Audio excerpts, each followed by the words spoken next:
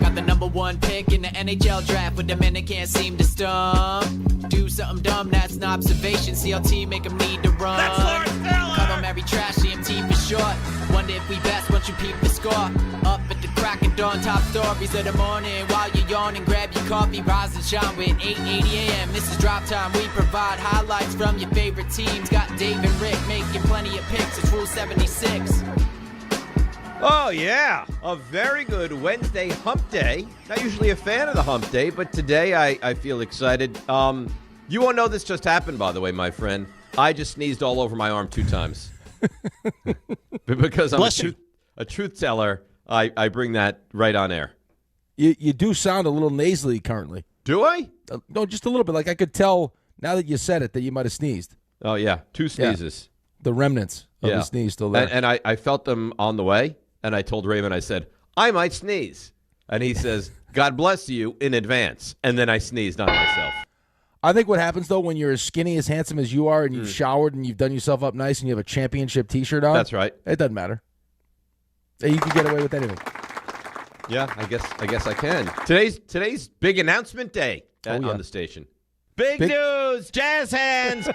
Yeah. Big announcement day. We got Buster today. It's Stump Buster. Rothenberg Day. It's a nice Wednesday. It really has all the trimmings. Oh, Yankees with I mean, that's their recipe, right? That's how they win games. it's unbelievable, man. I mean, it really is. Talk about putting stress on your pitching staff every night. I mean, we're talking about a hell of a night from a bullpen. I mean, that's just sensational stuff. And if that, I mean, I guess it's somewhat of an important game for the Mets, but not really because they're done. Watching Tatis last night was just, it was mind-boggling. I was there. I watched it. I counted for 7 runs. I watched it in person last night. Oh, you were there last night? I went to the game last night. I mean, it's a beautiful night, right? Gorgeous night. Yep, gorgeous night. This was a Rocco birthday celebration? Yeah, and I'll tell you what. This kid, he'll be 6 tomorrow. Mm-hmm. So he has multiple Mets hats, Mets jersey, the whole deal. Refuses to let anyone dress him. Like, he's very independent, likes to get himself dressed. Okay. So does he always match, look good? Or he looks good, yeah. Good. His nickname in the baseball circles are Rocco DiPietro because he's got so much drip. Like Dave Rothenberg drip, but times like 100. Wow. So he's all done up. He's got his Jordans on. He's got his Mets jersey on. But I didn't notice what hat he put on. I'm just assuming Mets hat, right, because we're going to the Mets game. So I look in the mirror as I'm driving, and he's got his birthday boy hat on that was from like when he turned, I don't know, 2 or 3 years old. So does it even fit his head? Yeah, it's a snapback. Okay. And I said to my wife, I was like, why isn't he wearing a Mets hat? He's like, She goes, funny you asked that because I asked him the same question. And you know what he said to me? And I said, no, why don't you tell me? We're going to get a chance because of my buddy Steve to sit right by where the Mets take their on deck circle. So this was a planned attack to have the guys walk up and like wish him a happy birthday. And read his hat. Yeah. And that was his line. We were down there. Francisco Alvarez, his buddy. Hey, Francisco, look at my hat. Looks at his hat. Mm-hmm. Oh, happy birthday. Gives him a fist bump. So, yeah, and then he offered. Were you sitting on the field? Well, first row, right there, yeah. Wow. Yeah, Stevie's got 3. He's got 3 by the on-deck circle and then 3 more right behind that. He has 6 seats? 6 seats on there, yeah. And a he box. must spend a pretty penny on those. And a box. I just so happened to be watching the game last night with Scott Boras, if you were wondering. Oh, I didn't even, it wasn't a thought, but really? Oh, yeah. So anyway, then that was the fist bump. Morel came up, said happy birthday, gave him a fist bump. Mm-hmm. And then for whatever reason, he decided as Semyon is warming up trying to get dialed that he would offer him, you know what'd be good? How about a peanut M&M?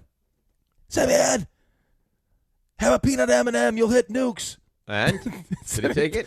He turned around and like with a smirk on his face, no, thanks, buddy. Really? They're actually like chatting with him.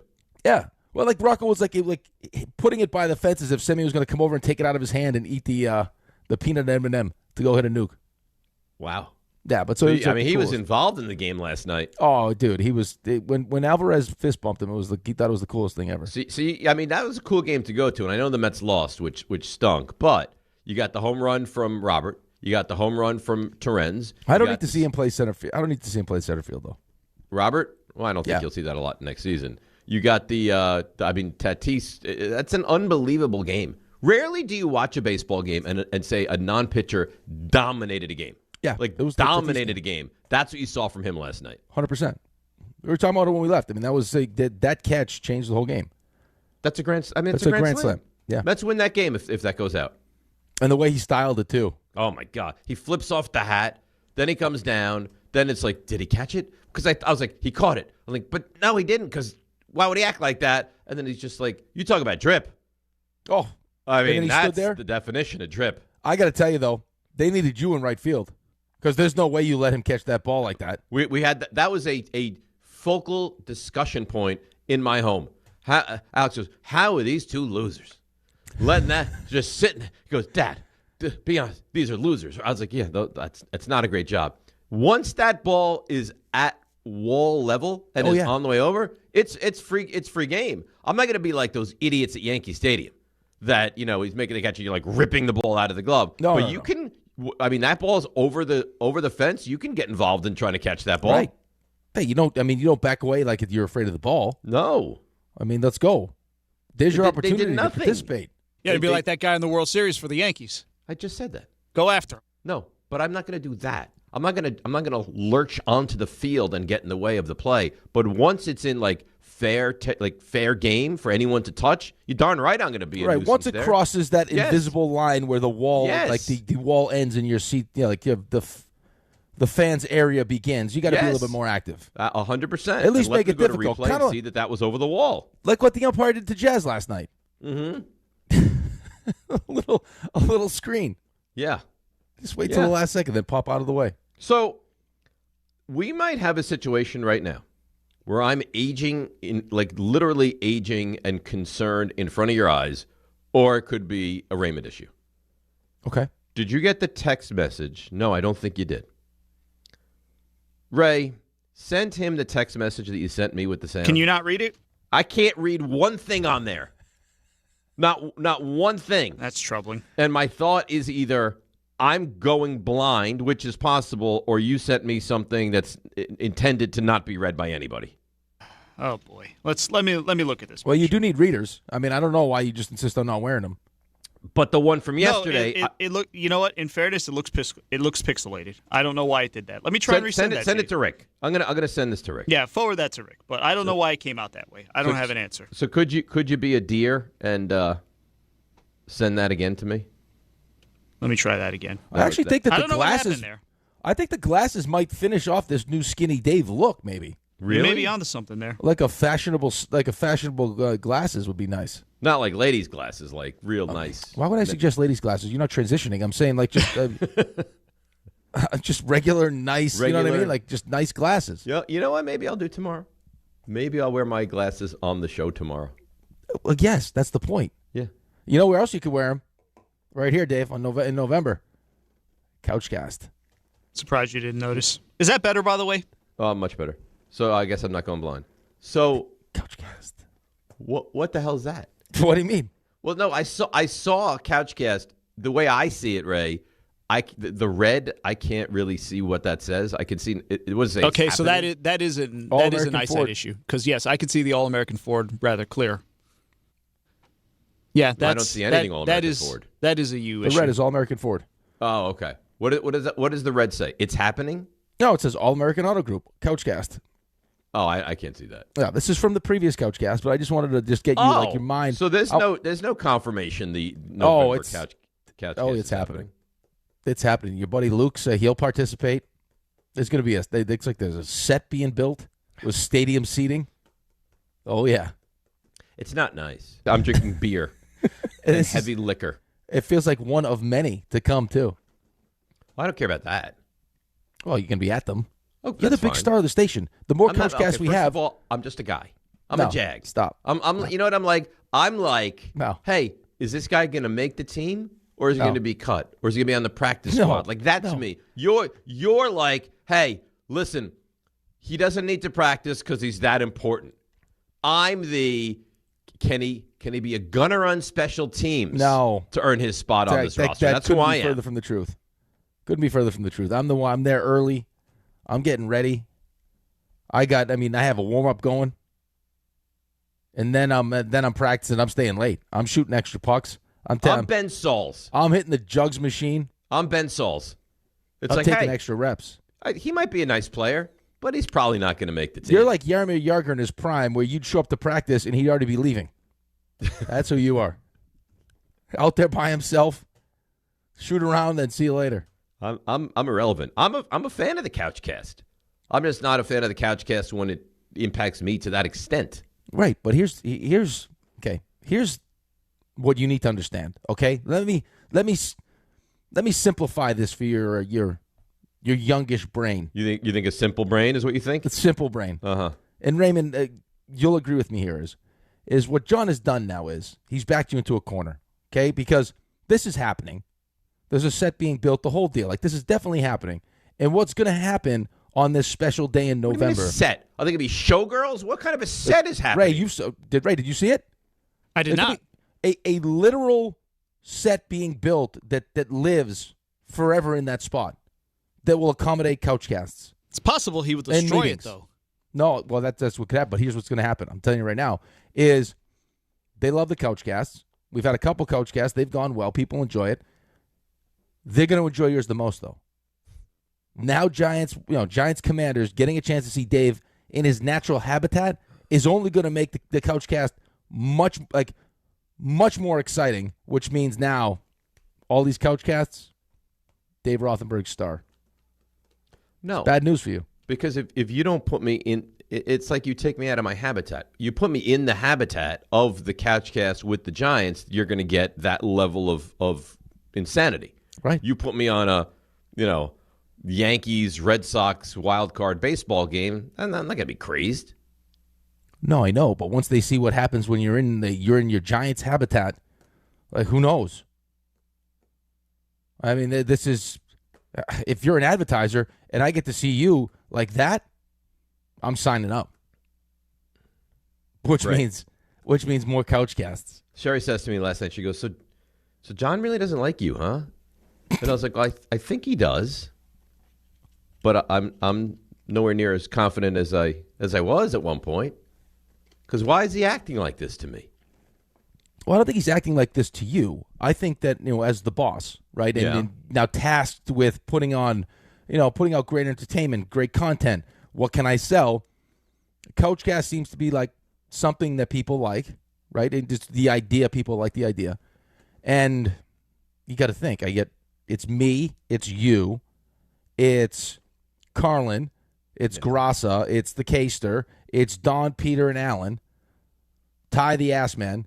Like, who makes the most sense to draw the biggest audience for a Couchcast is Dave watching a Giants game. That's probably true. It's 100% true. Yeah. It's sad, but it's probably true.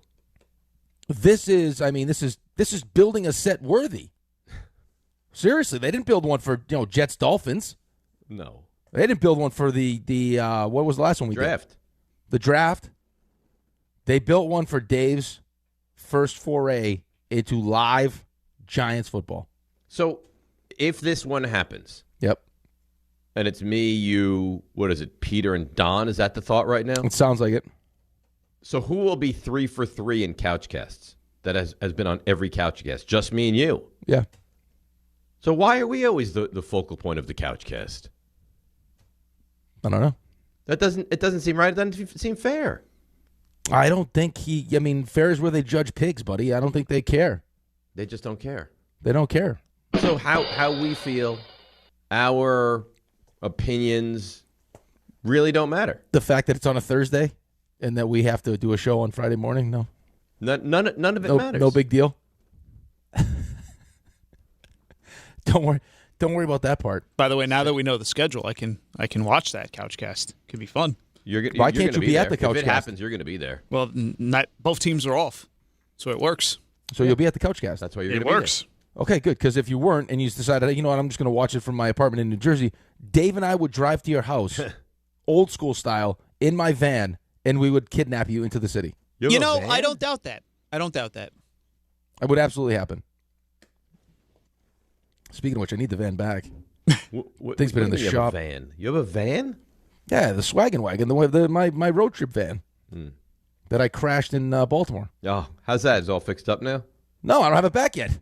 How long have they had it for? I don't know. What are they doing? I don't know. How long was it? Month? Months ago. I live in a van down by the river. They're really just making sure it's perfect when I get it back. So we got Buster this morning, 7:35. We have Stump Rothenberg right after that at 7, whenever Buster's done, 55, 8 o'clock, right in that range. And then 9 o'clock, we have the announcement, the big, fancy, bulbous announcement. I can't wait. It's going to be great. It's going to be great. I don't know if I'm more excited about the announcement or seeing what your set, like your backdrop finally looks like. I think the backdrop I'm more excited about. Really? Yeah. What happens if I'm overselling it and it's just, you see it, you're like, that's how can no? It'd be like Ray overselling his defense. Like, it's going to be better. Ray's defense was so bad last year; it's going to be better. Yes, it's going to be better. Like, I mean, anything is going to look better than that. I love this. No, you I got to tell you, when this goes from behind me in the studio, I might make the whole house like this. Just like every room you walk in, you're like, hey, that's beautiful padding. If the Giants get smashed by the Cowboys, oh god, and don't have a good season, your whole house you may live in a place with walls that look like that. You might be right. Yeah, they may have to put you in a place like that. It'd be like Ray Finkel. That's what will happen. That'd be unfortunate. It'd be real unfortunate. I got some good news though. Really? I told you I watched the game last night with Scott Boras. Uh-huh. I asked him flat out. I said, Scott, as we sit here today. Did he know who you were? Yes. Okay. As we sit here today, actually lives in California next door to a couple hockey players. The hockey players are good guys. He's like, yes. You hockey players. Because they always say, good guys, great golfers. That's what they'll always say about hockey players. All right. So I asked him because I was interested now to get we've had Buster's perspective and everyone else is like, what do you think today as we sit here? Lockout or no lockout? And he said they'll initially lock them out. The owners will lock the players out, but he doesn't think it's going to last as long as people think. Really? And he doesn't think there's going to be a cap. I don't think there's going to be a cap either, and I've said that the whole way. And then we had Passon who said that recently as well. And hearing that it won't last as long, it would be great. Would be great. But so he said, listen, they're going to do it just because that's what they'll do, is to get the players all screwed up. It gives them the opportunity to get the best possible deal.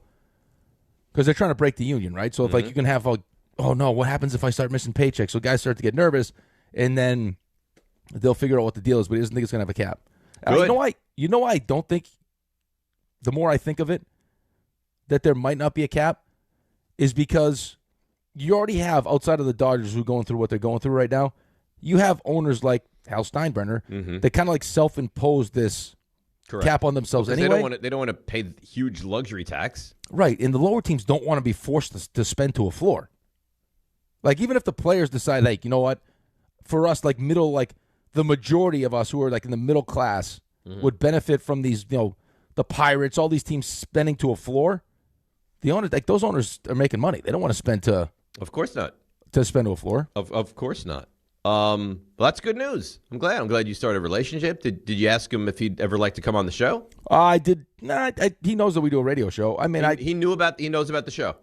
Well, no, I don't think he knows directly about the show, but we had a long enough conversation that he knows now. Yeah, that he knows now about the show. Yeah, that's good. By the way, Julian, totally overwhelmed by the hours now. Why? Because I asked him today, I said, how you feeling? It's Wednesday. How you feeling? He goes, terrible. I was like, really? Got you, huh? And Ray goes, it got him yesterday. Julian, what happened yesterday, bud? A little sleepy yesterday? Oh, yeah. Apparently, waking up at, 3 a.m. for the second day in a row was the one that put me over the edge. Yeah. And then there's today, so not great. At least he's done today. He's learning.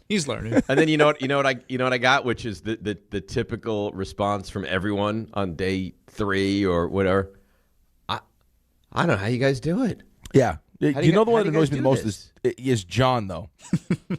When John's like, I wake up at 5 every morning. I'm like, John, do you understand that if you allowed us to sleep into 5 every day, we wouldn't complain the way that we complain because it's an extra 2 hours of sleep that we would get. Yeah, 5 is I wouldn't want to wake up at 5 every day anyway, but yes. And John doesn't wake up at 5. No, I don't believe him, but he'll say that. Yeah. That's what he says. Because he wants to be part of the team. He wants to be part of every club. I wake up the same. I'm there in the trenches with you guys. He probably wakes up at 6 or 6:15, rolls over, and listens to the show in bed. That's a far cry. You should have seen my face on Monday. So we started, like I told you, we started training camp for hockey. Started already. So I mean, this is it. Like training camp has started. So Monday, and Ray knows this. Like, so I do the show Monday, like right around 9 o'clock. Rocco's got to go to goalie camp, so he starts getting dressed at home. So like first break for us, I got to run downstairs and put his goalie pads on. So that's like the beginning of the morning. Show's over. I have to now run because we have practice at 11. Load the car up with jerseys, practice jerseys, playbooks, all this stuff. Get to practice. We practice for like an hour and a bit on the ice. Lunch, meeting, then we go over and work out. So we finally finish up there by 3 o'clock, okay? Get back home, worked out. I worked out with the team. Get back home, do my own workout. Gotta go back to Northwell for another practice, and then home. So that was like 6. So what Monday was? We had what 6:45. So this you're talking like 8:30. Yeah, later than that. And Cass goes, "Oh, it's a long day. I'm tired." I was like, yeah, what? Yeah. I was like, "What did you just say?" Mm-hmm. I was like, "Long day." Mm-hmm. It's up at 3:30. Yeah. I'll show you a long day. Well, yeah. You want to see a long day? Yeah, I'll show you a long day. Right. All right. Why don't you tell me? Because I know you love this. This is a new sponsor to the show. Oh, they're We're great. big fans, and it's right up both of our alleys. Tell us about NSPC, please. You know what I love too? How about this? So I was telling you yesterday, I got to go get the X-ray and then the MRI.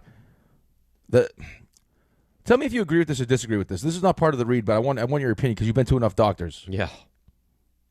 How important is it to you when the person that kind of handles the doctor is awesome at their job? You mean so the like doctor handler? Like the assistant, yeah, like the one that sets the appointments or the one like you're in contact with. It matters a lot. I feel like it's huge. I think it's an actual very underrated job for someone. Yeah. So I mean, I knew immediately too when I went and I met him. You know, we had this nice meeting where I met all the doctors and they explained everything. And I got a chance to meet Liz, who works for one of the doctors that will probably end up doing the work on my back. And she was unbelievable. And I said to my wife, I was like, you know what? Liz is the real deal. So she texted me yesterday out of nowhere randomly. She's like, good job with the ad. Oh, by the way, you're all set for the MRI. Really? Yeah. When are you getting the MRI? It's a great question. Does Liz ask for me ever? Liz did not ask for you. No. I did mention when I first met Liz that my co-host has had some back stuff. Yes. And she's like, well, guess what? If it happens again, make sure you bring him here. Really? Yeah. Oh, that's nice. Yeah. Not that they wanted you to do reads or anything. No, not yet. Not yet. Not yet. They were half shocked that you just didn't pop up. Oh, like, really? oh, look, just in the meeting? Yeah, this Dave ended up here. I was busy sneezing on my own arm. All right, here we go. So, the neurosurgeons at NSPC Brain and Spine Surgery are leaders in minimally invasive treatment for neck, back, and brain conditions. NSPC is the largest independent neurosurgery practice in the New York metro area. You got 7 offices on Long Island and in Manhattan. To request a consultation, all you got to do is call 1-800-355-1100. Most patients are seen within 48 hours, which is crazy. And only the experienced NSPC neurosurgeons will consult with you or perform your surgery, which is a big deal. Since 2024, Castle Conley has ranked NSPC as the #1 neurosurgery practice group in New York State.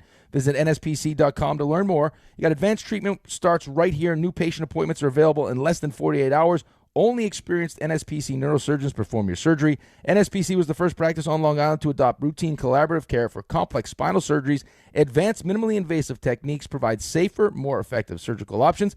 Like I said, they're independent, private practice, 48 hours, that's all it takes. All you got to do is call 1-800-355-1100.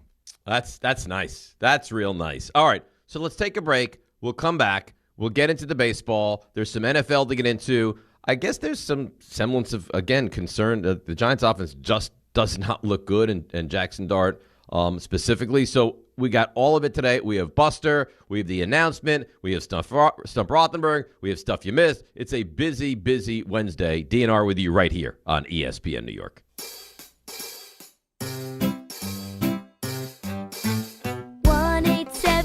Cars for Kids. KARS Cars for Kids. 1-877 Cars for Kids. Donate your car today. 1-877 Cars for Kids. KARS Cars for Kids. 1-877 Cars for Kids. Donate your car today. Ready to get rid of that old car? Donate it to Cars for Kids. Call 877-CARS-4-KIDS to speak to a friendly live agent. Donation is super easy, and your car can be picked up as soon as tomorrow. Go to carsforkids.org now or call 877-CARS-4-KIDS to donate your car today. 1-877 Cars for Kids. KARS Cars for Kids. 1-877 Cars for Kids. Did you know you can donate real estate too? Go to carsforkids.org. That's cars with a K. Hey, Yankees fans! Join us at Yankee Stadium on Friday, August 21st, as the Yankees take on the Toronto Blue Jays. And don't miss Cody Bellinger Bobblehead Night, presented by T-Mobile. The first 18,000 guests through the gates will take home an exclusive Cody Bellinger bobblehead. Get here early, grab the giveaway, and cheer on the Bronx Bombers. Tickets are available now at yankees.com/tickets. Hey! My dad is bringing home the best birthday cake ever! It was my 5th birthday, and my dad was bringing home the cake.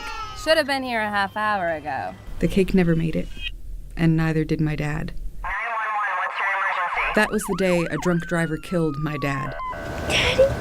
Impaired drivers take lives. Think. Sponsored by the New York State Governor's Traffic Safety Committee. Aired in cooperation with the New York State Broadcasters Association. Rich Eisen here with some advice. If high-interest credit card debt is grinding you down, it might be time to call an audible with a SoFi personal loan. It consolidates your debt into one low monthly payment with no fees required. And with as soon as the same-day funding, you can make the right play fast. Call an audible on your debt today at SoFi.com/debtplay. Loans originated by SoFi Bank N.A., member FDIC. Terms and conditions apply. NMLS 696891. Fast funds terms apply at SoFi.com/debtplay. Progressive knows you think the grass is always greener. Like maybe you ride a motorcycle. But today, it's raining. So you wish you had an RV. But if you did, you'd have to listen to some guy parked next to you at a campsite plays acoustic guitar. Now, before you start wishing you had a boat, remember, your brother-in-law would invite himself every weekend. Permission to come aboard, Captain? But one thing that is greener is the money you could save when you bundle your RV, boat, or motorcycle with your home or auto with Progressive. Progressive Casualty Insurance Company affiliates and third-party insurers. Not available in all states or situations. This is Carlin on ESPN New York. John Boy, it's a 45-46 game stretch where the Yankees averaging 3.3 runs. It's hard, especially with Stan, Bellinger, and Judge out, because the lineup needs that firepower up top. We don't have a 1 through 5. You're asking guys, take at-bats and say, hey, we don't need you to hit them. We just need you to find your pitch and hit it. Instead, they're being asked to do the other thing, which is kind of setting them up for even more fast. Chris Carlin, weekdays at 10 a.m. on ESPN New York and streaming live on YouTube.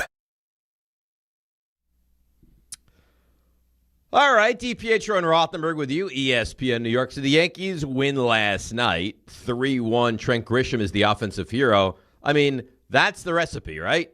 Get really good pitching. The bullpen does its job. You get a very nominal amount of hitting, some timely hitting, and you get at a Dodge with a victory. And I guess, as RJ would say, you foul off another pitch, right? You get a day closer to getting some of your reinforcements back, although Max Fried is going to miss some time, and Boone is saying it's a different injury than the original injury, which he had. I thought it doesn't sound like it's as severe as the first time. No. They make it sound like he's not going to miss a ton of time, but they're going to be cautious with him. Yep. So I guess that's good news, and all in all, a good day in Yankees land last night. Yeah, Rodon looked good, which Real is good. important, especially now with Fried going to miss some time. I also think the Yankees, just to be smart, right? Just to have you have the luxury of knowing you're going to be a playoff team. Mm-hmm. So there's no need to rush, Fried back. If it's sore and he's dealing with some of the remnants of, because he looked good, right? But I mean, again, like there's no need to push it. You need him in October. October. Looked really good. No need to push Judge, right? So like when he's back, let's make sure he's as close to 100% as possible. And as far as yesterday was concerned, a couple good defensive plays. Like no one, like I will say to their credit and to everything that we've heard, because there have been. I know what you're going to say. Say it. Lombard is as good as advertised defensively. Yes. Was that exactly it? Exactly what I was going to say. Mm-hmm. He's that good. He really is. Yeah.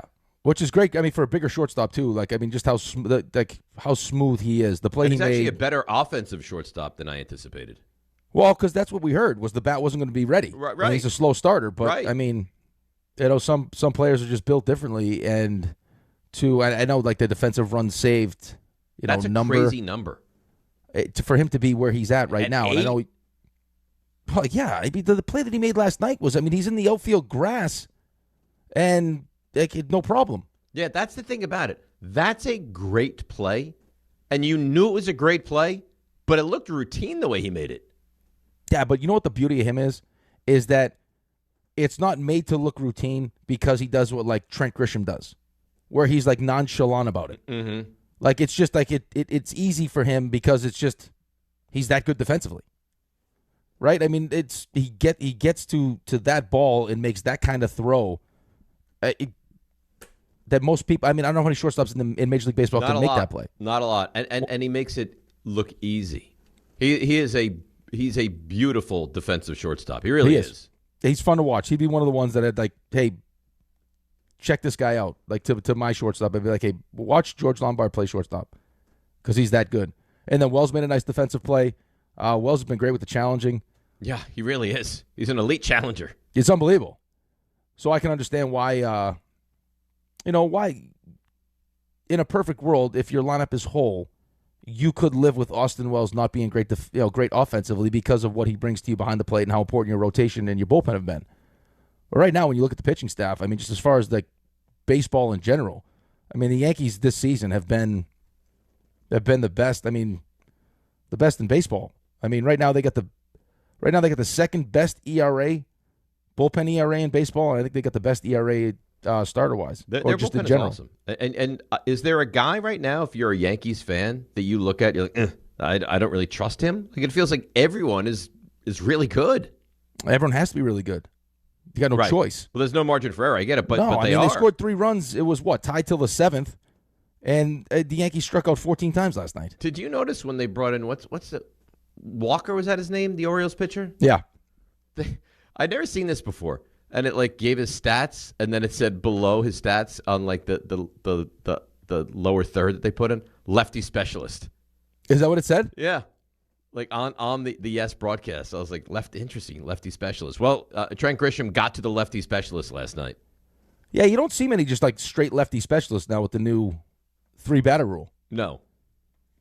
But Trent Grisham's one of the ones that you would have to has not been what you I can't say expected because I think most of us expected him not to have the kind of season he had last year, but you're paying him $22 million to be productive. Mm-hmm.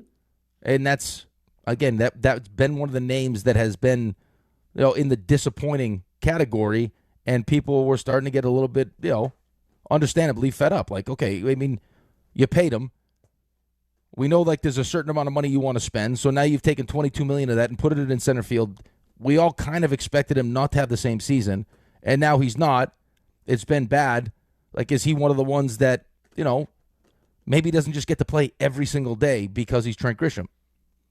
Because at some point, I mean, when Bellinger gets back, and then Judge gets back, and now you have this, who's going where? And roster-wise, who's going? I mean, what are you doing with your roster? My guess would be that Grisham would still play center, and that Bellinger would play left, and that Judge, if he can, will play right. Well, yeah, but I mean, there are also people that will tell you, like, I would rather see Spencer Jones play center field than Trent Grisham. Yeah, I get it. Listen, Bellinger in center is an option too. Yeah, but you know how people feel about young players. And the hope is that as we move forward here, Spencer Jones is your center fielder. I think long term, I think he will be. I thought you were talking about the remainder of this season. No, I'm saying that's their mindset. It's like if Trent Grisham, it's like the Jets conversation. If you're going to tell me I'm only going to win, and I'm not saying this personally, but you've heard this from fans already. If you're going to tell me that the ceiling on wins with Geno Smith is 6, or with Cade Klubnik, it's 4. Isn't it worth? Why would I not play Cade Klubnik and just whatever he does, he does? Right. So if Trent Grisham's going to be bad, and he's not part of our future, we're not bringing Trent Grisham back next year. Wouldn't it be better for Spencer Jones to play? Maybe. But there's if a you chance get nights Spencer like Jones. last night where Trent Grisham saves your bacon. Hey, he's starting to hit now. But it's not been a good season for. It's not been a good season for anybody. You're right. I mean, Jazz Chisholm stinks. He stinks. Ramos has not been good since you traded for him. None of them. No. I mean, Garcia's been okay, right? He's been okay. I mean, but Jazz last night, Jazz would be the guy. If I were a Yankees fan or Jazz was on my team, he would drive me crazy. Like he looks, and I'm not saying he looks disinterested. He appears. I'm just telling you the way I see. No, I'm not shaking my head because I disagree with you. I'm just I see what you see. He looks half the time I watch him lazy. That play last night would infuriate me. He goes. I think he went 0 for 4 again last night. It's just. I mean, he's hitting what, like 214 now. He has plays where they show it's like 2 outs, there's a pop fly to center, and he barely runs. Like, he would infuriate the crap out of me. He would be my public enemy number one. I would detest Jazz Chisholm if I were a Yankees fan. Well, he had those couple games where he hit big home runs. Yeah, and he does that. Yeah, but it's just not been a good season. It's not. Like, and he's the one, and I understand why you'd have frustration too, just because you know what he's capable of doing. Like, all the things he can bring to the table. Mm-hmm. Because he is when he wants to be a good defensive second baseman. He can run the bases. He can steal. Like, there's things that he can do. I just think that, I mean, he's had one of those seasons where it's a contract year, and he put ridiculous expectations on himself. And I don't know if you want to call it. He has not lived up to them. Yeah, but if it's the pressure or whatever you want to call it, it's been about as bad as it could get for him this year. I mean, Pete Alonso had a similar type season. Yeah, but Pete Alonso also didn't say he's going to go 50-50. No, he did not. Interesting email from Neil in Manhattan. You mentioned the incident at Yankee Stadium where the fans ripped the glove away from Mookie Betts. Ray decided then to chime into that conversation by literally saying the exact same thing you had just said. It's nice to know that a full 8 minutes into the show, Ray's already started to not listen to the guys. Well, that's... In fairness to Ray, I mean, he's got a lot of things going on. Yeah, that's clearly Julian's at like 50% today. So, I mean, it's extra lifting for Raymond. Yeah, that seems to me. Julian's been good this week. Julian's doing a nice job, right? He's been great. I'm not worried about this week. I'm worried about today, Raymond. Even though he's suffering from show exhaustion. 3.5 hours. He'll be fine. He'll be fine. Exhaustion. I mean, that right? No, you're right. I mean, if you look at the injury list, Julian's suffering from show exhaustion right now. Listen, you just signed Najee Harris. You got to ramp him up, right? For the Giants, it's going to take maybe the rest of training camp to get him going. Najee Harris is coming off an Achilles. Coming off a torn Achilles. Okay, yeah. Okay, so maybe not quite a torn Achilles situation here, but Julian's got to get used to what he's dealing with. He's got to get up to speed. It's a process. Okay. I don't know. I don't know. That's a great analogy. The guy's coming off of like one of the worst injuries you could possibly suffer. Yeah. Very similar to a lack of sleep. And Julian is sleepy. Yeah. The greater point is when you sign somebody, in the middle of training camp, you got to get them up to speed. That's all. It takes a minute. All right. Yeah. Takes a minute. And then Evan Cook says, pigs are judged at the fair. LOL. I'm going to use that line every day of my life right now. That was clever. Kids, coworkers, you name it. I was laughing out loud at that. Thank you so much, Rick. Yes. So you have now taken a phrase and given it to someone to use. You're like a teach a man to fish kind of guy. That's who you are. You give him a skill. Yes. That's another one of the great drops in the history of the show. You like that one, huh? That was one of my favorites. I'm glad listen, and that's not even a dirty thing I said. No. It's a big step for me. It really is. The fact that you made a noise or a statement and it was completely PG, bravo to you. Thank you. Bravo to you. All right, let's take a break. If you guys want to get involved, you're welcome to 800-919-3776. Some updates with Aaron Judge. Tatis, a single, dominant performance last night. We got the football. We got running back updates with the Jets and the Giants. DNR with you. Busy Wednesday, ESPN New York. And I said, rather than give this person the money, I'm going to give a skill. Good Karma Brands is proud to be an equal opportunity employer, providing equal employment, development, and advancement opportunities to all teammates and applicants. To learn more about careers with us, please send an email to talentacquisition@goodkarmabrands.com. That's talent acquisition at goodkarmabrands.com. D'Agostino Law Bite Back. This is John D'Agostino from D'Agostino & Associates, and I know how a serious accident can change your life just like that. I'm Jenna D'Agostino, and I understand that with pain comes medical bills and time out of work. Let us get you justice. This is John Ryan, the closer. For over 35 years, our family has been getting accident victims every dollar they deserve. I started this firm for the injured so they can bite back against the insurance companies. Our legacy is to get you justice. Bite back. To get you paid, bite back. At D'Agostino & Associates, bite back means fight back. When you're hurt and they blame you, we bite back and get you every dollar you deserve. We have offices throughout New York and New Jersey, so call us first at 1-800-BITE-BACK. That's 1-800-248-3222. 1-800-248-3222. I've been there, and I'll be there for you. If you love to travel, Capital One has a rewards credit card that's perfect for you. With the Capital One Venture X card, you earn unlimited double miles on everything you buy. Plus, you get premium benefits at a collection of luxury hotels when you book on Capital One Travel. And with Venture X, you get access to over 1,000 airport lounges worldwide. Open up a world of travel possibilities with the Capital One Venture X card. What's in your wallet? Terms apply. Lounge access is subject to change. See CapitalOne.com for details.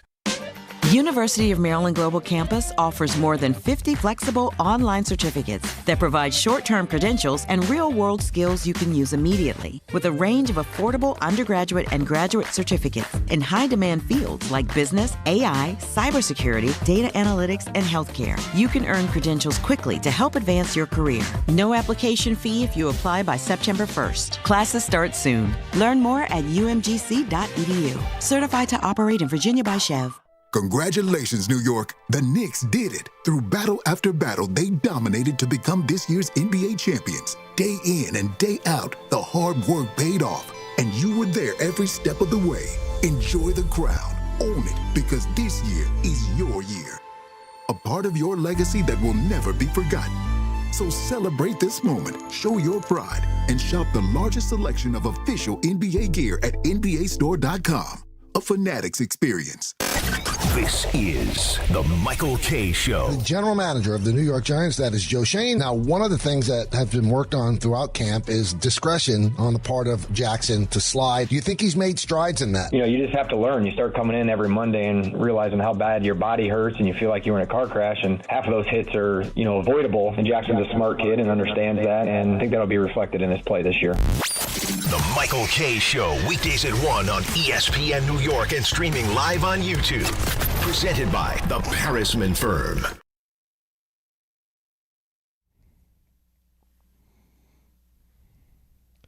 All right, DNR with you, ESPN New York. So I just saw this on the news, and I can make this solemn promise to you right here, right now.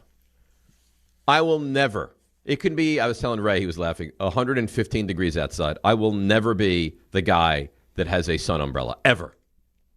Ever. Some people believe in protecting their skin. That's fine. You can go ahead and do that.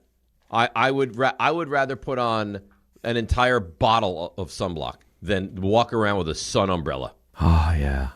I'm just telling you, I'm never doing that, ever. Yeah, well, you were also the person that decided not to wear a hat at Ben's baseball game, and you look like a piece of crispy bacon the next day. Is that the point? The point is that people don't want melanoma. You know what? And if those I have umbrellas skin, are dangerous, man. Well, the what? People are not always equipped to carry those umbrellas. They poke you. They don't know the girth of the umbrella. They hit into your shoulder. It's like, you know what? You should take a class to be able to walk down the street with an umbrella. I don't disagree with that part of it, but I don't think you should shame the group of people that like to walk around and protect themselves from the sun. I'm going to shame all of them. Wow. If it's teeming out, it's poor. I'm not an umbrella guy, period. I do not use an umbrella. All right? But if it's pouring out, I get it. You should not need an umbrella for heat. Well, I don't think it's heat. I think it's just the sun. I don't think it's a heat umbrella. I think they're trying to protect parasol? No, I'm sorry. I frown on those, and I'm going to shame all those people. I think they're trying to protect themselves from the effects of the sun. I think it's pathetic. Wear a hat. But that hat doesn't completely protect you. Not complete. Well, then wear like a sun shirt. Wear a long sleeve shirt. Well, there are a lot of golfers do that. Okay, that's fine. That's always shocking to me, though. That's the one where you go to. It could be 90 degrees with 100% humidity, and you'll see people on the golf course in like pants and then like the sleeves to protect their arms from the sun. I could be in a boat on the water as a castaway. Sun could be baking down for days on me, and I'm not taking out a sun umbrella. I make this promise to you and God and everybody right now. 6:45 Wednesday, August 19th, 2026. I will never in my life use a sun umbrella. Wow. Ever. Okay. Make that declaration with me. Yeah, I won't use a sun umbrella. I can't say that because when I go to the beach, I have an umbrella for the sun. That's different. I will not walk around carrying it. You're sticking it into the sand and putting it over you guys. Yeah, I won't walk around with a sun umbrella. No. Ray, you want to jump in? We can make a trend. We could get this trending on Twitter. Sun umbrellas. Ray, you want to jump in here? I've never used a sun umbrella in my life except for at the beach, so it's not really working for me there. So then you're on this whole cause. Yeah, right there with you. Okay. Yeah, but I don't think Ray. I wouldn't say that Ray has like the fair skin that. He doesn't have fair skin. It's not really a problem for me. Yeah. Yeah. Right. That would be overly concerned with the effect of the sun. Like Jake Asman could walk around with a sun umbrella. Yes. Is Jake Asman in for not? He's not Asman. He's Assman. Well, his name is Asman, but okay. Come on. But what do you mean? Come on. When they came over and they landed at Liberty Island, I'm sure they were the ass men. And then Grandpappy ass man probably like, for you. I mean, I'll be your ass man. Yeah. Grandpappy ass man is like, you know what? Take out one of those S's. And then I'm an ass man. Oh, ass. No. Okay. They're ass men. Okay. Okay. So you say so. What was I saying now? Is he filling in for Carlin today? The ass man? No, you got tied today. It's a different person every day. That's right. It's a revolving door of hosts on that show. But they like to sprinkle it around a little bit. A lot of sprinkling that goes on there. All right. So again, big announcement, 9:00 this morning. We're excited for that. I don't think we've oversold it. I think when you hear it, you will probably agree with that. So Aaron Judge, what's the latest phraseology that they're using for Aaron Judge, who's starting to hit? Hitting progression now. That's what they're saying. Yep. Not that he's starting to hit. There's hitting progression. Here's Aaron Boone before the game last night giving us the latest update on Aaron Judge. He gets introduced to his hitting progression this week, so I know, and that's like, I think he was in the pool, last couple days doing, swing-related stuff in the pool, playing catch, doing his running, so he's progressing. He could be great. I would find it very surprising. Listen, to miss as much time as he's going to miss and then all of a sudden jump back in, it'd be difficult for anybody. But he's Aaron Judge. So I don't know. And I don't know what he's actually what he's dealt with this entire time. But there isn't going to be a long ramp-up period where the expectation should be that he steps on the field. What was he going to have, 10 days maybe? I don't know. I don't know what this progression, like the timetable for this progression is. I think last week I had heard expect him around September 15th to 20th. Okay. Season that's the 27th. Right. The problem with that, though, is that's if everything goes according to plan. As we ramp this thing up. Well, if it doesn't go according to plan, you're not going to see him. Well, see, I don't know, but that's the part I don't know. Right? You have the luxury of time right now. Just like the Giants have the luxury of some time here because we're just in training camp with Malik Neighbors. I don't know what the conversations Aaron Judge is having with the doctors is. If the conversation is, hey, there's no need to rush this thing because you're going to be a playoff team and they want to make sure you're as good as you could possibly be by the time the postseason starts, because that's the focus for everybody. But if part of that conversation is if you rush this back or if you're not, if it's not healed 100%, then there are some long-term things that could happen here that could be detrimental to your career. I don't know if that's the conversation or it's just, hey, let's just take the time and he'll come back regardless. Because, if Aaron Judge left to his own devices, I'm sure would say, hey, I don't care if you get to the point now where it's like rubber meets road, I'm either coming back or I'm not. If it's as simple as if you do something and the fracture re-breaks, right, and all you'll have to do is just miss just the off season, it'll heal, shut down, right? Then that's fine. But if it's you come back and it's not healed the right way, and you take a violent swing or die for a baseball, it's surgery or something. Yeah, now it's thoracic outlet or something like that. Then that changes the whole equation. I don't know if that's what it is. I just know all I know is that they're using a thoracic outlet doctor. So I don't know exactly. Maybe that's just the placement of the rib. I don't know. But I don't know. It's taken a real long time, and it feels like that. And again, we don't know what's going to happen. That's the truth. We don't know. But it's hard to envision this guy's going to miss this much time, come back with this short of a runway, and be Aaron Judge. And if he is, all the more to him. It'll be amazing. But I just think you're setting yourself up for disappointment if that's the expectation when he returns. That'd just be my take on it. I mean, production-wise, you're probably not wrong. But what, impact-wise on the definitely. Rest, right, like the rest you of the guys in still the have to pitch to lineup. him like he's Aaron Judge. Yeah, you're still scared. Yes. You're going to be careful Until you're not, though. Until you're not. Like, if he looks terrible and he comes back and he's not the Aaron Judge that we remember, then he's not Aaron Judge. And there's not that same fear. That there's not, we have to pitch real carefully to him. You think there is every time? But I don't know, man. In a short series, like even if he looks bad, he still has there's still the ability to, with one swing of the bat, completely change a game. You're not wrong about that. So Jefferson is running point on the YouTube today, and he put a poll up there. How far will the Yankees go this postseason? So what do you think? Your three options are make the World Series. I think it's too early to ask that question. Well, he asked it. Okay. And he has answers.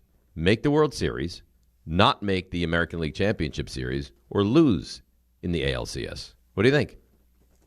How do I answer that question? I don't even know. I don't know when Aaron Judge is coming back. If he's coming back, I don't know. Right, that's fine. I'll just. Well, no, with this current version, this current version of the team right now, I can't expect to make it to the World Series. This version. Well, they do. 46% of fans expect the Yankees in the World Series. 29 say they won't even make it to the ALCS, and 25% say they'll lose in the ALCS. If I were to answer that question, the way I've said it for the last couple times is, I'm assuming that Aaron Judge is going to come back. Okay. I'm assuming that Stanton's going to come back. Okay. Bellinger is coming back. I would not believe that I would have a hard time believing the Yankees aren't in the World Series until I see someone beat them. Okay. So when it's all said and done, you think it's Yankees-Dodgers again? Or do you think better chance the Yankees go to the World Series or the Dodgers go to the World Series? Dodgers. So the Dodgers could go 10-30 down the stretch, wind up in a wild card spot, and you still believe they're going to go to the World Series. Yeah. You see who went on the IL yesterday? For the Dodgers. Yeah. No. Your friend Edwin Diaz. Oh, I did see that. I heard that this morning. Yeah. He is having a horrendous season. It has not gone well. No.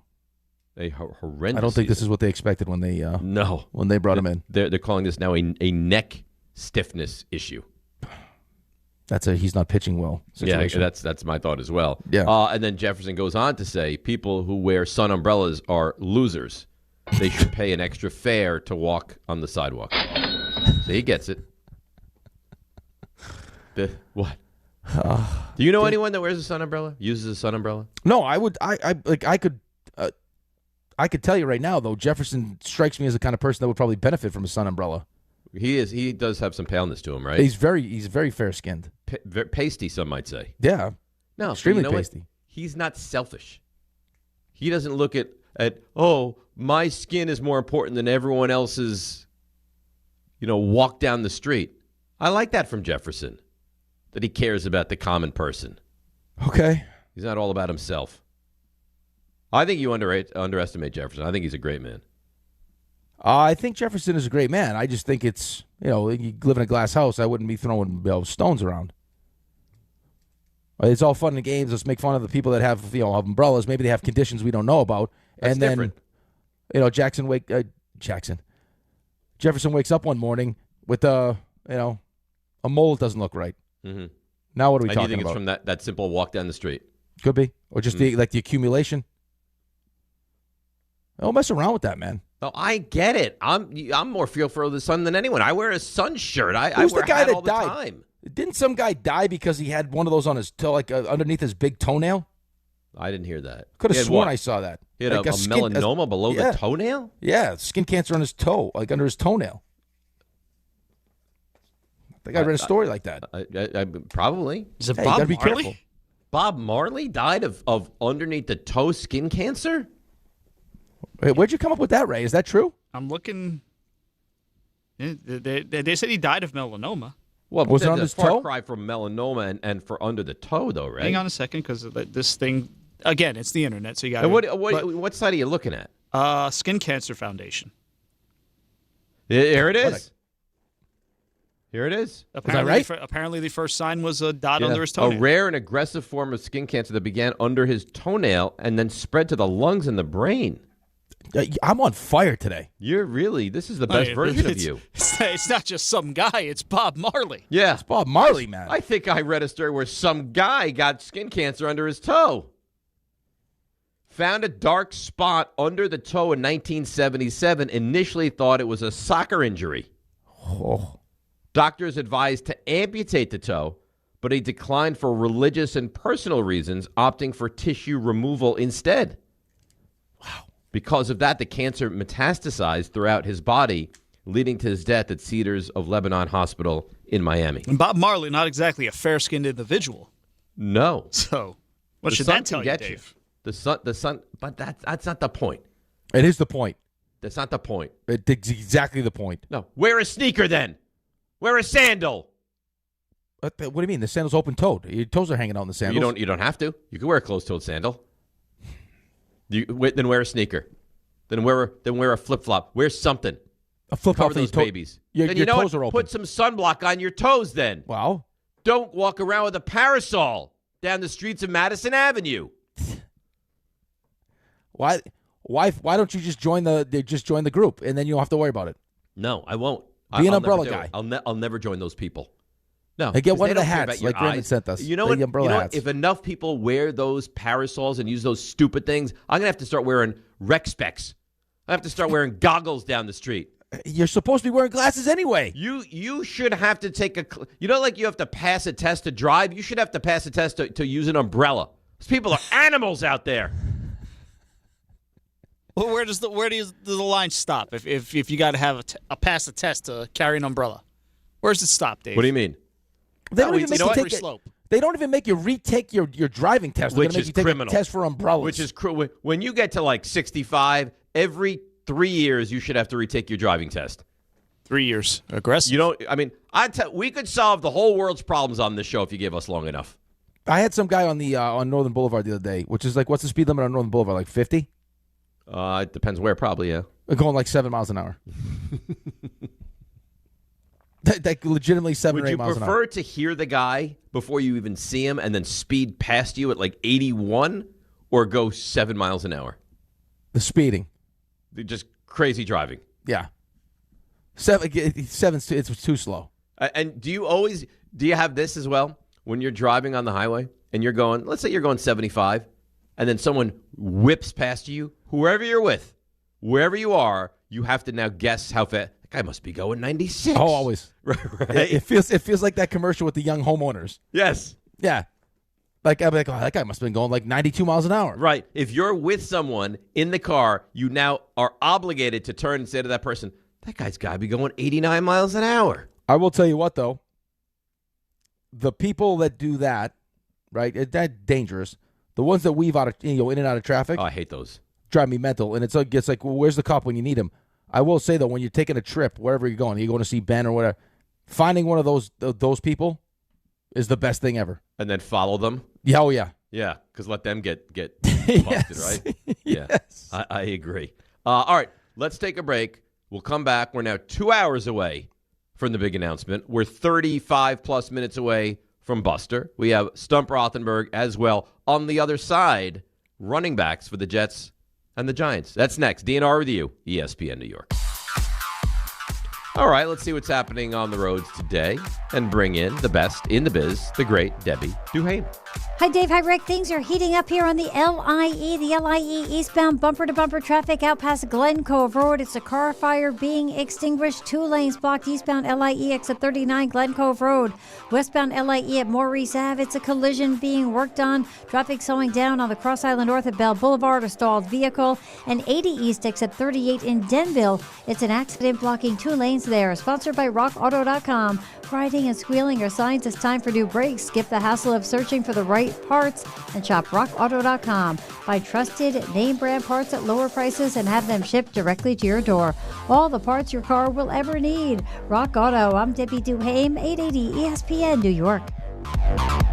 Hey guys, it's Peter Rosenberg. And listen, you know me. I'm always honest about what's going on with my life. And recently, I've just been dealing with some nagging pain that I finally decided I wasn't going to ignore anymore. So I ran into my guy, Dr. Jay Shah at Samwell Pain. Decided to set a meeting. And after we talked, I understood why so many people recommend him. He's Ivy League trained, all right? He's the real deal. He's double board certified, and he takes a non-surgical approach to helping people get back to living their lives. If pain is keeping you from enjoying your summer, don't just live with it. Go check out Samwell Pain. Visit SamwellPain.com. Trust me. Hi, this is Don LaGreca. Just like the New Jersey Devils bring intensity on the ice, Viking Pest Control brings the same level of protection to your home. And I know because I use Viking at my own place. The season may be over, but pests are always in play. So it's time to lock in your off-season defense. As the pest control provider and proud partner of the Devils, Viking delivers 45 years of trusted experience to keep ants, cockroaches, stinging insects, rodents, mosquitoes, and more out of your zone. And when you bundle pest control mosquito services, you score big savings. One call, one company, total peace of mind. Visit VikingPest.com, protecting your home inside and out. Get in the zone, AutoZone. John always listens to his truck. So when his brakes start talking, he goes to AutoZone, where a helpful AutoZoner gets him the right parts. If John has time to put them in, he borrows a kit with Loan-A-Tool. And if he doesn't, he gets a free shop referral. No hassles, just help.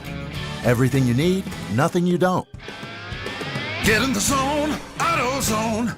Deposit required for Loan-A-Tool. Restrictions apply. You know the rush when you reach that goal, when something you've worked for pays off. That's success. At University of Maryland Global Campus, we believe you should never stop chasing it. That's why we offer a skills-based education that helps move your career forward. Learn how to apply emerging technologies like AI and data science. Build your leadership and critical thinking skills. Apply by September 1st and save with no application fee. Learn more at umgc.edu. Certified to operate in Virginia by Chef.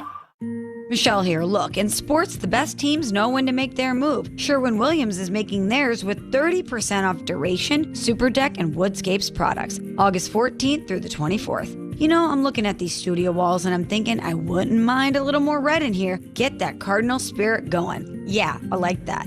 Order online, get everything delivered right to your door, or swing by your neighborhood Sherwin-Williams store. Retail sales only. Some exclusions apply. See store for details. Delivery available on qualifying orders. This is the story of the one who keeps multiple buildings running smoothly day after day. Plumbing that flows, HVAC that hums, cleaning supplies that keep surfaces sparkling. That's why she counts on Grainger. With easy reordering online and 24/7 support, Grainger helps her keep the products she needs on hand. So shelves stay stocked and buildings stay ready. Call 1-800-GRAINGER, click Grainger.com, or just stop by. Grainger, for the ones who get it done. ESPN New York is your home for the world champion New York Knicks. WHSQ and WCBS-FM HD2, New York.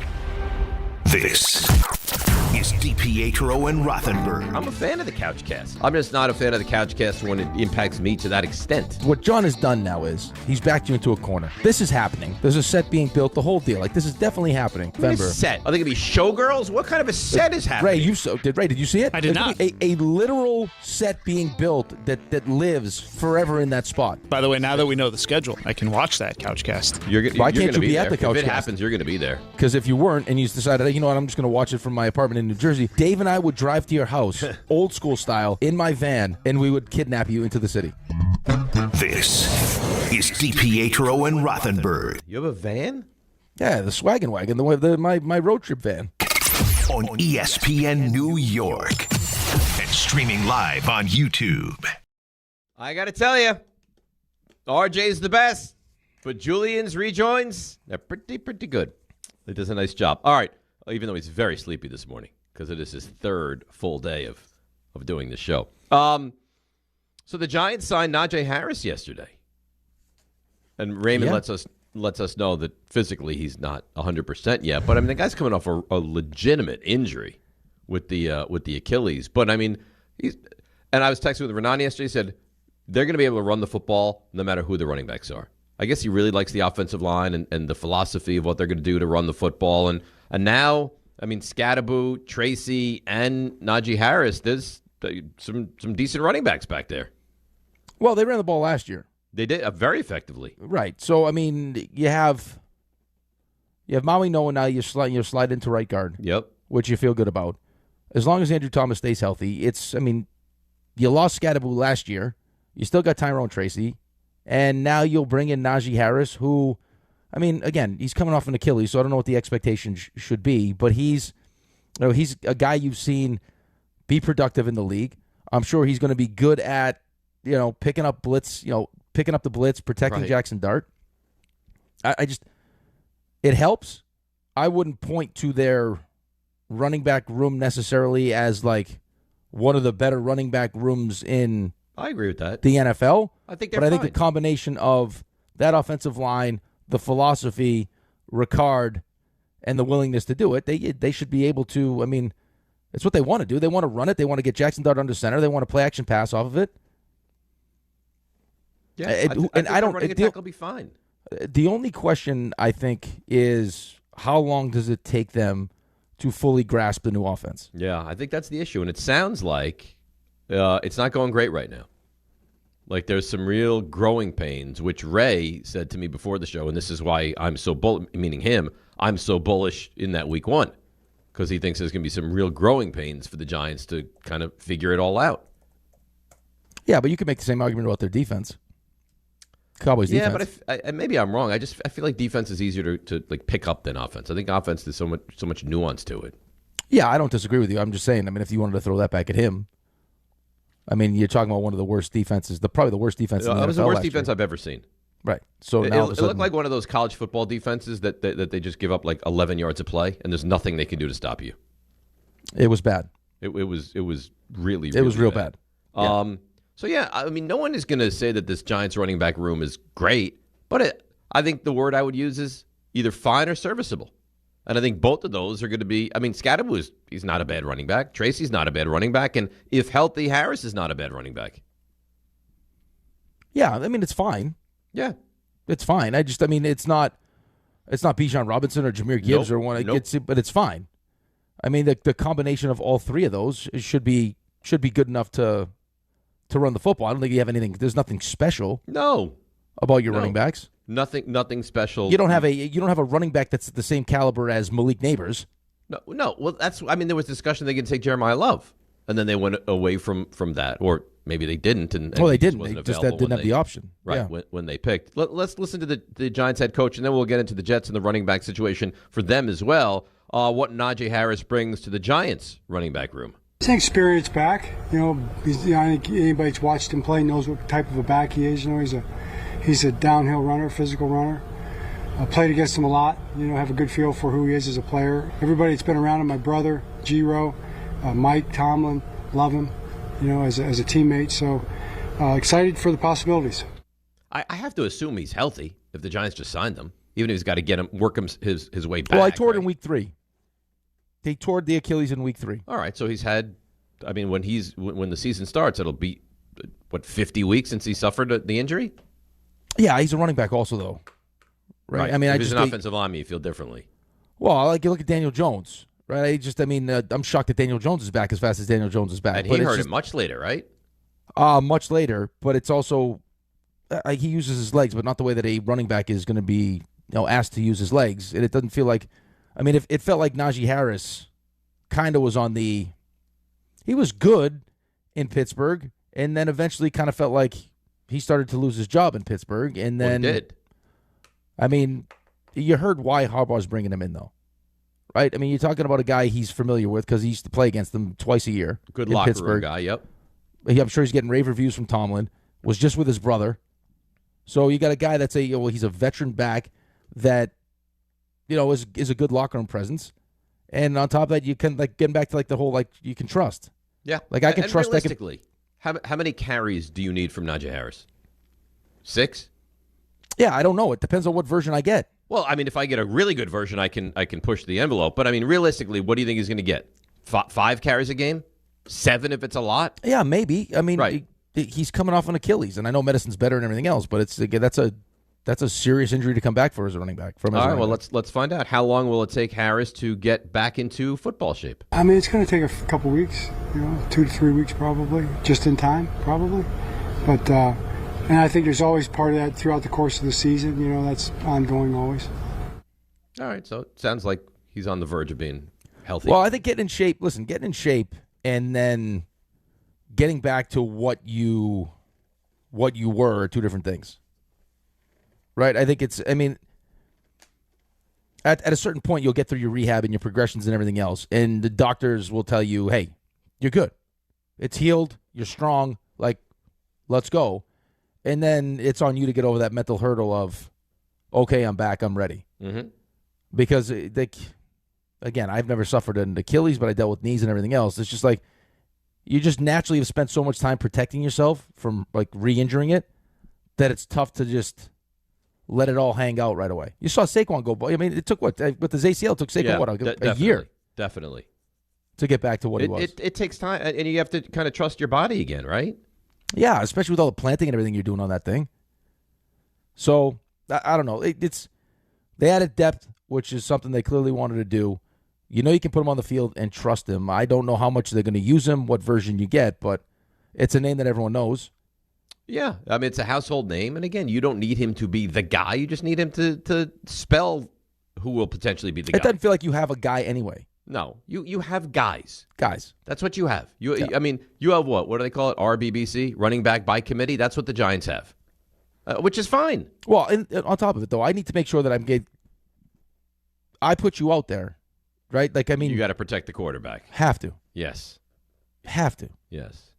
I can't. You can't be missing pickups. I can't have him getting blown up because you didn't know what was going on. That was terrible the other day. I don't know if he slipped or whatever, but still, that's one of those ones you'd like to try to avoid. That was awful. Get an email. Is the big announcement that the Thursday Open is back? No, that's not after Labor Day. Thursday I wait Open all summer for the Thursday Open to come back, and then all week for it to happen. Well, the Thursday Open is going to come back, right? No. What do you mean? Like I told you, the Thursday Open's dead. What? Yeah. Ray, were you not under the impression when we buried the Thursday Open months ago that it was coming back after Labor Day? I got to tell you, based on my conversations, I did not think it was coming back. So that's it. I did not think it was coming back. Yep. You really are something. Off to a new time where Thursdays are just Thursdays. So Thursday won't have any special feel to it anymore. Thursday Night Football. Yeah, but we've always had that. Well, now we can really focus on it. Really? Yeah. So what else are you foregoing on the show? Nothing. Just that. Just the Thursday Open for now, right? Until something else is. No, I don't imagine. I don't imagine there's anything else. I think that's it. Ray, you want to do the Thursday Open? There's going to be a lot more coming up. Not sure. I'm not sure I can handle that. You know what? You're right, and I shouldn't have asked you, and I'm sorry for that. You should be doing the Thursday Open. The Thursday Open was just something that just happened, and now it's dead. But why? But people love it. As quickly as it was, but no one. I mean, some people love it. Some people I just got the email. Guy loves it. That's Thursday one guy. Morning. John doesn't love it. I mean, you take it or leave it. John loves that segment. He does. Yeah, but the segment happens on Friday anyway. Where you're going to hear all those drops on Friday, every single one of them. Whatever. This screams laziness. Screams it. Oh, because that's me. My day screams laziness to you. No, I don't think your day screams. How about you do the Thursday Open? You put together the drops. No, I don't need a Thursday Open. There you go, and you said it. Neither do I. Yeah, you do. I don't though. People clamor for it. No, they don't. You know what? Maybe yours would be better. I'm sure. Try it one time. I'm sure it would be great. You should try it. Unbelievable. Try it. No, you're not lazy. Try it. No, it's not my thing. It wasn't supposed to be my thing. Yeah, but it became your thing. Well, people fell in love with it, and so you're saying you. And will now not, I've changed my thing. You will not give the people what they want. That's right. I'm going to give Rick what Rick wants, which is not doing the Thursday Open. Oh wow! All right. Yeah. Why don't you get a parasol? I don't need a parasol. Well, you know what? Be that guy. I don't. Let's go all in. I don't need one. Okay. I may carry one just in case I see you in the streets, and then I'm going to put it up and smack Run you up in the to face me with it. and stand next to me. Yeah, right. Open next it to up. Yeah, right in your Poke face. me in the neck. Oh, Be yeah. that guy. Yep. That's pretend I'm on my cell phone, just throwing that thing around. Oh, I love that too. Love the loud cell phone talker, or even worse, the people you assume are on the cell phone, and they're not on the cell phone, and they're just talking to themselves. Now you realize they're crazy. I'm always interested by just why you have the phone on speaker. Like, just put it up to your ear. I don't get a headset. I don't understand why I need to hear your conversation also. Because people don't care. I was in a gym the other day. Not the other day. This was back when I was at Ripken, and the lady had a full-blown FaceTime for the entirety of her gym stay. Oh, really? The whole time. From the second she got into the second she left. Machine? But full machine into a dumbbell stretching routine. Really? The entire time had a full conversation on FaceTime. Well, her workout can't have been that strenuous then. Oh no, but still, I didn't need to. Of course not.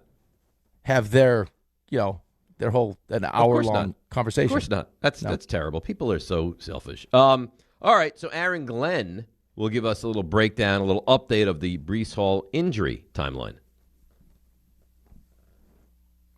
When? At any point. Breece and Michael, both of those guys will be out. With Breece with the groin, Michael with the calf. Both of those guys will be out 2 to 3 weeks. So those guys will be ready for the regular season. All right.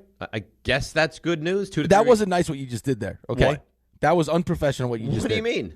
Because I thought you were teasing it too. It's 7:15. That sounded like it was going to be a tease. Yes, coming back. No. We'll hear from Aaron Glenn on his update with the running backs. I didn't say coming back. But you just you stopped. It's 7:16, and we hadn't discussed the Jets yet. I'm not. I've told you this before. I'm not a slave to the clock. We know. Okay? We know. The clock to me is a suggestion. Okay. It's not a hard and fast number. Here's, I think, Ray and Julian's issue. One, Julian is clearly deprived of sleep, okay? Yes. Let's just put that on the back burner here for a second. Say he was fully rested, had 12 hours last night. It's 7:16. Yeah. Okay? We're just getting done talking about the Giants running back situation. Right, and I figured right now this would be a great time to get into the Jets because I have another thing I wanted to get into with the Jets on the other side. Did it sounded like a tease? How much of the Jets are we going to get into? Did I say on the other side? In 15 seconds. I said Aaron Glenn gives us the Breece Hall injury timeline. And then crickets. Breece and Michael. There's nothing, if you don't give us any time to discuss it, why even play it? It's like shooting a bullet for no reason. I looked at the out time here as 7:20. That's what I see it as. So that I gave us a full, at the time before you started this whole thing, like a 4-minute window to dive deep into Breece Hall groin injury status. We got Buster coming up.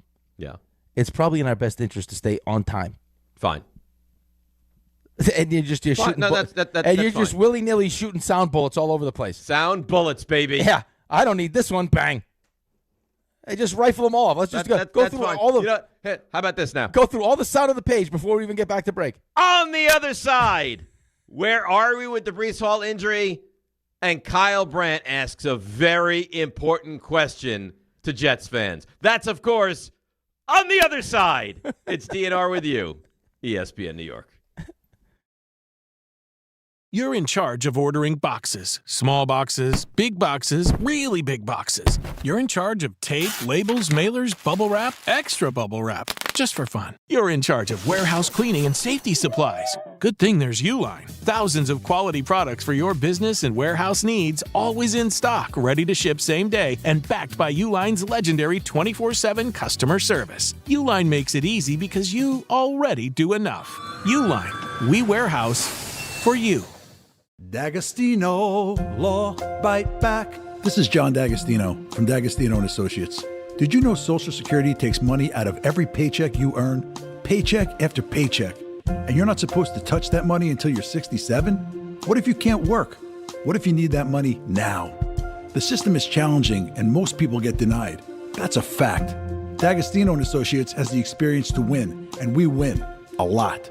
If you filed for Social Security disability benefits and were denied, let us appeal. Call us first at 1-800-BITE-BACK. Bite Back means fight back. 1-800 1-800-248-3222. We'll fight to get you paid.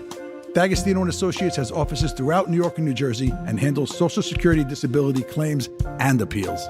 Remember, if you've been denied, call us first. 1-800-BITE-BACK. That's 1-800-248-3222. D'Agostino and Associates. We win. A lot. There are a million reasons to love New York. Making your budget stretch isn't one of them. According to an independent study, Amazon prices average 14% lower than other retailers. Get food, fashion, furniture, and more shipped straight to your building. Plus, another study found Amazon Prescription Pass customers pay nearly 1/3 less out of pocket. Learn more at aboutamazon.com. Evan Cohen here. In sports, anyone can say they're the best. The actual best? They prove it. That's what I like about Midas. When you buy tires at Midas with paid installation, you get their limited lifetime tire guarantee included at no extra cost. That includes flat repairs or flat replacements and tire rotations every 5,000 miles. That's confidence you can drive on, mile after mile, because the best don't just say it, they back it up. Midas, the best around. Chris Canty here. Football season is back, and Lids has you covered.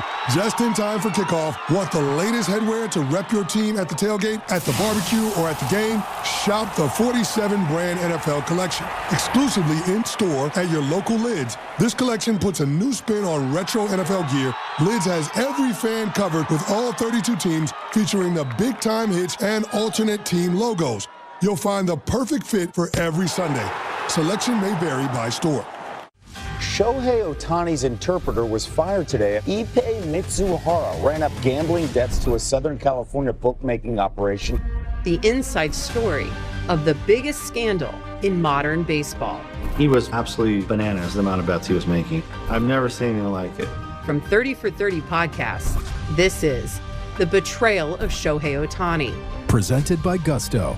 New episodes available now. Listen wherever you get your podcasts. Okay, all signed up. Easy. Now let's run payroll. What the? Hey girl, I'm you with more Gusto. Nice. Who's that? New social media manager. Hired and onboarded with Gusto. And spoiler, we're kind of famous now. Wait, we're famous? Oh, well, I'm famous. Payroll, benefits, and HR. Designed and built for small businesses. Choose a future with Gusto.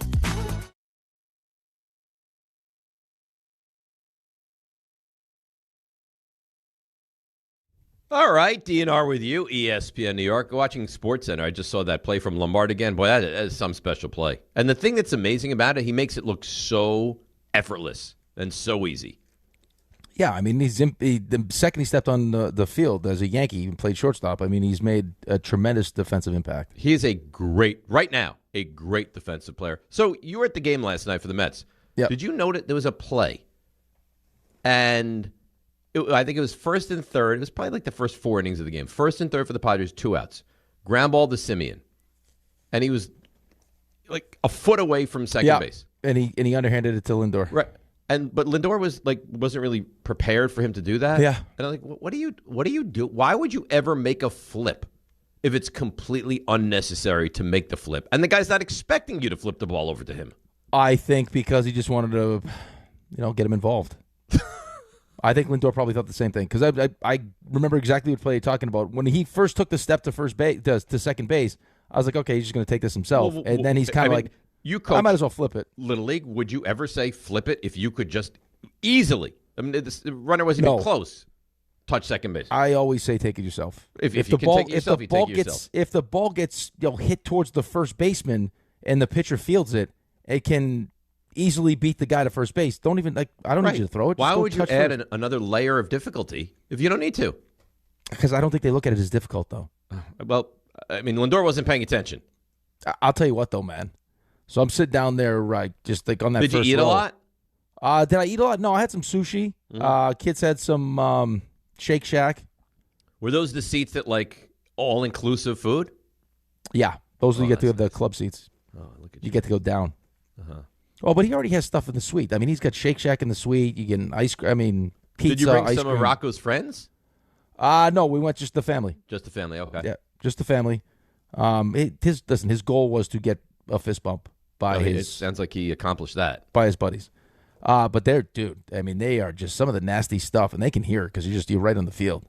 Oh, it's like the Mets fan's not a happy fan now. Either. Swing at strikes. You suck. I'm like, the pitch is like just barely out of the strike zone. It's like, okay. Yeah, we'd all like to just swing at strikes, but he's protecting with 2, and the ball is just barely out of the strike zone. Yeah. When you sit down there, you get a real feel for how fast the ball is thrown. It's how fast, but and how close. Like, now my angle's not great because I'm not directly behind, but I'm close enough where you can see like these pitches that are missing are just barely missing. Like you're like, oh my, because everything is around the plate. Around the plate. And then you'll have, which I think kind of makes what Austin Wells does so impressive. Like he has such a great feel for the strike zone, yeah. Yeah, like last night he's already headed to the dugout. That ball is like that just clips the edge of the strike zone, but he knew. When you know, you know. Ewing had one of those last night too, and it was his first at bat when he walked. He's struggling. When I was like, ooh, that was, I don't know, it was kind of close to take. But on TV that wasn't really that close. Yeah, right, but you can't, it looks, right. with how when fast there, the ball is it's moving. Harder to tell. You actually have a little sympathy for the umpires when you go to the games. Like, you know what I love, though? Not an easy job. The umpire last night, he had no problem, though. He's like, challenge it. But all right. Yeah. All right, we got a challenge. Okay, call reverse. That's a ball. That's a strike. He doesn't care. There was a lot. All right. So, hey, have you guys heard this Aaron Glenn sound about Breece Hall? Well, lucky you asked. Aaron Glenn, Raymond, Breece Hall injury timeline. Breece and Mike Hill, both of those guys will be out. With Breece with the groin, Mike Hill with the calf. Both of those guys will be out 2 to 3 weeks. So those guys will be ready for the regular season. All right. So, I guess that's good news. He makes it sound so careful, 2 to 3 weeks. The season starts in 3 weeks. Well, I think they're done with training camp. You'll see them, which is everyone's concern, is that you'll see them for the start of the regular season. I think when you hear, when we're on the show and you hear about, Breece Hall being helped off the field, right? Well, and it looks like it's a groin. Your thought is, oh no, how much of the season is he going to miss? Of course, you'd like him at camp. Of course, it's important to get yourself ready for the season, but I don't think that Breece Hall falls into that category as, hey, it's necessary that this guy has. No, I would agree with that. I just always get worried at the groin issues or something like that, like hamstring issues, because those things for a running back, those come, if this is an offensive lineman, fine. You know what? You're not doing a lot of running, but for a running back, that stuff always concerns me. Well, you're dealing with Sadiq got it fixed. He thought, right? He had the sports hernia surgery. He thought it was done, fixed, and now he re-injures himself, and he's missing time now. Yeah, I don't disagree with you. The soft tissue stuff before a season always makes you nervous because it's just like how fully healed is that thing going to be and how bad is it? Look what happened to Jordan Tyson. I guess he was dominating training camp. He dealt with hamstrings last year. That's why he was there was some concern drafting him. This is the issue with him, though. Yeah, and now it's hamstring again. But the issue is never, is Jordan Tyson going to be a good NFL player or a capable NFL player? It's, is he going to be able to be healthy? I saw something the other day. It said Jordan Tyson has missed 34% of his team's games over the last 3 years. Yep. He misses, right? That was the knock on him coming into the NFL. Well, what they said, too, wasn't what Mel said, wasn't like it was the same hamstring? Right, he's had different injuries year after year after year. I think he had a shoulder at one point, then he had hamstring stuff. But it's great if you're that talented, but if you can't play, what does it matter? Yeah, you got to be available. And let's face it, as far as the Jets are concerned this season, Breece Hall should be the focal point, one of the focal points of your offense. What would you put, as a realistic over-under number that Breece Hall has to touch the football how many times a game? Oh, rushing and receiving? Yes. It's got to be, it's got to be at least 20 times a game. Oh, I was going to say more than that. Yeah, well, that on the it's got to be at least. I want to see Breece Hall touching the football 25 times a game. Yeah. How many? And I think the Jets have, some semblance of weapons now, but it's him and Garrett Wilson. Those to me, and Sadiq maybe, Mason Taylor maybe, right? But those are the two guys. I want the football in the hands of those two guys as many times as humanly possible. And it's kind of impossible at times to get the ball to the receiver because sometimes you just can't. You can always get the ball to the running back. I want him touching the ball 25 times a game. Well, but especially when you're as talented as Breece Hall is. He's really good. Right. And you just paid him, too. Yeah, you just paid him. right? And on top of that, I don't feel like they've done a good enough job. I mean, I had an offensive coordinator tell me, as we're into the season, like, oh, I didn't even realize how good he could catch the football. Well, that's your job to know that he can catch the football, and I can line him up as a wide receiver. Like, that's, again, you have one of those. We just spent the last 3 minutes before the break talking about Scattaboo and Najee Harris and Tyrone Tracy not being necessarily like a guy. They're good, right? Like the combination of all of them will be good. They're not Breece Hall. Like Breece Hall is one of those dual threat, he's can do an everything. upper echelon running back. I totally agree. Right. Like offensive weapon. And when you have an upper echelon player, especially when you're not a great football team, you want the ball in those guys' hands as much as humanly possible. So, yeah, I could not agree more. By the way, timely as timely gets. We will now break. We will come back. Buster Olney, Stump Rothenberg, and then 9 o'clock, the big announcement. It's DNR with you right here on ESPN New York. If you've been injured on a construction site, then you need a lawyer who knows New York's unique labor laws. At the Parisman Firm, they have decades of experience handling construction accident cases and a proven track record of delivering huge results. Their team has already recovered nearly $1 billion for hardworking New Yorkers. From scaffold accidents to slip and falls and equipment failures, they've got your back. Call the Parisman Firm now at 718-WORKERS. That's right, 718-WORKERS, because your case is their cause. Get the justice you deserve today. There you were, surrounded by fans. Everybody remembers the game. Nobody remembers the guy coughing behind you. Till a few days later, at 2 a.m., you wake up with a fever and your throat's on fire. Now what? Urgent care? Closed. ER? Slammed. Telehealth? Maybe, but the pharmacy's closed. You needed a medical emergency kit. These aren't first aid kits. They contain essential prescriptions used for over 30 common conditions. Sinus and ear infection, UTIs, stomach bugs, traveler's diarrhea, and more on hand before you need them. Use your doctor-developed guidebook to select the right prescription or call their telemedicine doctor standing by. It's like an urgent care and drugstore at home. When you're sick, traveling, or stranded, you'll wish you'd ordered a medical emergency kit. Order online in minutes and it's shipped to your door. And save $45 with my promo code 880 at urgentcarekit.com/880. That's promo code 880 at urgentcarekit.com/880. Do you have trouble getting in and out of the bathtub? Are you afraid you'll slip and fall entering or exiting a tub? Safe Step walk-in tubs can transform your bathtub from an area of concern to a calming refuge. Call them today at 1-800-731-4558 and save $1,600. Safe Step walk-in tubs and showers are proudly made in Tennessee and offer an ultra-low step-in, avoiding that difficult climb over a traditional bathtub wall. They also offer a variety of therapeutic benefits that may help soothe your aching muscles and joints, increasing your mobility, boosting your energy, and improving your sleep. Safe Step walk-in tubs are designed to easily fit your existing tub space and are often installed in as little as 1 day. Just dial 1-800-731-4558 today to save $1,600 and receive a free shower package. That's 1-800-731-4558 for a free no-obligation consultation and to save $1,600. Safe Step walk-in tubs. Safety never felt so good. Everyone needs to take care of their mental health, even running back Bijan Robinson. When I'm on the field and feeling the pressure, I usually just take a deep breath. When I'm just breathing and seeing what's in front of me, everything just slows down. It just makes me feel great before I run the play.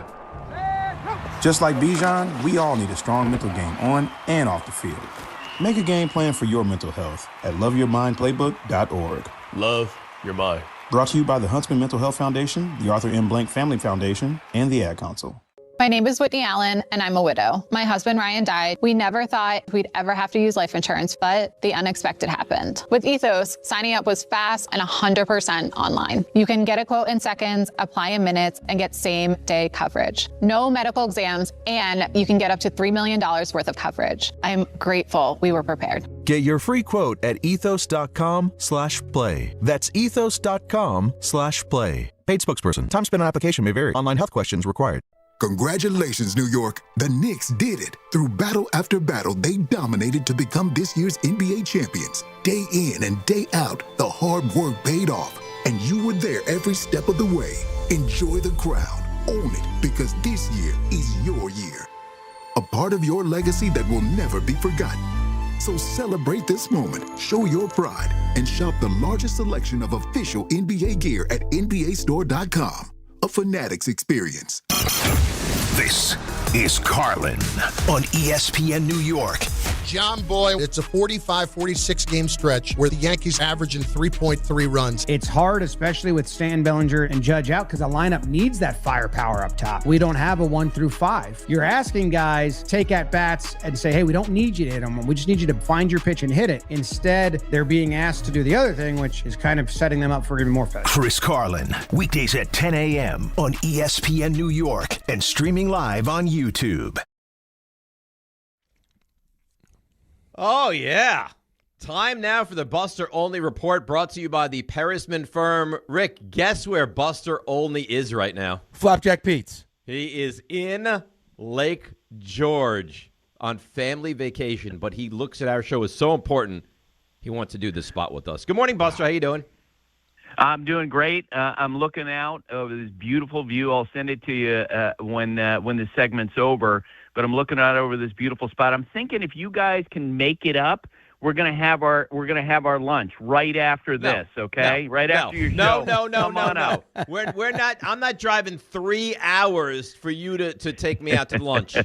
You come here.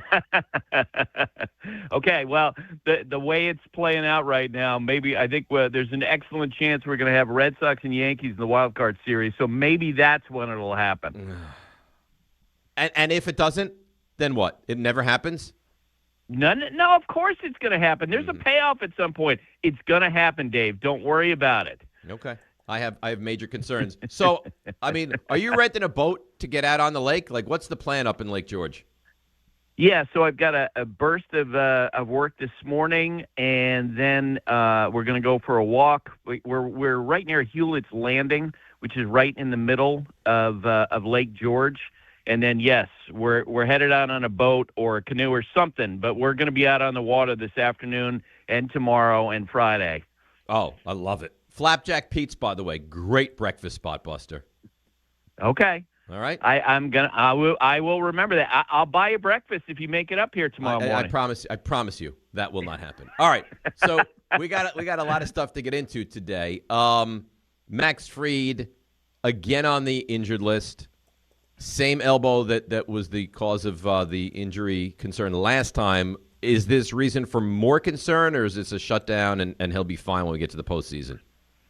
I think at this point, I mean, his season's in jeopardy just because you look at the calendar. You know, it's always interesting when you get to this time of year and teams will say, well, the guy's going on the injured list and we'll see what happens.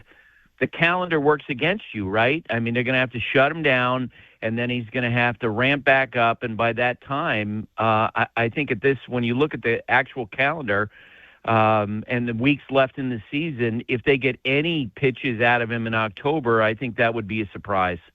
And it doesn't mean it can't happen, but just look right now, for example, Garrett Crochet is playing flat ground catch for the Red Sox as he comes back from his issues.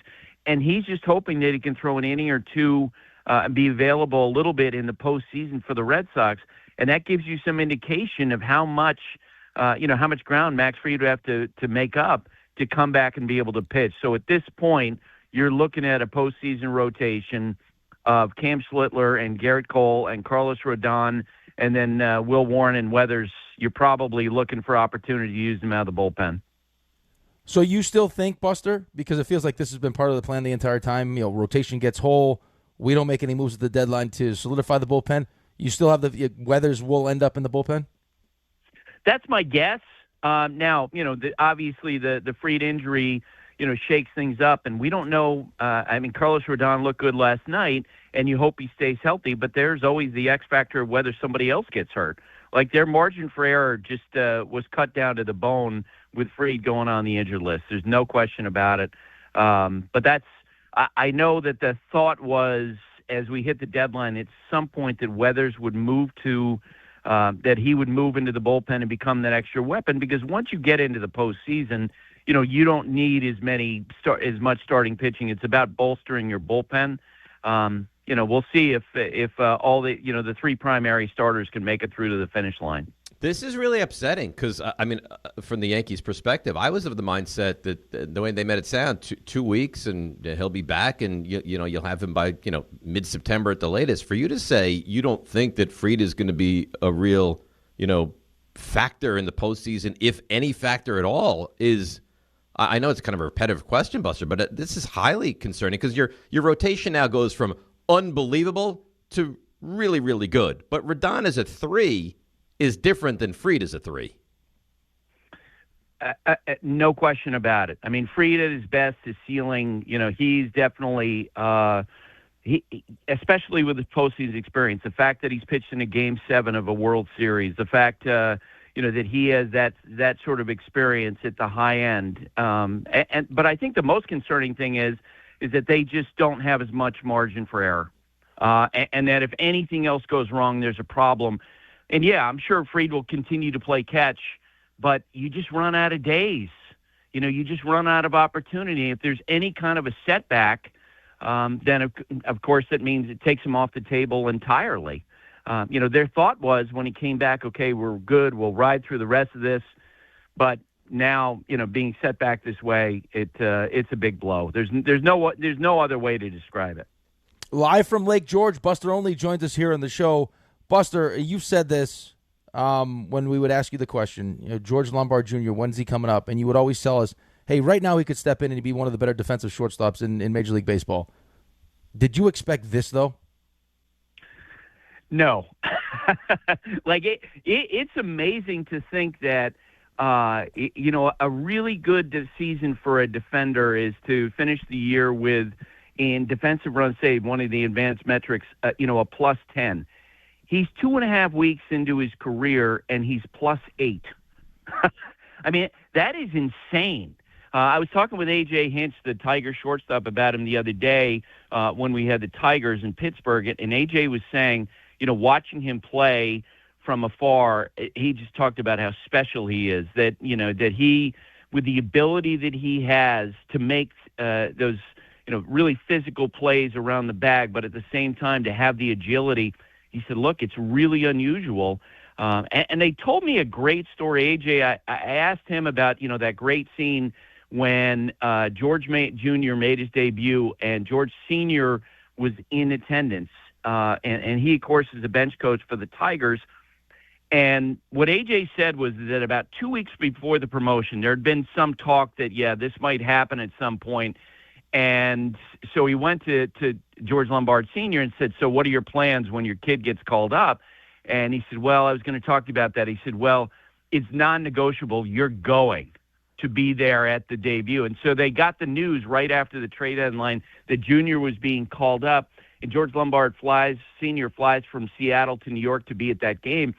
And AJ said that when he came up and he hit that first home run, that the Tigers had just come off the field from their batting practice. He said the entire clubhouse erupted in cheers when they saw that, for George Lombard Sr.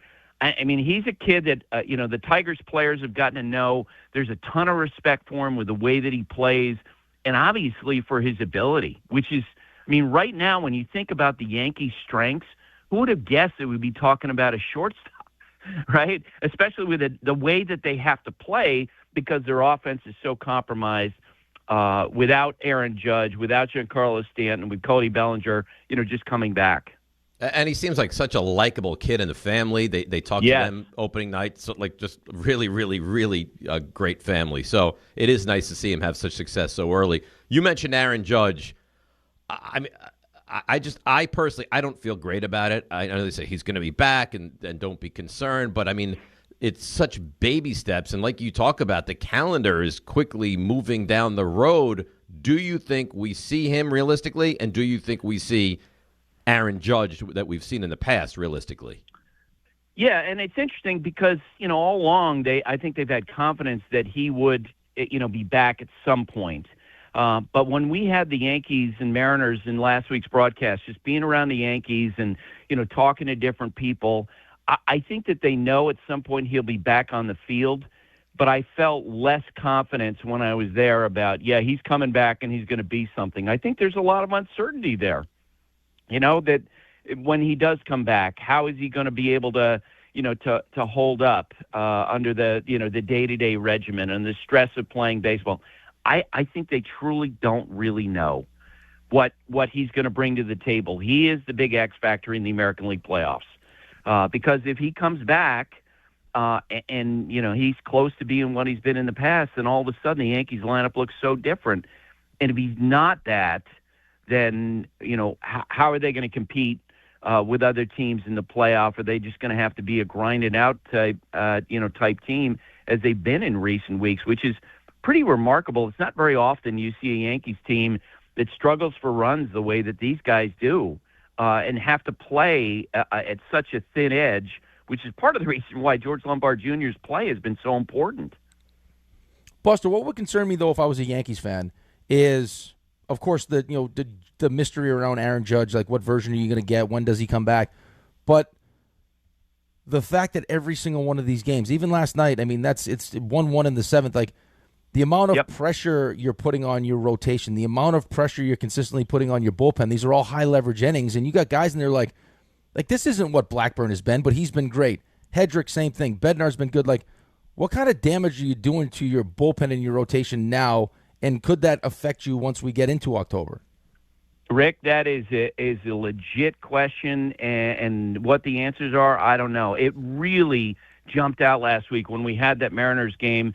And it was a close game in the third and fourth inning, and Aaron Boone is getting up leverage relievers because he's seeing an opportunity to win a game. That's not something you typically see, right? That you're managing, and this is not a criticism; it's an observation that you're seeing someone manage to win every game they have a chance to win. And they're doing it because they can't count on, 4 or 5, more than 4 or 5, runs a game. That you have to assume that it's going to be close. And Booney told us a story about how, his mother, in talking, he had a conversation with her, and she's like, just hang in there. You guys, you're grinding. I can see it, but you'll find your way through it. And Booney's like, we've won like 2/3 of our games the last month. They're winning these games, but there is such a struggle for offense that you do wonder once you get to October, what will be the shape of the bullpen by then in terms of how those guys are physically, which is why the move of a Warren or a Weathers the bullpen, I think in part is going to be so important for them. Buster Olney with us here in his regular, well, it's not his regular spot, but his weekly spot, joining us on ESPN New York. So, Buster, you know me. I'm an optimistic guy by nature, and the Mets have had a disastrous season. Why are you laughing? I'm optimistic. I see the good in everyone. That's the first thing I think. Yeah, I think so, and I think Buster would agree with you. So, Buster, I watch the Mets now, and I have no hopes of going to the postseason, but I'm like, wow, Benj is good. Ewing is good. Soto's going to be back. Bichette is now hitting. I like Thornton, some of these bullpen pieces. Should I have optimism heading into next year, or is this just meaningless baseball, and that's why they're playing well? No, they definitely have. There are some embers that you're going to build with going forward from what has been a total disaster. And you can look at, some of these pieces and say, this is the best thing that's going to come out of 2026. It's the only thing that's going to come out of 2026, right? Your manager's been fired. You're having your worst season since more than 30 years. But in the end, to see Benj in the way that he's evolved, the idea, think about how crazy it would have sounded in the first week of the season. We'd say, yeah, Benj is going to be your cleanup hitter in mid-August. Against no one a would lefty. have thought that. Right, exactly. And it says a lot about him. And I think teams always, club executives will always talk about, we want to see guys have some struggles and learn how to work through those. And so to see Nolan McLean, go through that, you're 100% right. There are definitely some pieces and parts that you feel really good about as you go forward. And just to double back on the Yankees, one quick thought. It is amazing that we are in mid-August and you could already project what the playoff matchup is going to be, right? They're 5 games behind the Tampa Bay Rays in the American League East, which means, and according to Fangraphs this morning, 80% chance Tampa Bay wins the division, which means that the Yankees are, again, very likely to face the Red Sox in that first best-of-3 series, wild card series. And it's not often that you can look ahead and say, yeah, this is probably going to happen, another first-round matchup between the Red Sox and the Yankees. You'd almost rather, Buster, if you're the Yankees, be the third wild card. There's no question about it. Right. I mean, how wacky is the American League playoff scenario right now where the number 2 seed is the Chicago White Sox and the number 3 seed is going to be the winner of the American League West? You know, with the Astros, Rangers, and Mariners, the Astros now basically a 500 team winning that division, and the Yankees right now being the 4 seed, having to play the Red Sox in the first round because the 3 best teams in the American League right now are the Rays, the Yankees, and the Red Sox. And the Rays are kind of going through it a little bit right now, but I'm sure that they'll Dave and I think we've both kind of punted from the Yankees winning the division. Buster, I want to get back to the Yankees also here for a quick one last one with the Yankees. When they do start to get healthy and Bellinger's back and Stanton comes back and Judge comes back, who do you think the odd man out ends up being for the Yankees? I think it all depends on who's swinging the bat well. Yeah. It all depends on, they're going to be playing the hot hand at that point. They're going to be looking for anybody who's actually, hitting. It's going to be like a postseason scenario where, guys ascend and drop according to how they're performing, according to how their swings are. Paul Goldschmidt gets hot at some point down the stretch, he's going to play. Luis Garcia Jr., assuming that he's hot, he's going to be in there. It all just depends on who's swinging well down the stretch. Buster, only with us here, ESPN New York. Crochet, I know it's a Red Sox question, but you talked about Yankees-Red Sox round 1. Crochet, is he coming back this season? He is coming back this season. He is feeling optimistic. He's ramping up his throwing program, but he's acknowledged, again, we talk about the calendar, he's run out of time to come back and be a starter. But that guy, when he came out of college, he was looked at as potentially a great bullpen weapon. He did that role for the White Sox for a few years. He has experience in that, and that's what you're going to see once we get to October, I think, is that him, trotting out of the bullpen, assuming that it doesn't have any setbacks between now and then. And look, because of how the standings are, we can look ahead and we're going to say, the Yankees are going to see Sonny Gray. They're going to see Ranger Suarez. They're going to see Peyton Tolley probably in that in the Red Sox rotation in the 3-game series. That's pretty good. Like the Red Sox, that is going to be a tough team for the Yankees in a playoff series. Buster only joins us here on the show. Buster, last one from me. Is there any real concern about the Dodgers, or is this them just kind of getting bored? Let's get to the postseason.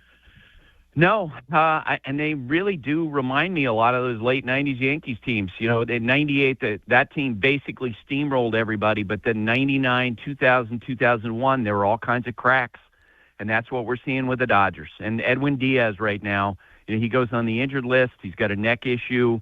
The numbers that he's put up this year are just, frightening. An ERA of 11.38.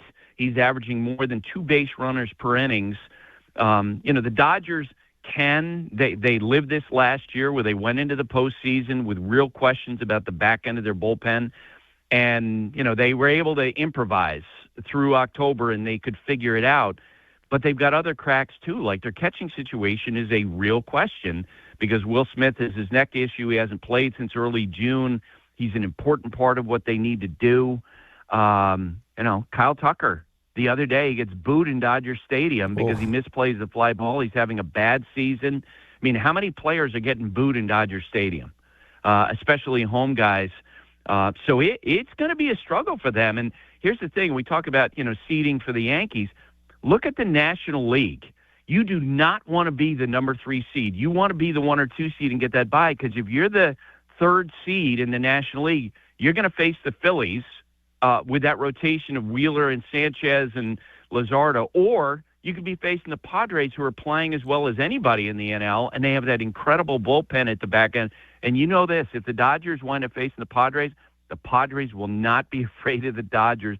They would live for the opportunity to knock them out of the playoffs. We got to see Mason Miller last night. I don't know how anybody hits him, to be honest with you. I mean, his stuff is absolutely filthy. Ridiculous. Last one. PCA or Ohtani, who's going to win the National League MVP? PCA's the clear favorite now to win the MVP. We talked about for years, Ohtani, he's a two-way player. Well, that's PCA. in terms of his offense and his defense. Craig Counsell will be their manager will say he's the best defensive player in baseball, and the metrics back that up. Like, I was talking to Cubs coaches the other day when we had a Cubs game, and they're talking about how they can fan out the left and right fielders because PCA covers so much ground in center field. He's unbelievable.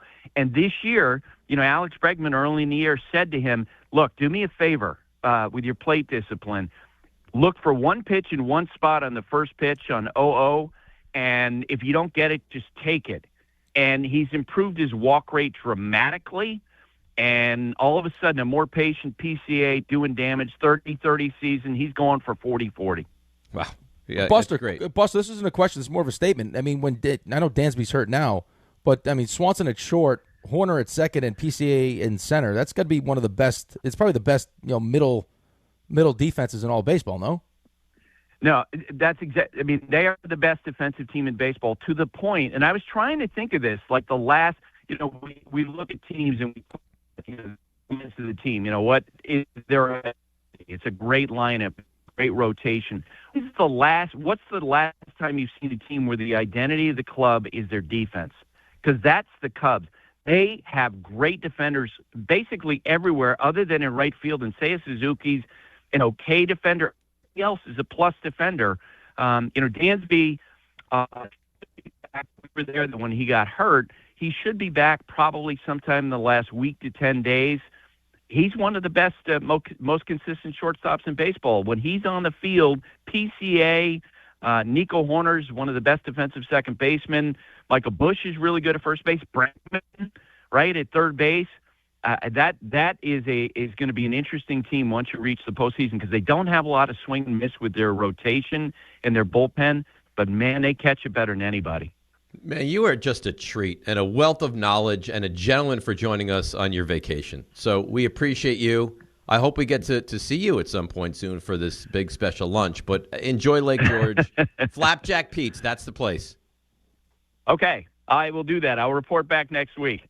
Very good. We'll talk to you, Buster. Thanks, buddy. Thanks, guys. All right. Yep. He's wonderful. I love Buster. I think we all love Buster. You know what's sad, though, and I should have said this to him, is that he gets beat up on a regular basis for not paying off this lunch bet yet. Yeah. By the guy who still has not paid off his football picks bet. I've offered to pay it off, and you guys forget it. We're just not taking picks anymore. Well, what do you mean you've offered? To do what? I figured. Let's figure it out right now. Yeah, but you never do the punishment that you're intended to do. That's the problem. It's not. You know what? You're a bad guy. Ray, am I wrong? Where was the punishment intended to be paid off at? The beach bash. No, it was not. Eventually, it was going to be the beach bash. Yes, that's right. No, the punishment was supposed to be paid off at the Mets tailgate. Right, but once the Mets tailgate got kiboshed, it was going to be the beach bash. Yes. And the beach bash never materialized. Tell me what you want me to do. What do you want me to do? It didn't materialize because you want us to do it for you. That's the problem. Mm-mm.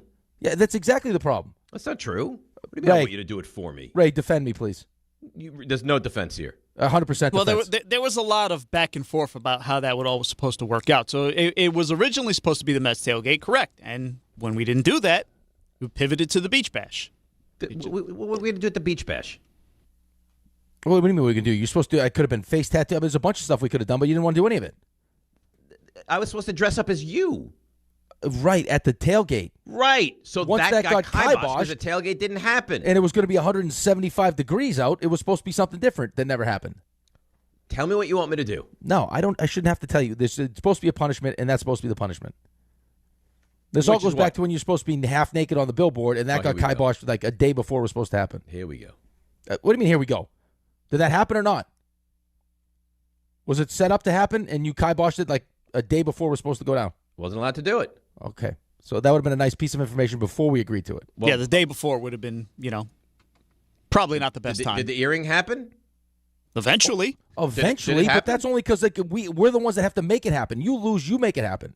I did make it. You punctured the ear, or I did it? Did it happen when it was supposed to happen, or no? There was no timeline. Yeah, it was. It was supposed to be debut. What do you mean it wasn't? There was no timeline. Oh, Ray. If you go back to the wager, you have to do an earring. When was he supposed to debut the earring, Ray? But what? No seriousness, Dave. When did you think it was supposed to be done? I did the earring at the beach bash. It was supposed to be but it was debuted like, at the tailgate But at it was Publicans. it was like pulling teeth to get you to do it at the beach bash. Was it done or was it and not then you done? end up wearing it for like one day. That's not true. Then you went away. And I went away, and then I came back, and I had the full LT dangler that was paid off at the golf outing. It just never works the way it's supposed to work. So ipso facto, the picks are dead. Okay. Again, everything works out. It actually does you work guys out. choose to kill the picks. You kill the picks. No, you killed the picks. I didn't Don't kill say the picks. you chose. You killed the picks. No. Yes. No. Yep. No, you I killed said- them. We're burying them. Okay. You committed the murder. You're putting dirt all over the picks. Yes. Well, you don't do your open. You committed the murder. We're the accessory to murder. Yeah. Right. Or after the fact. You were just cleaning it up. You're like the Manson family. I don't know if I would use that comparison. Yeah, you're but the Manson family. No, I mean You're like obstruction Rome. of justice. Yeah, we're like a You're little like slap Susan on the Atkins. wrist. Your life in prison, we're like a little slap on the wrist. Yeah, you guys have some time you have to spend. Probably some community service. That Yeah, wrapped into you that, got but to that's pick up fine. trash at least. That's all right. Yeah, by the way, that was the Buster Only Report brought to you by the Parisman Firm. If you've been injured in an accident that wasn't your fault, call the Parisman Firm now at 718-WORKERS and get the justice you deserve. The Parisman Firm, where your case is their cause. Also want to let you know you're listening to DiPietro and Rothenberg on WHSQ, WCBS FM HD2 in New York. Do you know, 1 hour from right now, the big announcement, by the way. PCA right now is a prohibitive favorite to win the MVP. When I had seen the other night, it was like minus 115 for PCA, minus 105 for Ohtani. That's not true? No, anymore? right now they just put it up on SportsCenter. It's PCA's minus 160. That's not prohibitive. But Well, compared yes. to Ohtani's plus 130. That's still somewhat close, though. Mhm. By the way, Ohtani hit another home run last night. He had Yep. two the night before. Yep. But PCA is a platinum glove Yeah. defender. Like, my God. The fact that the Mets had that and were willing to trade that is incredible to me. For Javi Baez. Yeah, the thing with For a Ohtani, rental. The thing with Ohtani, though, is it's like they got the numbers up there, and it's like, okay, here's his odds. Here's PCA's B-WAR, which is 7.7, compared to Ohtani's, which is 6.7. And then Ohtani's OPS is better, 949 to 935. But then in the red, it's like, oh, and by the way, Ohtani's pitched 85 and 2/3 inning with an ERA of 1.79. Which is amazing. And he's shut down now. But on the flip side, Ohtani doesn't play defense, and PCA is an unbelievable defender. That's right. Unbelievable. Yep. And you just heard Buster say it. I mean, the Cubs' defense is it's best in sensational. baseball. Yeah. But by the way, the big takeaway, and Ty texted me during that interview, and he said, this Buster interview is so depressing. We're cooked.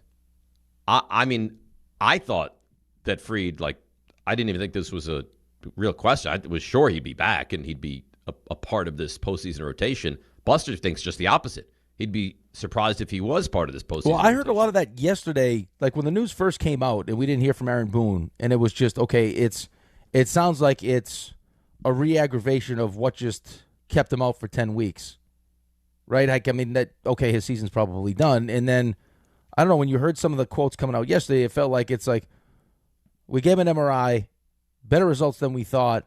We're just being smart with this thing. Right. You just thought, you know what, let's shut him down for a little bit. Yeah. Let's ramp him up in September, and by the time we get to the end of September, we'll have him and we'll be fine. But you tell me if I'm wrong. Buster didn't make it sound like that at all. That's not what Buster, no, I think Buster sounded more like what I originally had heard. Right. Which, oh no, here goes Fried, which means the whole plan for the bullpen could be different now. The whole plan for the bullpen is different. And you tell me, if I go Schlittler, and I like Rodon, and Rodon has proven himself to be a really good starter, but Schlittler, Cole, Fried, Rodon is far different than Schlittler, Cole into Rodon. Yeah, well, I mean, I think it's different levels of this thing, right? Max Fried's on a different level than Carlos Rodon. Yes, Max Fried is a star.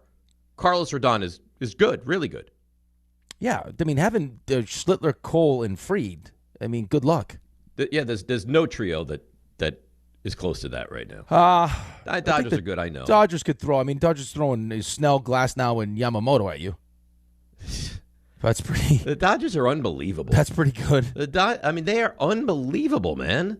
Yeah, well, I mean, this is what happens when you have all sorts of, financial advantages, apparently. Yeah, I mean, it's true. I read an article last night about just and I wish I knew more about this stuff than I do, but just how when you have that kind of money, how you can handle all these different things. It is amazing with how smart some of these people. Now, I don't know what they're doing is legal or what, because they're getting investigated right now, but just the way they have the companies positioned and how this company, is taking a loss to make sure that it's pretty crazy what's going on in L.A. right now. Yeah, it really is. And yeah, the owner, it's the whole thing is weird. Selling the Lakers like that. And that well, I guess he needs. I guess he needs money. Well, yeah, I guess he was reading something about like the television part of this too. Like he just needs like an influx of cash now. Right. Well, and apparently, like the Lakers deal came together in like a week. Yeah. Well, what it sounded like was that that the Iger group was trying to get Vegas, and then once Vegas got so expensive, they're like, okay, before we start pulling the trigger on like an expansion team, let's make some phone calls and see if any of the teams that are, Yeah, it's like the Lakers are available. Okay. Right. So if I'm gonna spend, like I think we're at like $9.5 billion right now. Who knows what that number gets to? Lakers just sold for 10. Maybe it's in our best interest to pick up the phone and see what the Lakers are doing. So he made $2.5 billion in the brief amount of time he owned the Lakers. Valuation wise, yeah, but he doesn't own 100%. He doesn't own 100% of the Lakers. Okay, right, because the Bus family still owns some of it, right? Like almost 18%. Almost 18%. That's another fight now because apparently the siblings voted to sell, and she's saying no, she doesn't I don't want to. No. Yeah. All right, are we ready? You ready? I'm always ready. Yeah, you feel good? I'll feel great. Okay, let's go. Let's start it up. He's confident. If I go 10 for 10, you have to reward me in some way. Like sexually? He's humble. Mike Trout is a pitbull on my ass. He's well-informed. We'll continue to update you on the Mets and the Yankees, both having today off. He's Dave Rothenberg, and this. Oh, God almighty. Now I dropped my phone. Is Stump Rothenberg. All right, here we go. Raymond, I don't know if you do or not. Do you have an overall yearly record? Let me get that for you. I'll have that at some point. Okay, all right, can I ask you a question while Raymond's looking at the this is not a Stump Rothenberg question. This is just a question to kind of lubricate you for the actual questions. Okay. All right. If I would ask you, so this is a two-part question. Right now, would you take Drake May or Jackson Dart? Drake May. Okay. Why is it then that it feels like there is a lot of, and I can't stand the Patriots anyway, but just in general, because it feels like there's like a lot of pushback now where Patriots are going to take a tremendous step back. Like there's some questions about Drake May after what you saw last year. Like the guy was second in the MVP voting. They just brought in A.J. Brown. I don't understand why, because the schedule's more difficult? Why they're going to take a like step the back? Yeah, I think the schedule's more difficult. I also don't think it's great how it ended last year, right? Like the game against Denver, they did not play well. Like they were not very good in the postseason. I understand that, but I mean, I feel like when you have a quarterback as young as Drake May and he gets like his initial foray into the postseason, and oh by the way, your offensive line stinks, that there would be some kind of like, hey, we did just watch him, have a season where he could have won the MVP. Not everyone just jumps into the postseason as a young player and is good, especially when your offensive line stinks. But I feel like I'm hearing a lot like, oh yeah, Buffalo's going to win this division and the Patriots taking a step back. Yeah, I mean, step back. Didn't they go 14-3 last year? Yeah. Right. So step back, I think, is very fair to say. But I still think they'll be a really good team. Like you could go 11-6 and right, but they still will be really good. You know what? And I don't even mean, maybe I'm not defining step back the proper way. Like, I mean, yes, they could go from 14 to like just not be a very good football team anymore. Right. I get the sense like it's like they're not even in the conversation to represent the AFC in the Super Bowl. I think. Listen, I'm not saying that. Step back from record wise, yes, I think they will. Step back from being, they're going to be a good team. I think that's a 2-horse race in that division. Yeah, I do too. But I just mean like they were just in the Super Bowl, and I don't feel like I'm hearing like the Patriots mentioned much in like the Super Bowl conversation. I haven't heard anybody say them about the Super Bowl going back. No. I think people think that they won't be as good, and I think the way last season ended left a bad taste in a lot of people's mouth. That they were awful in those final 2 games. They weren't very good. Their offensive line stunk also. Yeah. All right, let's go. Ray, you have a record? I do not, but I'll have it by the end of the segment. We just played like 5 minutes. All right, let's start out with Andy in Merrick. Andy, you're on Stump Rothenberg, my friend. Good morning, guys. It's coming close to football season. David, I got a Giants question for you. Mm-hmm. The Giants have had some sketchy kicking over the years. Which kicker holds the career field goals leader in terms of 126 made? What are we saying? So we're saying most made? Most career-made field goals by a Giant kicker. So you got Pete Gogolak, could be. That's such a great name. Gogolak? Yeah. Ali Haji Sheik. That's another great one. All we got is great names. Yeah, Young Ho too. Yeah, but he's not the. It's not how it's pronounced. It's not Young Ho. Young Wei. Oh, I think it's. How many did you say?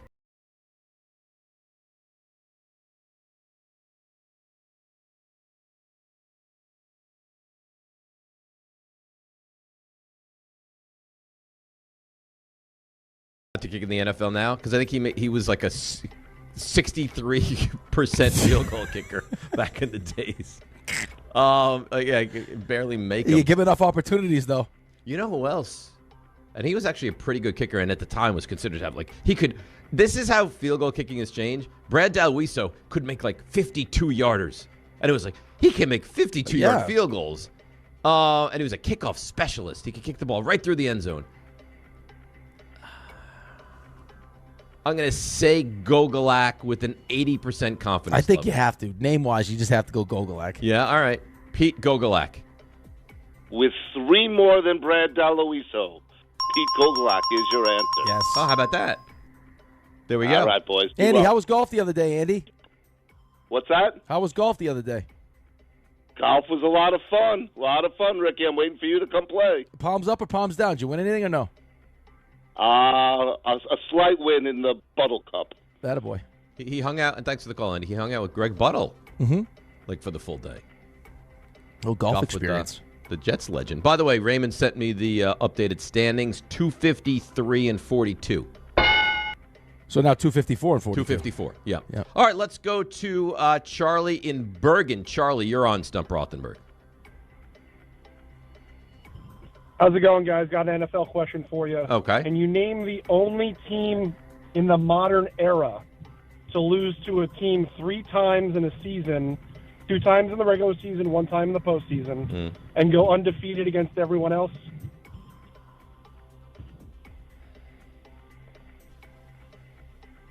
Undefeated against it. Did the Titans do that? Remember when the Ravens beat them? This is a tough question. Give me the question one more time, please. Only one team in the modern era has lost to a team 3 times in the 3 times in a season, 2 times in the regular season, and 1 time in the postseason. Everybody else. And they beat everybody else. Ray, do you remember that? I don't think it's the Titans, though. No? I don't think it's the Titans. But I know that you're saying, but I think that they also lost to Jacksonville that year, 1 time. So they beat everybody else. Right. That would have been 2000 or 2001. Well, the year the Ravens went to the Super Bowl.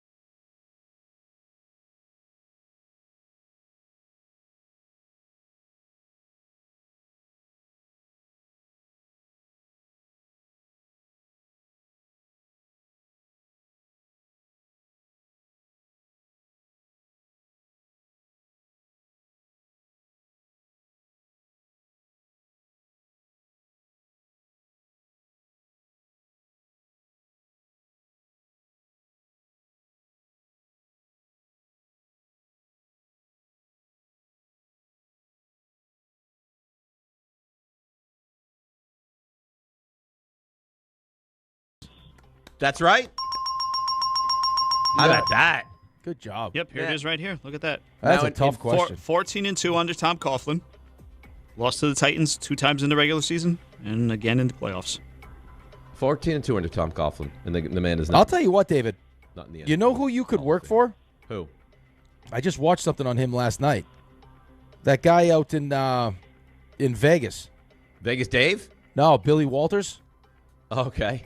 He's got a whole like conglomerate of people that work for him. They've never met each other, but they all have certain skills. Oh, and really? They feed him all the information, and then he decides what he uses and what he doesn't. He's putting. I don't know how long ago the story was done on him. I think it was done probably back in the day a little bit. Mm-hmm. He was putting $2 million a Sunday on the NFL. Oh my God! A Sunday, $2 million. Is that the one that was wrapped up with Phil Mickelson? It sounds familiar, yeah. But I just watched him. He got a $20 million. He flies around in a $20 million jet. And this is all from gambling? So he took the gambling part of this, and then because he was like he would invested in Wall Street, and the stock market screwed him a couple times, he went on to buy like 3 golf courses, car dealerships. He's worth like over $200 million. Wow, good for him. All right, let's go to the great Chris in Bethpage. Chris, you're on Stump Rothenberg. Hey, guys. I got a presidential trivia question for you, but I will say, speaking of giant kickers, you know, gloriously, we won 3 NFC championship games on kicks, on field goals. Matt Barr, right, made the one against, and then the one with what's his face? The Niners. Yeah, the Packers. Oh my God, I can't think of his name. Feely? No, not Feely. It was the Tynes. Oh, yeah. LT. Yep, LT. That's to him. But anyhow, I just thought that was fascinating that we won 3, championship games on field goals. But anyhow, my presidential question is: 2 presidents died in their 40s. Who are they? Kennedy. Right.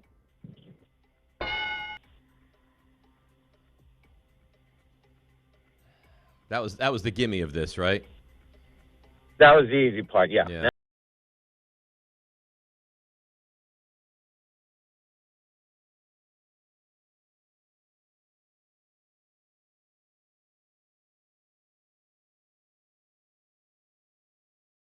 There's no way a president has died in their 40s, just like a normal death.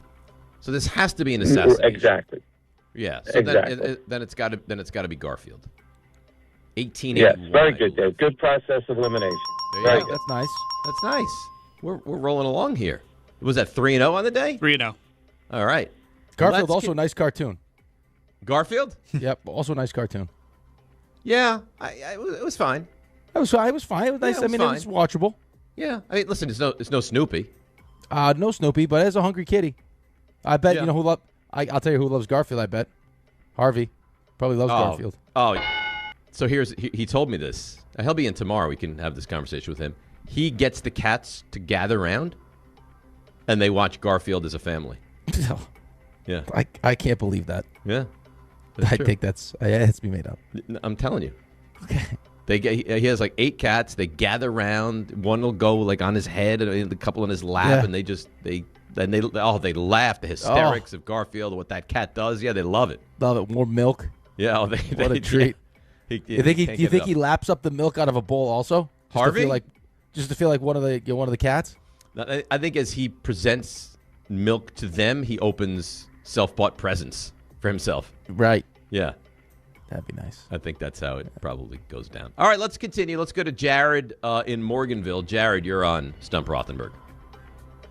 Hey, guys. Which NFL quarterback in the modern era has had the best statistical season? Bonus points if you could tell me which non-quarterback has had the best statistical season. What does this mean, the best statistical? What do you mean by statistical? What does that mean? Like best QBR? What do you mean? Yards, touchdowns. No. Interceptions. That's objective or subjective. No. You can't. I don't understand how you would what do you mean? The best, the most touchdowns to the least interceptions and the most yards. Rodgers had that unbelievable season. Yes. No, I mean, listen, I had that. I mean, Aaron had the one where he barely turned the ball over. What do you? That's what I just said. But I'll run through this and answer if you want, Rick. But I don't think this is a legitimate. I think question. I would go with Rodgers in that season. That's who I would have gone with too. I threw it into ChatGPT and it gave me the same answer as Google. What was the answer? Just giving it to you guys. All right, 2013, Peyton Manning. Is that the year with Buffalo? With Denver? Broncos, 5,400 what do you have, 55 yards, touchdowns? 55 touchdowns. All right, it's a bad question. I apologize. That's my opinion. I don't. Ray, do you think depends that's a on what bad you're question? No, because you're right. You can get lost in that being subjective. Like It's what's open-ended. statistical. Like if you got to have like a hard line to go with. There has to be a leading in defined passing answer. yards, leading in touchdowns. You know, There has to be a defined answer, right? Yeah, I agree. Like I'm going right now All through. right. I'm gonna look at. So you had 2013. So are you counting that or no? No, we're not counting. I'm going to leave it All up to you guys. I don't think you should count it. All right, so 2013. Ray, look up Aaron Rodgers' numbers for me, would you please, in the 1 year? Didn't Aaron Rodgers have like 45 touchdowns and 3 interceptions okay, or something? so here's the thing. So Peyton Manning threw for almost 5,500 yards. It was 5,477, 55 touchdowns to 10 picks. Oh, I mean, what are we talking about? Completed 68% of his passes. That's Went the team that got smashed in the Super Bowl, right? Yeah, went for 342 a game. QBR of 79 that season. But which is an amazing season. And I guess arguably you can say that's the best quarterback season ever. For my money, and if you guys want to count it as a loss, you can. You can't ask an opinion question, though. The Rodgers 2021 is probably the one you're looking for. Yeah, tell me that one. 48-5. Yeah, I mean that's How many yards? 4,299. Okay, how many rushing? Can you give me the rushing yards? Rushing yards. That Rodgers had? Yeah, because he scrambled around. I mean, compared to, I'm just saying, like, in comparison to Peyton, because Peyton had, obviously, like, negative rushing yards. Any rushing TDs involved in that? He was still plus 43. Threw for 5. I mean, Peyton threw double the interceptions. 149 rushing yards, but 3 rushing touchdowns. 3 rushing. So he accounted for 3 rushing touchdowns, too. Yeah. So that's 48. So it's You guys figure it out. 51. I would 51. not. But if well, you guys no, want I'm just saying, because if you got those now. No, I won't add that. Well, you have to add the touchdowns, though. No, I just mean in terms Oh, of no, Dave's you can't question. add that loss. Yeah. You can't add You that loss. can't. Here's the thing, though, guys. You cannot ask a subjective question. Like, it has No. to have a defined, definite answer. Like, who had the greatest QBR in the history of something like that? Right. It can't be an opinion. What was his QBR that season, Ray? 79.8. Okay, so he had a better that season. He had a better QBR than Peyton. Oh, there you go. Let's Peyton's go to. Sorry. No, that's all right. Let's go to Patty in Schenectady. Patty, you're on Stump Rothenberg. Good morning, gentlemen. I'd like you to tell me. All right. Good morning, gentlemen. I'd like you to tell me the best kind of weather that you like the today. First time, Patty. Go ahead. You want to start again? My fault. Yeah, no, I was joking. I was going to say I want you to tell me the best kind of weather today. You know, a subjective I like, question, but I'll like get to the real one. High 60s, low 70s, zero humidity. No, it's not warm enough. What do you mean? It's 100% warm enough. That's jeans and a T-shirt. That's beautiful. No, I want 77, little to no humidity. Too hot. Okay. No, you know what? All right, I got an NFL question for you guys. Okay. So, the pretext to this is T.J. Watt needs 1 interception to join this club. Tell me the only player in NFL history with 10 interceptions and 100 sacks in their career. I think I just saw this somewhere.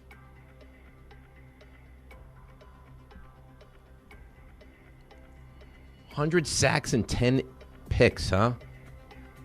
Yeah, and T.J. Watt's at 9 interceptions I think and I had over seen 100. that T.J. Watt was like on the precipice of this. And then it said who. Did you happen to see the answer? I did, but now I don't really remember it. Kevin Because that would be Green? beneficial at the moment. It's not Lawrence Taylor.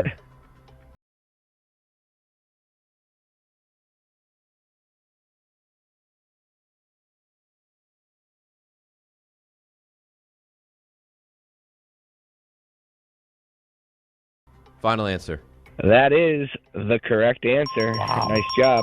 Okay. You're I've cooking seen today. it recently, and I just had to go back and go to the recesses of your mind. recesses of my mind when there's a lot going on in there. All right, Patty, thank you for that. We roll along 800-919-3776. Ray, how you feeling so far? Pretty good. Yeah? Impressed. Okay. All right. Let's go 1 or 2 more. Let's go to Frank in New Jersey. Frank, you're on Stump Rothenberg. Thanks, Dave. Love your guys' show. I got a question that's a little abstract from the norm, I think. But there are 4 colleges that their official name is a color on the color wheel. It's the actual name of the school. I think we've done this before. Like Navy? Yeah. Yep. Siena? Yep. Brown. Yep. This is the tough one. The last one.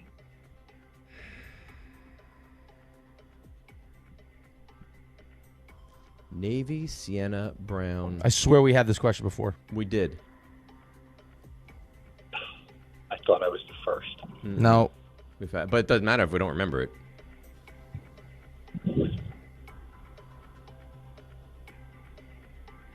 And it's got to be the prime, like not Bowling Green, right?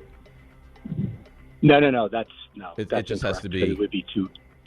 Just one word. Just like you hit the first three. Kind of like Auburn. Yes. Boom. Done. There you go. Excellent. Yes, so you played with us. You toyed with us. You big tease. No, I actually didn't. I big didn't have tease. Auburn, and then I was going through the conferences, and it jumped into my mind. See, I don't All even right. think Auburn was the tough one in that. I would say Sienna's the tough one. Yeah, right. I think the last time we had that question, I think Sienna was the last one you got. Sienna's the tough one. All right, let's go to Andy in Jersey. Andy, you're on Stump Rothenberg. Good morning. How you guys doing? Good, Andy. How are you? What's going on, Andy? I'm good. Okay, so the NFL is scheduled to play 2 regular season games this upcoming season on a Wednesday. The NFL is no stranger to playing regular season games on a Wednesday. Mm-hmm. It happened 4 times.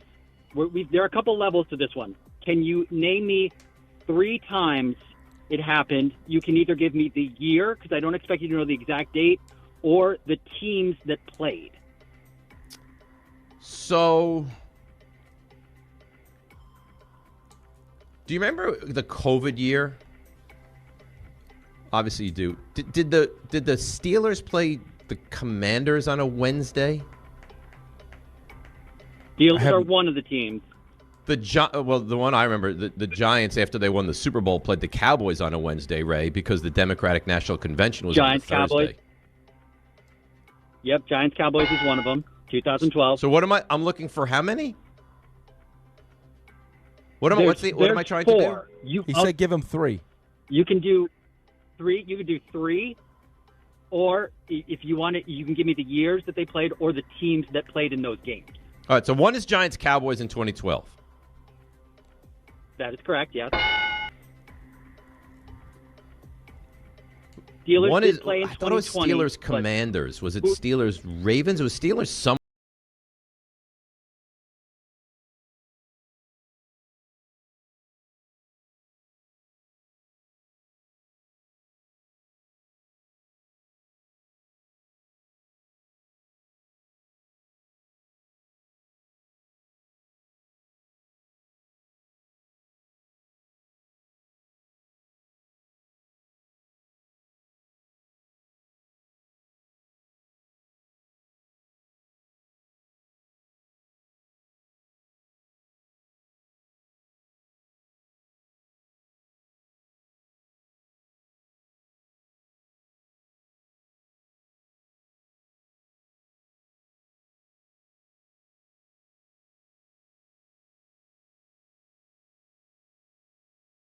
The opening Wednesday of the season this year. Don't be so obnoxious. What do you mean? That was the beginning of the question, was that we're playing on Wednesday this year. So there's 2 more Wednesday games that have happened. I wonder if it's another COVID.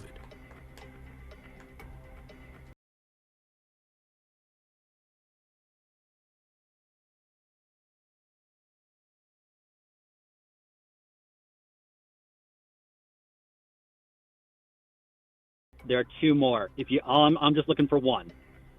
One of the 2, and you can either. That's not a give me hint. the That's not a teams that hint. Played or no, I can give you a hint. I'm sorry. No, I don't want I'm to. sorry.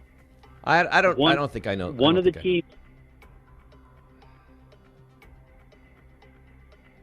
He's dying to Giving give up? you a hint. He wants to give me a hint, but I don't want a hint. But I don't know the answer. So this is a fruitless. I don't know. I give up. You guys don't know, right? Ray, you don't know it? No. Rick? Steelers Chiefs played on Christmas Day, 2024. Who did? Steelers and the Chiefs. Chiefs played Christmas Day, Oh. 2024. Okay. All right. And then the other one was Lions Rams in 1948.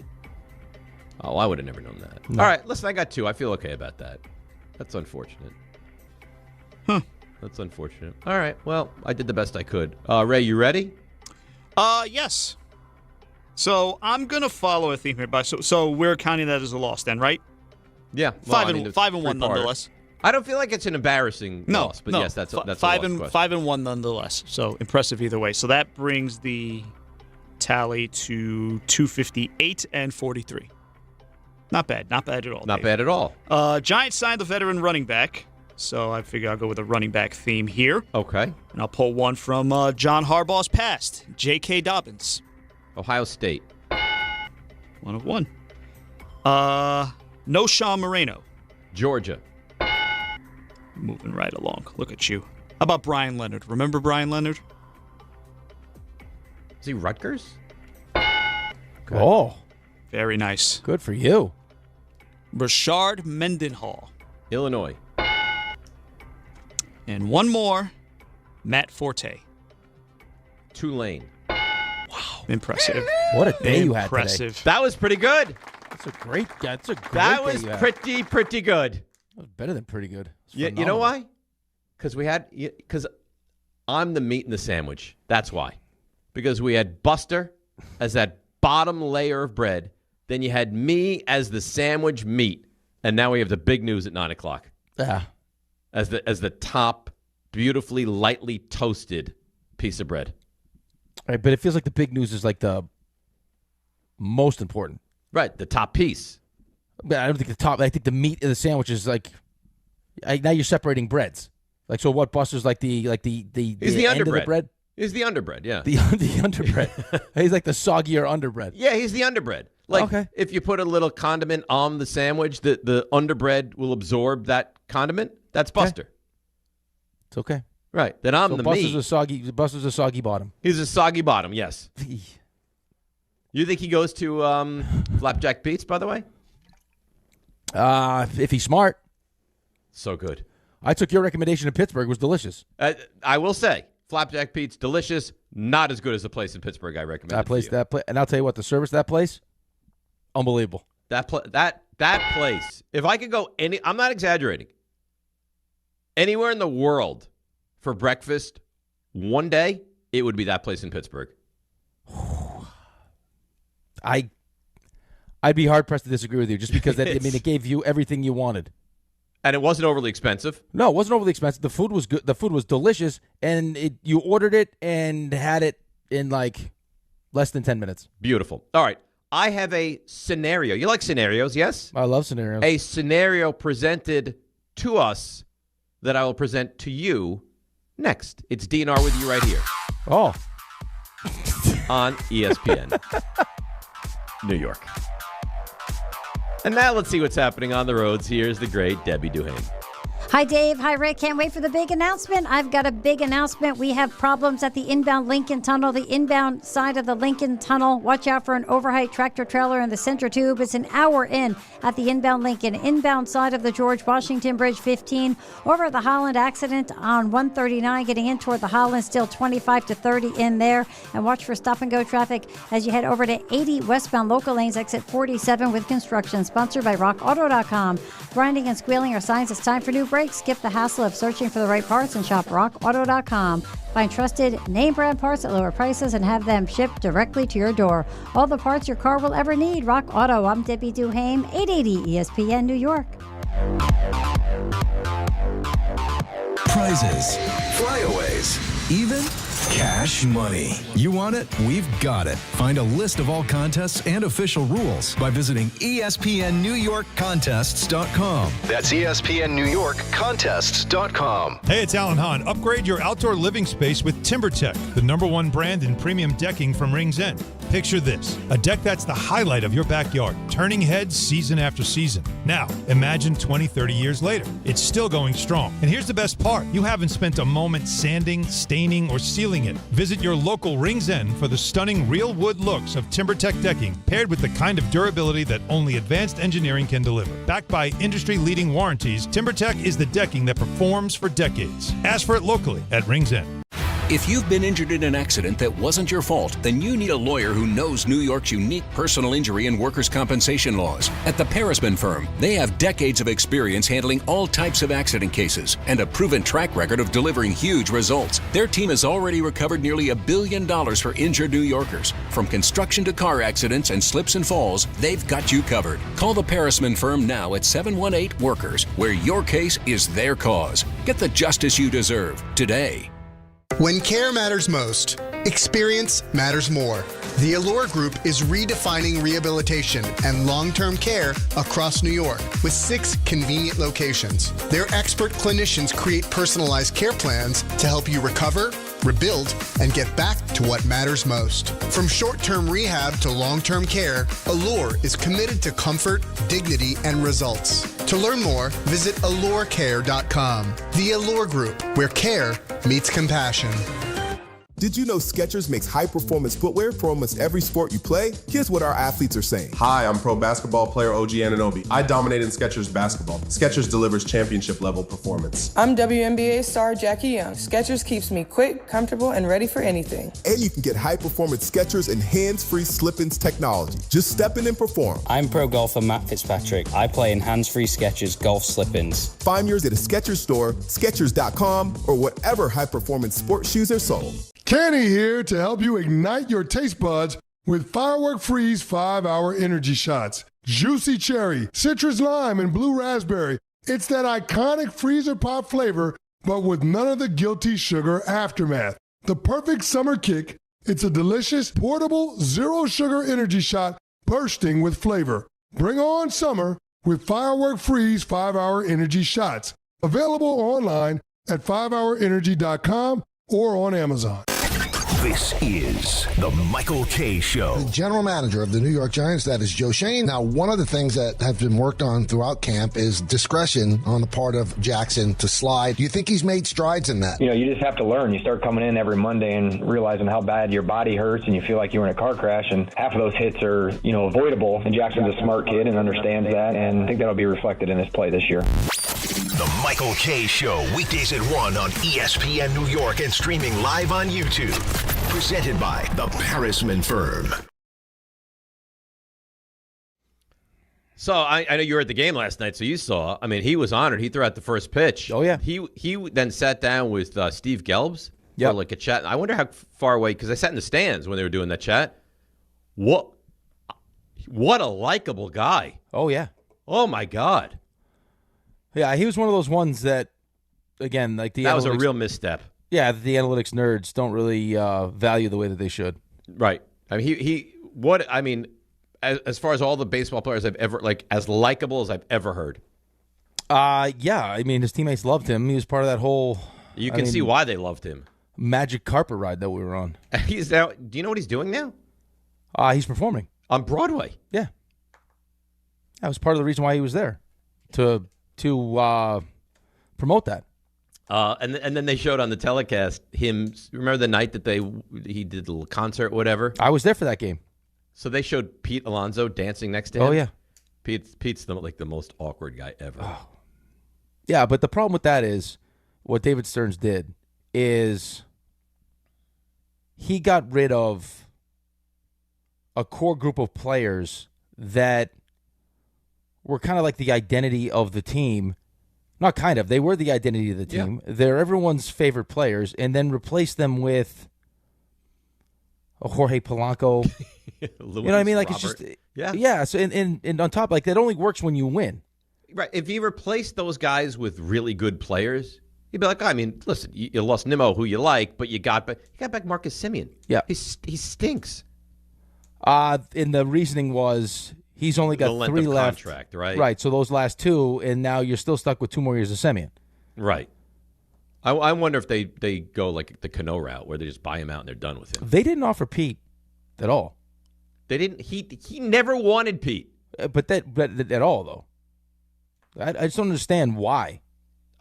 You'd have to ask him. I don't know. I was having these conversations last night. It's like, again, when you become the kind of player that Pete became here, right? The production. I mean, the 53 home runs and then becoming the career leader in home runs and how much people loved him and everything else. Like usually players like that, especially when they've been consistent, especially healthy the way that Pete's been healthy, it's like those guys are looking for 10-year deals, lock me in, get me through age 39. And I'm totally on board with that's come on. That's crazy, yes. But Pete was looking for a 5-year deal to take him through age 35. Never wanted him. He didn't want to re-sign him the first time. And he did because he kind of had to, and Cohen stepped Well, but you could have at least explained that one because he's coming off a bad season. Yeah, Pete was coming off a great year. He's a fan favorite. He's homegrown. He just set the record. But this guy, in his analytical, statistical nonsense, deemed that Pete Alonso was not worth it. And now he's raking for Baltimore. And the Mets, thank God for Jared Young because Polanco's unplayable. Right. Unplayable. So I have some. I think they were talking about that last night. They're like, well, Polanco's an option, but he's only got 3 hits from the right side all year. Hey, defensive run saved. Bring in a guy who's never played first base before. That's great. By the way, Torrens is they call him Babe Ruth on the telecast last night. He's awesome. He's really good. Yeah. The Mets, when Alvarez is weird because he hits well and then he can't hit at all. But when he's hitting decently, the Mets 1-2 catcher combination is pretty good. Oh, that's why they didn't want to move on. The catcher position was hot at the deadline, and we had 2 good ones, and they didn't want to move off of them. All right, so I got some sound for you. You're going to listen to it.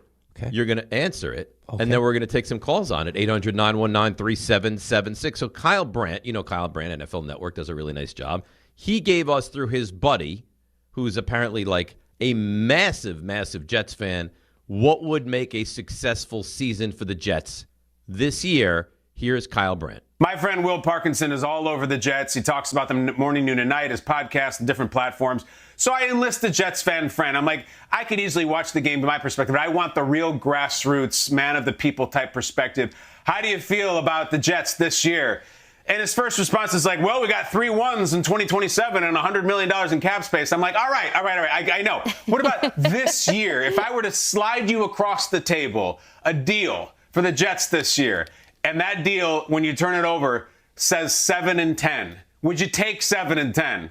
And he's like, well, do the young players look good on defense? I say, yes. Can we get 3 divisional wins out of that 7-10? I'm like, fine. He's like, yeah, hell yes, I would take 7-10. And this is a guy who is optimistic about the Jets. And I'm always saying in August, shoot for the stars. Say you're going to go 9-8 and sneak a wild card. No, I have it from the authority of true voice of the New York Jets that if the young players look good and there's 3 divisional wins, which is a lot, 7-10 would be a victorious season for them. I think it's being a little modest. I think they could be better. Wow. So a couple of things to unpack from that. First of all, Kyle Brandt is under the impression the Jets can be better than that, which would become a really good season for the Jets. And secondly, would you take that? 7-10, 3 division wins, young players look good. Yeah, I guess I would. I don't know what that means, though, as far as what we're doing at the quarterback position still. If you tell me it's 7 wins with Geno Smith, he's 36 years old. Now, all of a sudden, I'm in a position draft-wise where, again, it's easy now to say, hey, yeah, you got 3 first-round picks. You can go up and get the quarterback that you want. I've heard two different explanations as to why winning 7 games or 8 games would be to your benefit, right? This is straight out of the Don camp of, create credibility. You're not a laughingstock anymore and everything else. I don't know how sustainable that ends up being if you never find the quarterback, right? By the way, you're going to win 7 or 8 games. You're now going to keep Aaron Glenn as head coach, too. Right, so Aaron Glenn's still the head coach. Yep. Now, all of a sudden, the 2 things I've heard are, first one being, hey, you have 3 first-round picks. Yeah, just go up and get the quarterback, which, again, you lived through. Last year was, prime example of it also, where I don't care what the Jets offered Vegas, they were taking Mendoza. Right. The Giants could not move up. The Jets could not move up. Sometimes you can't. No matter what you're willing to offer, you can't move up. Or the other one was then you just find your Oh, I love that. Look where Josh Allen went or Patrick Mahomes. Just find one of those. The Jets can't find a guy at the top of the draft. Now they're just going to stumble on and find a guy in the middle of the first round? Right. Yes. Those are the 2 different. And at the same time now, we've restored credibility and we have all this positive momentum moving forward. So would you 7-10, 3 division. By the way, 3 division wins means you sweep Miami and you beat either New England or Buffalo once, and the young players look good. Right, but you have to tell me like that. Forget the Miami ones. That I beat Miami once and I beat Buffalo and New England. No, I mean in that scenario that he presented, you could beat Miami twice, and then don't you play Buffalo? Right, that's what I'm saying. Week 18 or 17, whatever it is. Right, but that's what I'm saying. Yeah, right, but that's what I'm saying though. If I beat a crappy Miami team that's trying to be bad, right, and then I play, it was at Buffalo in Week 18, and right, it means nothing for them. And like they beat us with Trubisky last year, but we win that one. What does that do for me? I don't know. Nothing. I don't know what 7 wins does. Listen, I understand that when you're a fan of a team, that you can't go into a season just be like, let's be awful. If there was ever a season that you could accept, I would think, accept that from this team, it would be this year. Because do you believe in the coach? Most people probably don't. Well, that eliminates him, and now I can pick at the top of what is supposed to be going into this year. And I know things change all the time, fine. But what is supposed to be an elite quarterback draft. If you gave me those 2 things and a coach-quarterback combination with that young talent and those extra picks, now I could be cooking quickly. Yeah, you could be cooking quickly, and you'd be a real attractive job. Right? I mean, we've had this conversation. I feel like we've had this conversation since we started back up with the NFL conversations. When you look at the Jets roster right now where it's at, and some of the things that Muji's done, but just like the accumulation of talent over time, and you compare it to the Giants, right? I would tell you right now, offensive side of the ball specifically, the Jets have more talent on the offensive side of the ball than the Giants do. I think that's fair. Right. So, but the expectations are completely different because we don't know what the coach is. We think he stinks, and Geno Smith's going to be 36 years old. Still same talent. 2 horrendous seasons. Right. But if I told you right now, you took Harbaugh and Dart and put him with the Jets with this offense, well, Kyle Brandt said I'd be disappointed with 6 wins or 7 wins. I'd be like, yeah, they should absolutely win. Like the same thing you're saying about the Giants, which is they're going to go from 4 to 8, maybe 9. You'd feel the same way about the Jets. Yeah. But you don't because, again, the 2 most important things you don't feel like you have. And how is it sustainable? Even if the Jets won 9, unless you tell me that Klubnik looks really good. And that's a different conversation. Well, maybe you win. Yeah, if 4 of those 7 wins are because of Klubnik, it's Klubnik winning them, then maybe. But I need to know that. All right, so that's the question on the table. 800-919-3776. 7 wins. Coach is going to stay. Young players look good. 3 division wins. Would you take it? 800-919-3776. DNR with you, ESPN New York. 1-877 Cars for Kids. KARS Cars for Kids. 1-877 Cars for Kids. Donate your car today. Call 877 Cars for Kids to reach a friendly live agent. Donation is super easy, and your car can be picked up as soon as tomorrow. Call us now or go to carsforkids.org. Donate your car today. Did you know you can donate real estate too? Hey, New York and New Jersey, Boost Mobile has an unlimited talk, text, and data plan that's only $25 a month forever, meaning you'll only ever pay $25 a month for the rest of your life. Who wouldn't want unlimited wireless when it only costs $25 a month forever? If you don't, you must be one of those people who enjoy overpaying for their phone plan. $25 a month forever is truly as good as it gets, so go online and switch now at boostmobile.com. After 30 gigabytes, customers may experience slower speeds. Customers will pay $25 a month as long as they remain active on the Boost Mobile Unlimited plan. There are a million reasons to love New York. Making your budget stretch isn't one of them. According to an independent study, Amazon prices average 14% lower than other retailers. Get food, fashion, furniture, and more shipped straight to your building. Plus, another study found Amazon Prescription Pass customers pay nearly 1/3 less out of pocket. Learn more at aboutamazon.com. Download to see if you qualify. Not all customers will qualify. Transfer fees may apply. No Albert subscription required. Albert is not a bank. Albert loans are issued by FinWise Bank, member FDIC. Not an actual client. Terms apply. Is there anything Albert, my AI financial assistant, can't do? Albert, can you create a financial plan just for me? Yes. I've reviewed your accounts, income, and spending. Here's your plan and a few suggestions. Great. Any savings I'm missing out on? I reorganized your budget and found an extra $500 this month. Would you like me to transfer that to your savings? Sure. Done. Oh, I'm thinking about moving. Can you get me more cash? Albert can get you a loan up to $10,000 fast. How does that sound? Sounds perfect. Looks like Albert really can do everything. Download the Albert app and use promo code CASH to try Genius, your AI financial assistant, and get up to $10,000. Just download the Albert app and use promo code CASH to try Genius and get up to $10,000. Promo code CASH.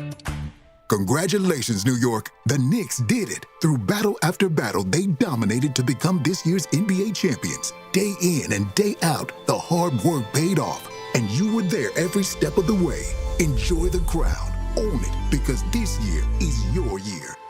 A part of your legacy that will never be forgotten. So celebrate this moment, show your pride, and shop the largest selection of official NBA gear at NBAstore.com. A Fanatics experience. All right, DNR with you, ESPN New York. So Mike Brownshire, our imaging director, guess who weighs less than him? Me. Yeah, you do. Yeah. I do. Yeah. That's unbelievable. Listen, all weight is not the same, though. Sure, I totally agree. No, you weigh less than I do. So, I mean, that No, doesn't- I do. No, I don't. Yeah, you do. Really? Yeah, I weigh. I mean, Rigo's like a good 215. What are you, 201? 201.9 last Yeah, weigh-in. you're like 14 pounds less than me. I'm like 215. Yeah, but you look better because you got all these muscles. Muscle weighs more than fat. Yeah, well, a but lot more. Yes. Brownshire, I was trying to give him actual something nice, and he took it as you're a real nasty person and left. I work with all these heavyset people now. Wow. What? What? You and Carlin, you're on your weight loss journeys. That's right. Yep. I maybe I'll start journaling. Yeah.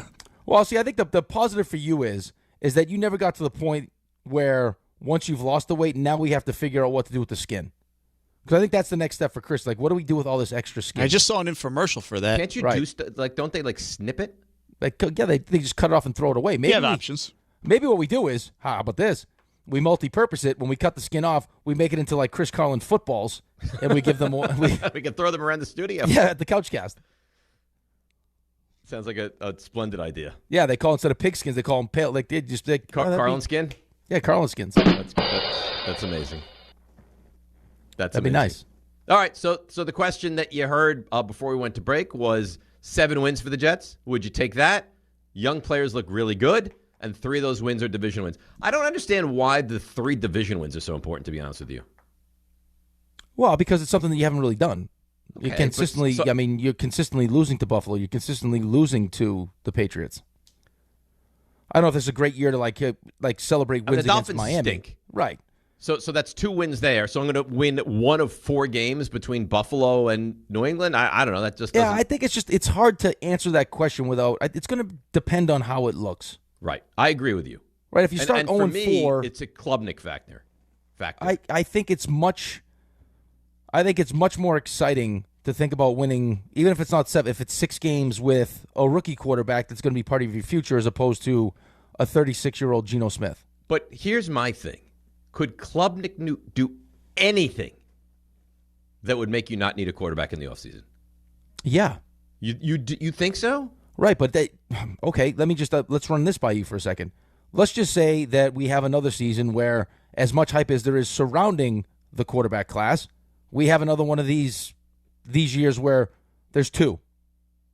And it just so happens that Arizona and Miami are 1-2, and they're taking those quarterbacks. So you're not going to force taking a quarterback in the first round. You can't force it. But then I think the Mayfield or somebody like that comes into play. I absolutely think that if you win in that situation that he just mentioned, 7 wins, he thinks you could win more than 7, and the young players look really good. I think now what I would do personally is I would start to consider this is probably like a Baker Mayfield situation, where I'm going to have a ton of cap space. Let's use that cap space on a proven commodity. I got the 3 first-round picks. I can just continue to add to this roster and fast forward the process a little bit here. I agree with you. Let's see what the people think. 800-919-3776. It's not so easy just to find a quarterback, like you said. Find your Josh Allen here. People that you just get a quarterback. And the fact that the Cowboys are just walking into Romo and Prescott, that's not how it works. They think you can just dial 1-800 and get a quarterback. Amazingly you said it, Bill. Fortunate. You said it, Bill Parcells. Yeah. Raymond loves that quote. Jesse in Rockaway. Jesse, you're on ESPN New York. Good morning. Good morning, gentlemen. I don't know what being a Jets fan is now. That 7 wins and being happy is like the worst thing. That is the absolute worst case scenario. You don't get a top draft pick. You don't make the playoffs. I don't know. It's become disgusting. Jets fans, they're so scarred from the last 15 years that somehow that's a successful season.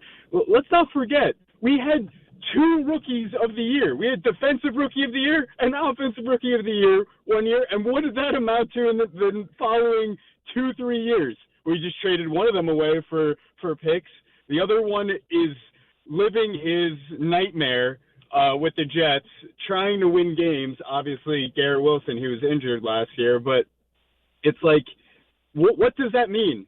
Like, we're not guaranteed anything next season. I'm not here for a 20-year rebuild. It's just so crazy. Let's make the playoffs. I think it's totally possible. The Dolphins should be a nothing burger team. You think it's totally possible to make the postseason? Whoa. Jesse. Yes, absolutely. Jesse, why not? Jesse, Look at their schedule. I'll tell you. Look at I'll the tell conference, Jesse. I'll tell you why, Jesse. Jesse, do you think Tell the me Jets why. have? You think the Jets have a legitimate chance to win their division? 100%. You know what? Goodbye. 100%. Jesse, have a great life. I hope it works out beautifully for you. I want riches and women, and if that's your thing, and whatever. Well, if you're delusional enough.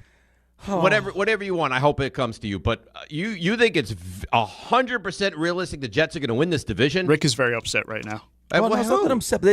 This is what gets me to the point. Like last year when we traded away Quinnen and Sauce, and people were celebrating it. Like we get so delusional. That's crazy about this team, and then just be realistic about what you have. Right now, you have a team that's got a lot of good players, has a soon to be 36-year-old quarterback that's coming off a horrific season, who's been sacked 105 times over the last 2 seasons. And oh, by the way, if you listen to Jake Asman yesterday on the K Show, he had Connor Hughes on, and Connor Hughes said, and I don't know if we have the sound or not, that initially he was more concerned about the defense, but now having the opportunity to watch Geno more closely, he's concerned about Geno. Of course he's concerned about Geno. Of course he's concerned about Geno. Because we're just like, we play this game where it's like, oh, yeah, all quarterbacks at 36, so they'll get better. No, that you don't normally get better at that age, especially with the Jets. So, I don't know. The one thing that he said that concerned me the most was, Ray, do you have the sound or no? I have Connor Hughes sound. Which one are you looking for? Do you have him about when he was asked about what he's seen from Geno? He said Geno looks timid. I do have that. Okay, let me play that one. We're up against it. Oh, sorry. I thought we were slaves to the clock. We're up against Sorry. it. By the way, one quick thing I want to add. To the clock. The Jets have not won the division since 2002. Right. But this is the year that's going to change. We got the big news, and I'm so excited, and it's next. It's DNR with you on ESPN New York. Big news, Jazz hands! Hey, Yankees fans, gather a group of 10 or more and take advantage of our 2026 Yankees group ticket specials. Whether you're getting together with family and friends, organizing a fundraiser, or entertaining clients, your group will love bonding over the Bronx Bombers. Start planning your 2026 group outings today. Log on to Yankees.com/groups. Call 212-YANKEES or email us at groups@Yankees.com. That's 2026 group tickets. Call 212-YANKEES or visit Yankees.com/groups today. D'Agostino Law Bite Back. This is John D'Agostino from D'Agostino & Associates, and I know how a serious accident can change your life just like that. I'm Jenna D'Agostino, and I understand that with pain comes medical bills and time out of work. Let us get you justice. This is John Ryan, the closer. For over 35 years, our family has been getting accident victims every dollar they deserve. I started this firm for the injured so they can bite back against the insurance companies. Our legacy is to get you justice. Bite back. To get you paid. Bite back. At D'Agostino & Associates, bite back means fight back. When you're hurt and they blame you, we bite back and get you every dollar you deserve. We have offices throughout New York and New Jersey, so call us first at 1-800-BITE-BACK. That's 1-800-248-3222. 1-800-248-3222. 3222. I've been there, and I'll be there for you. At City Harvest, we believe no New Yorker has to go hungry. With your help, we're on the road 365 days a year, rescuing over 77 million pounds of nutritious food and delivering it free to millions of New Yorkers, transforming surplus food into sustenance, sustainability, and smiles, rallying thousands of New Yorkers to power a network of nourishment across our city. One day, one meal, and one New Yorker at a time. That's how we feed good. Donate at cityharvest.org.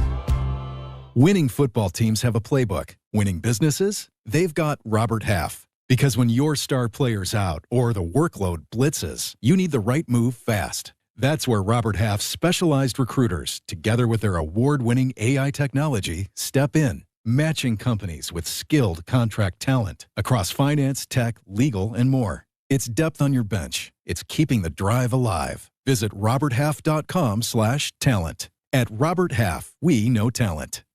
Michelle here. Look, in sports, the best teams know when to make their move. Sherwin-Williams is making theirs with 30% off Duration, Super Deck, and Woodscapes products. August 14th through the 24th. You know, I'm looking at these studio walls and I'm thinking I wouldn't mind a little more red in here. Get that Cardinal spirit going. Yeah, I like that. Order online, get everything delivered right to your door, or swing by your neighborhood Sherwin-Williams store. Retail sales only. Some exclusions apply. See store for details. Delivery available on qualifying orders. ESPN New York is your home for the world champion New York Knicks. WHSQ and WCBS FM HD2, New York. This is DiPietro and Rothenberg. Buster Olney with us here, ESPN New York. Max Fried, again on the injured list. Is this reason for more concern, or is this a shutdown and he'll be fine when we get to the postseason? I think at this point, his season's in jeopardy. The calendar works against you. They're going to have to shut him down, and then he's going to have to ramp back up. And by that time, when you look at the actual calendar and the weeks left in the season, if they get any pitches out of him in October, I think that would be a surprise. This is really upsetting for you to say you don't think that Fried is going to be a real factor in the postseason, if any factor at all. This is highly concerning. This is DiPietro and Rothenberg on ESPN New York and streaming live on YouTube. All right, we've teased this since Monday. And there's often times when I'll do a multi-hour, multi-day tease, and it's garbage. Yeah. I stand by. I don't think this is one of these. I can imagine that happens in the bedroom quite a bit with you. No. I pay off every tease in the bedroom. It's like a real flat tease. Pay him off. No, like John Holmes, I pay him off. All right? Like Peter North. Like Hall of Fame, like a Platinum Glover kind of guy. All right?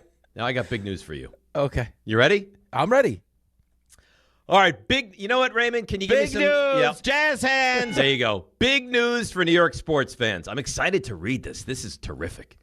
DiPietro and Rothenberg and Don, Hahn, and Rosenberg are coming to MSG Network starting Tuesday, September the 8th. Catch our morning and afternoon shows simulcast across MSG Network's television and digital platforms. Wow. You can, of course, still catch us on 880 AM, the ESPN New York app, YouTube, and more.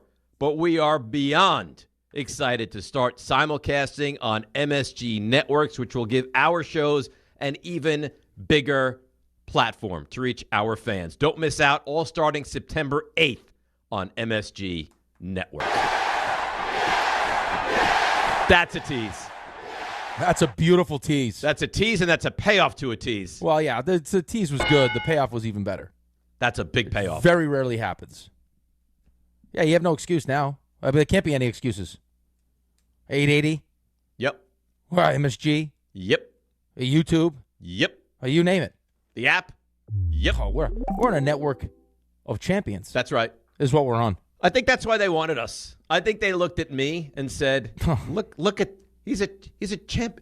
You know why? The pickleball thing. These guys are champions.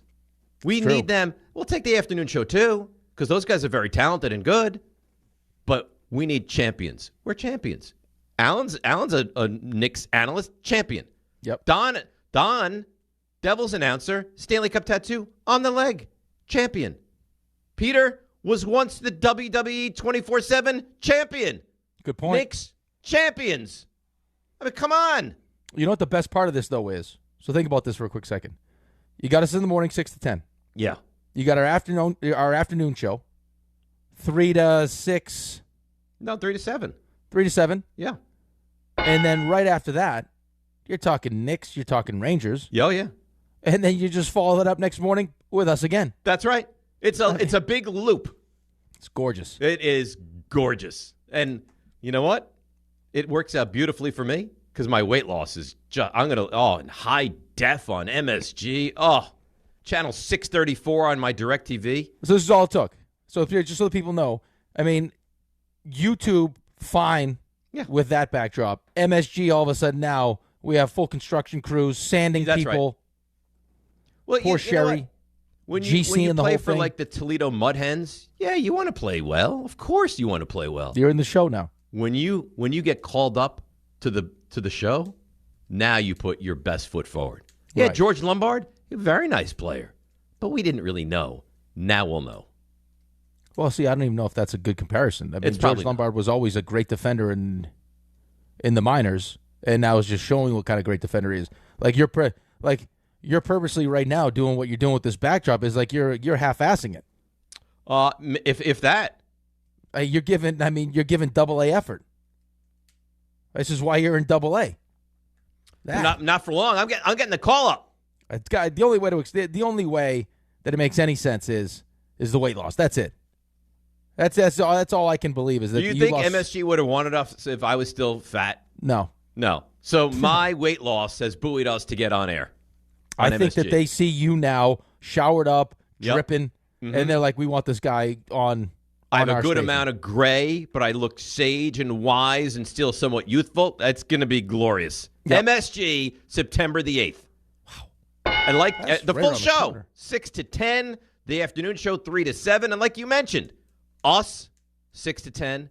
Then you go afternoon show, 3 to 7. Oh, then the world champion Knicks or the up-and-coming, hopefully, Rangers.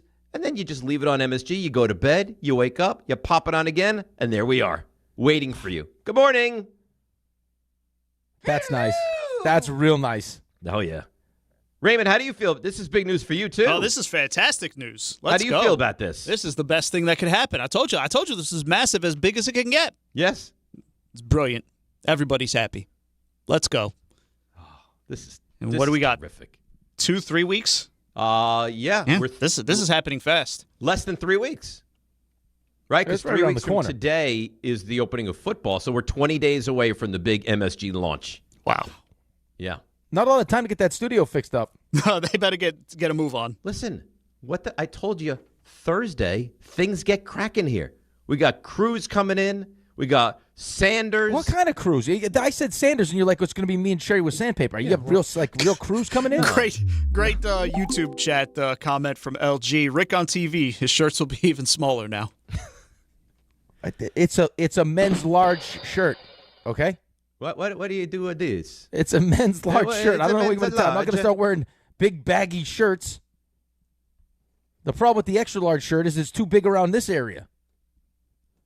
I can't help about this area. Why don't you just do the show shirtless? Because I'm not allowed to. I would. They won't let me. They won't let you? No. You know what would be great? If we could get advertising across your chest. I'm down. You remember the boxers that used to be like goldenpalace.com on their backs? We could do that for you right across the chest. Pornhub. Why do you have to go there? I could be bought. All-American Ford wants to give me a certain amount of money. I could put an All-American Ford tattoo right on my chest. Right on your chest. Yeah. I'd be down for that. They take great care of me. They really do, don't they? They really do. Do you think this is going to... are you worried that I become too powerful? Yeah. You are. I am. Raymond, do you think my ego will be kept in check, or is this a concern for you? Nothing can keep your ego in check. You're an egomaniac. You think? If people heard you talking to Brownshire during the break, oh, I really look that skin. Can you tell I've lost 2 more ounces? Tell me again how great I look, Mike. I haven't seen him in a long time. Meanwhile, Mike's dealing with his own weight. Meanwhile, poor Mike is trying to pour his heart out. He's ballooning up because he's dealing with his own weight gain. And I try to tell him he doesn't present fat. He doesn't present fat. No, because he's got a skinny face, but I would imagine when he takes his clothes off, it's probably... You think it like falls out? I think there's a melted, melted candle element to it that he doesn't love. Plummeting? Yeah, that he doesn't love. Mm-hmm. MSG. Yeah. MSG. How about that? Yep. Wow. It's going to be great. Oh, it's going to be great. Don't embarrass us, please. I probably will. I mean, let me get ahead of it now. You know, let me apologize now for when I embarrass us when we're on MSG television starting on September 8th from 6 to 10. I apologize in advance. Yeah, I shouldn't have done it, and I'm sorry. Right, but I think we're overlooking the real important issue here is that I'm the one that has to be the most concerned because of the behind the scenes stuff as to whether or not there's a safety net for Rick. There's no safety net. I don't believe there is a safety net. I believe this is Rick on a high wire, and then there's the ground. That's right. Yeah. You're no longer a baby bird. You're a baby bird trying to fly, and we have to push him out of the coop at some point. Out of the nest. Go. Fly. But the problem is, if you do one of those things, they're going to wind up on air. There's no dump. There's nothing. That's what I'm saying. Yeah, splat. Oh, God. Oh, look, there goes Rick, and he's dead. That's what I'm afraid of. But we'll see. That's why you got to stay tuned. Yeah, it's gonna be entertaining. Could happen on September 8th. You never know. It's quite possible. September 9th, the opening day of football, is just me. By yourself. All by myself. Yeah. Jefferson, who's running our YouTube today, says, my ego is going to go through the absolute roof when me and Jalen are both on MSG in the same day. You and Jalen or Jefferson? No, he's saying him and Jalen. Why is he going to be on MSG? I don't know. He's not on YouTube. Why is he going to be on MSG? Ray, has Jefferson ever once been on our YouTube? He's popped in here once or twice. Didn't he have when the Jags beat the Jets that one time? And he brought the Tony Baselli jersey, I think it was. Maybe. Yeah. I don't know if he actually got on. He definitely had it. I don't know if he got on air with it though. No, the jersey got on. It was hanging on his chair because he's a savage animal. He is just the so savage. Happens to look like an animated buzzard. He also said he absolutely adores Garfield. He sent me an email. Does that shock you at all? No. He said he all right, can we quickly? I love Garfield. Here's what he wrote. He goes, I wish I lived the life of Garfield. Sleeps all day, eats lasagna, complains about Mondays. What a life. That is the way you describe it there is pretty nice. I was informed that you did make Jefferson kind of sweep the spot under your chair that one time. Oh, yeah, you did. So and then he did get on air that day. Yes. And then you kick stuff. I don't think he was no, he swept that spot at the commercial break. Okay, I wasn't here. I wasn't sure. You kicked garbage at him. One piece. But I was just trying to push it towards the dustpan. I bet. I wasn't trying to be nasty. This is Dave saying the help doesn't get on television. All right. That's how you view him, the help. You know what? I am as good to anyone at the station as anybody is. I'm very kind to everybody. Ray, give me the full shot of the three of us, all of us. Give me the full shot. All right. Okay. Everyone involved here. Okay, I'm going to ask a question. Everyone, including Julian, who's a little sleepy right now. Raise your hand if you got anyone at the station to quit. Raise your hand. Oh, no. Raise your hand. Okay, thanks. Yeah, great guy. This is what we're doing now. Yeah. Great guy. Yeah. I'm taking the 3 shot off now, okay? There we go. Yeah. Okay. I stand by that was a sensitivity issue more than anything. Okay. All right. Whatever you say. Nicest guy at the station. Whatever you say. You know what? You're not a good friend. Why? Ray, right there. Does that not define it? That's airing the dirty laundry. You are not a good friend. It's not ideal. I'm not going to lie to the audience. It's not what You're you sitting want. there pepping yourself up like you're Mother Teresa. I think I'm a nice person. You kick garbage at Jefferson, and then, I don't even want to bring up what you did before. All right, so let me ask you this. You're up on the witness stand. Yeah. And you're asked by the cross-examining attorney, is Dave Rothenberg a nice guy? What's your answer? Sometimes. Raymond, you're up there, witness stand. It would not be. But see, then what would happen is the cross-examiner would say, I'm a sweetheart. But then the cross-examiner would then ask me a question, is it not true that you have members of your family that want to pummel this man? And what do you want me to do? Lie under oath? No, you don't have members. You at most have one member. No, it's not. It's not just one. We've been over this. Who else wants to pummel me? We've been over this. I thought your mother adores me. I thought it's just your dad. She could take you or leave you. She doesn't care for me? She's like, he's fine. Is she excited I'm going to be on MSG TV with you guys? I haven't shared the big news. Actually, no, I have shared the big news with her. But she is excited for that. Maybe get some of her flan on TV. How about that? Yeah. She's not going to make you flan. The family does not like you. Well, I can still try to win them back, though. You don't think? No, I feel like the damage has been done. No, that's unfortunate. Yeah. Well, you know what? There's a lot of other people. Yeah, right. So in your mind, when you smash the Cowboys on that opening Sunday night, will it ever cross your mind, I should be nice to Ray on Monday? No. No, right? Not once. Not once. Not for a second. No. In fact, now knowing that they detest me the way they do, I might pour it on even more. Can we quickly get back to the question that you asked before we made our big announcement? The Jets question? Yeah, okay. Well, I don't want to get back to the question. I want to get back to what the caller said. Just to quickly wrap this thing up because Go he's ahead. like the caller said the Jets have a 100% chance to win the division. Win the division, yeah. Which is I did not expect that answer because I was going to ask a follow-up part to that question. He said, "Oh, forget 7 wins. Make the playoffs. We should definitely make the playoffs."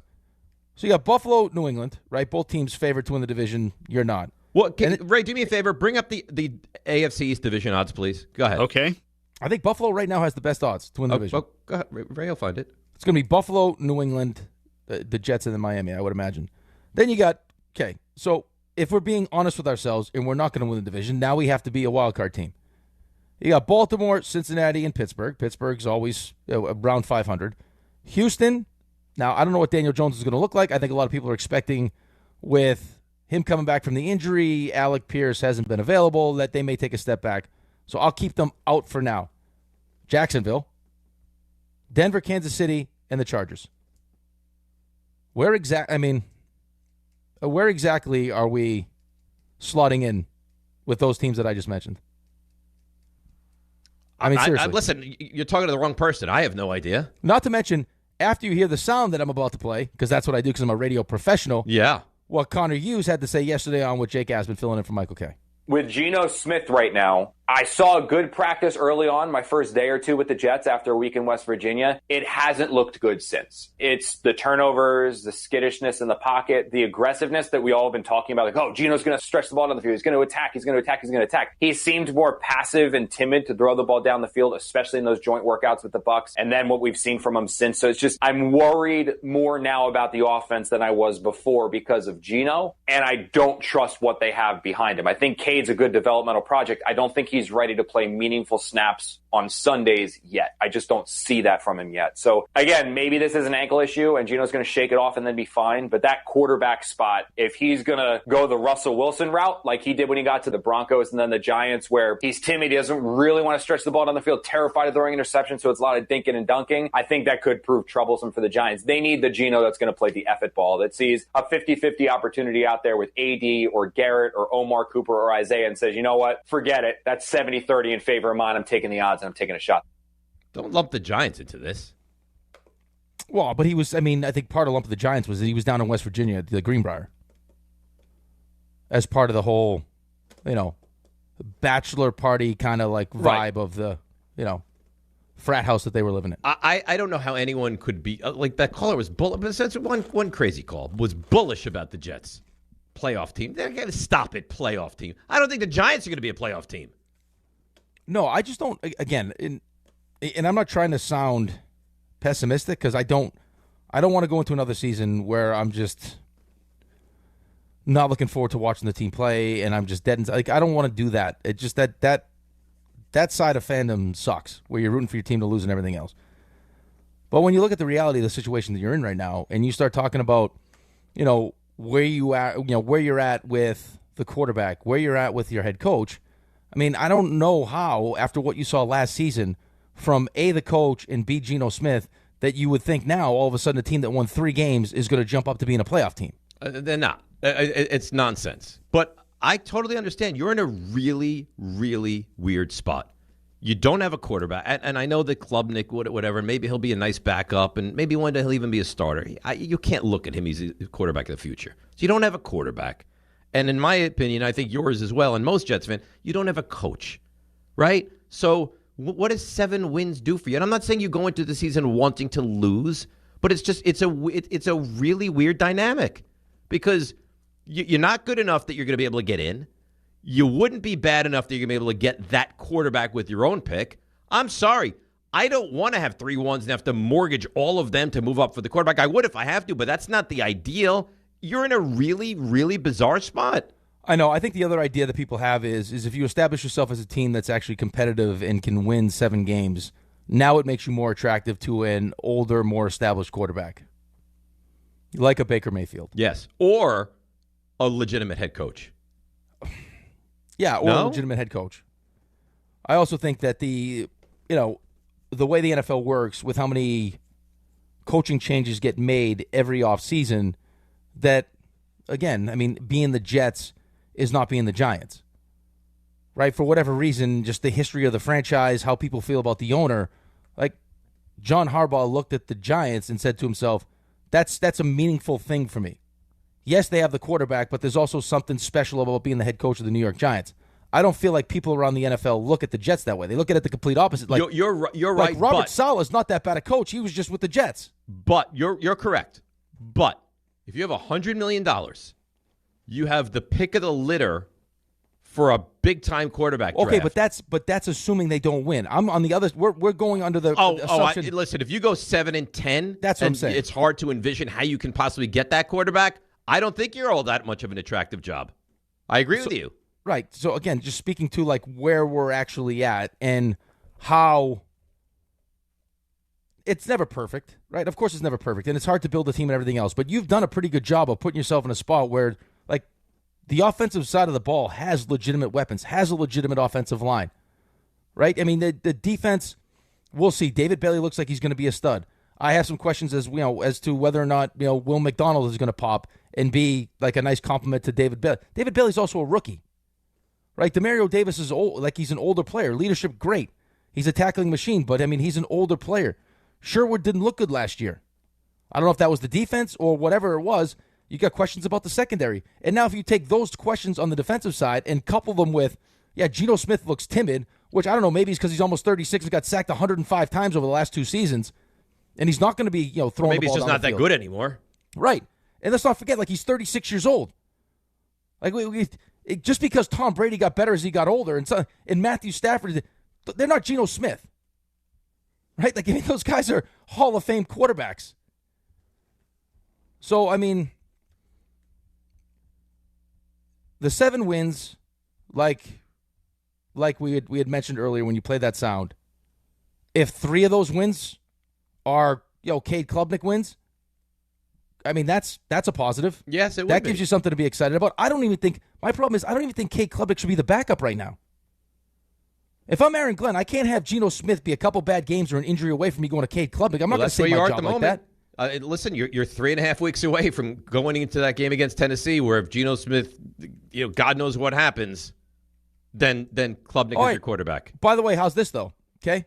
So say they win 5 games. Mm-hmm. I don't know what the number is. I don't know what the line of delineation is where it's either he saves his job or he doesn't save his job. I would imagine Woody likes him. He hired him. So he'll have some margin for error here. It's going to be wins plus how it looks. What if it's 5 wins, but the defense is great? And he's calling the plays and the defense looks great. It's more because Geno Smith's not very good. Mm-hmm. Okay. If you're Aaron Glenn and you know that you're trying to save your job, and I think he's smart enough to recognize that his seat's pretty hot. Do you want Geno Smith, when you're calling the plays on defense, knowing that you're going to be graded on how well the defense plays, like taking all these 50-50 shots down the field and turning the ball over? To put your defense in If bad I have spot? a really good defense, I don't want to put myself in that position. I want Right. to rely on the defense. So it's like, I mean, does that actually jive with what you want to do anyway? None of it jives. The Jets are in listen, Miami is going to be really bad. Really bad. Yeah. And they want to be bad because they want to get that quarterback. Arizona, I think, is going to be really bad. And they have some weapons, but they're going to be really bad. Division and just overall, they're not at that level. The Jets, I don't know if they're going to be that awful. And I don't even know if I was a Jets fan what I would want them to be. It's a really bizarre situation they're in right now. Yeah, it is. Especially knowing, you did have an opportunity to address the position last year in the draft. It could have been you that took Jackson Dart. Yeah, they could have. But you didn't, and now you're kind of sitting in no man's land. It could have been you that took Ty Simpson had you chosen to do that. Yeah, I just don't like the Ty Simpson thing. Seems like it was going to. If it's going to work out, it's going to work out with Sean. But that's always the way it's going to be. If someone's going to work out, are they going to work out with the Jets? Are they going to work out with the best offensive mind in football and the Rams? Of course. I think the one thing that we can say confidently, though, and it's not that they can win the division, they should be able to effectively run the football. Breece Hall comes back, he's fine, right? This is just a minor groin thing. He'll be back. Offensive line should be good. Offensive line's good. They should be able to run the hell out of the football. They should. They should. With all the excitement, we're late for Raymond and the stuff that you missed. I got so excited with the news. Wait, I don't think we missed a lot. It's pretty big news. We're pretty action-packed. Yeah. It was, but I feel badly because I didn't give you the time that you deserve. People are lining up to get involved. We will get to all your calls on the other side, 800-919-3776. But Raymond, if now. Walk-up three-pointer. He got it! See ya! Oh! Put in the box! The you missed. Well, there's a lot, and we are pressed for time, so we'll make it all You work. really have no respect for Dave at all today. That's not true. He's just not jumping true. He can't even finish his sentences. Not factual at all. No, not you know what, factual. Ray? Even though your family and maybe you at times don't like me, I feel the exact opposite. I love you, and I think your family is salt of the earth. That's appreciated. Love you too, Dave. Von Miller introduced the Cowboys yesterday. Says he has big plans. He wants to help the team learn, and he wants to help the team win. Is trying to buy the number 40 from fullback Hunter Lipke. He hopes that a lifetime supply of chicken will do that. I would say don't do the Malachi Corley route of that. Those are home. He makes those chickens himself. Not makes them, but that's from his own chicken farm. Yeah, right? he's got his own farm. They make a lot of money. Oh yeah. Who was the guy for the Jets that used this? He's like a potato czar. Used to play for the Jets. Potato guy. Connor McGovern, I think. Was it? Well, I don't think he's not. No, his family. Yeah, his family provides all the potatoes for McDonald's. Right. Yeah. Well, most of the potatoes for the country. Forget about McDonald's. Right. But that's one of their clients. Right. It's But fantastic. I mean, we're talking about where how you want your potatoes to be done right. McDonald's French fries. Oh, what are we talking about? The best. The absolute best. That's one thing we can all agree on. I would rub those on my naked body. I would rub them on your naked body. I would eat them off Julian's naked chest. Please don't. Von Miller. Use his belly button for condiments. Von Miller not set to practice just yet. He's going to be worked in. His appearance was kind of marred yesterday because the Saints and the Cowboys had a joint practice, and there were many fights, punches, helmets being thrown. At one point, Brock Rechsteiner, who is the son of WWE Hall of Famer Scott Steiner, if you know. Yep. He sent Jalen Thompson, the Cowboys safety, to Suplex City at one point. Yeah. That's one thing. Your team's feeling its oats, Raymond. It really is. Because they're going to be unbelievable. Listen, Right. not going to get ahead of ourselves. Just for hypothetical. Mm-hmm. Giants 31, Cowboys 21, week 1. We've discussed this. Is this We've discussed this. I mean, what's your reaction to that? It's not good. It's not good. But I feel very safe, and that's not going to happen, barring injury, of course. Eric Bieniemy says his wife Mia is on a great road to recovery from injuries in July shooting from his son. That's hoping the best. What a terrible story. It's a terrible story. The Seahawks say they are still planning on signing Terry and Arnold per NFL Network. Seeing Rappaport and Mike Garafolo. He's going to go right in the commissioner's exempt, though, right? He's not gonna play. But that's kind of what everyone thought. Yeah. Or practice. Mm-hmm. Explain to me. Yes. Why would anybody sign this guy? Well, it's only a 1-year deal. Well, but I guess if he's on the exempt, he can still participate in meetings and stuff. So but he's not cleared of any of these allegations. Right, but you'd want him up to speed, so that if he does only miss a certain amount of time, then. But he's ready to go. Let's not have the pretend of like anybody cares about doing the right thing or what these guys. All they want to do is don't. win. Of course they don't. Again, this team just won a Super Bowl, so you know. What do they say if Hannibal Lecter ran a 4.2? They say he had an eating disorder. I believe that's how the saying goes. Yeah. The Buss family, specifically 5 of the 6 siblings, say they are united in their decision to sell their shares of the Lakers. They reiterated that statement. It comes in the wake of Jeannie Buss, the current governor of the team, and the only sibling to abstain from the vote. declaring her intention to contest her brothers and sister. She's contending that a court ruled in 2017 that no sale can be effectuated without approval by the co-trustees, i.e. Jeannie, Janie, and Joey Buss, meaning it would need her approval. So all Jays, by the way, all the siblings, Jays. Jerry was big on the Jays. What can you say? In a letter sent to the siblings, Jeannie's lawyer demanded the family make clear publicly that Jeannie Buss is the controlling owner of the Los Angeles Lakers and take no action in the supposed vote to sell the 17.8% stake. Of course, if that sale goes through, she would lose her status as governor of the franchise. She had a previous deal with the owner, Walter, that she sold it to last year to remain as governor through 2030. Brewers tie the largest shutout since 1900 with a 22-0 win over the Mariners. The Mariners tapped out late in the game. They sent position players to pitch at one point, and they tapped out. The center fielder threw the ball into the crowd. Julio Rodriguez threw the ball into the crowd because he forgot how many outs there were. You know what? I always crush players for that. I wouldn't even kill them. Like, you're down 20-0. You probably can't even pay attention. So, only other 22-0 victories since 1901 were by the Pirates over the Cubs in 1975 and Cleveland over the Yankees back in 2004. Joe Adell had a 6 RBI night for Cleveland, speaking of the Guardians, 8-1 victory over the Giants, but he left the game due to a bruised knee after fouling a pitch off his left kneecap. Ketel Marte has been located. Diamondbacks manager Torey Lovullo said that he's been told Marte traveled back to Phoenix for tests on his left knee. Asked if he thought Marte would play again this year for the Diamondbacks. He said, "I hope so. We need him." Jacob deGrom set to return for the Rangers. Checked out okay after a bullpen session. Could start the series finale against Washington a week after lasting just 2 innings against the Angels because of right triceps fatigue. Remember Trey Mancini, the AL Comeback Player of the Year in 2021 for his return from colon cancer. Yeah. Helped Houston win the 2022 World Series. He announced his retirement after his latest comeback bid with the Angels. Simply posted on Instagram, "Thank you, baseball." In golf, LIV players say they have mixed feelings about this proposed investor who we don't know who it is, but LIV future murky. Team championship event slated for next week was canceled. League is facing multiple lawsuits over unpaid invoices as well as financial downsizing. So the players met with CEO Scott O'Neill for about 50 minutes 2 weeks ago and heard from the proposed new investor.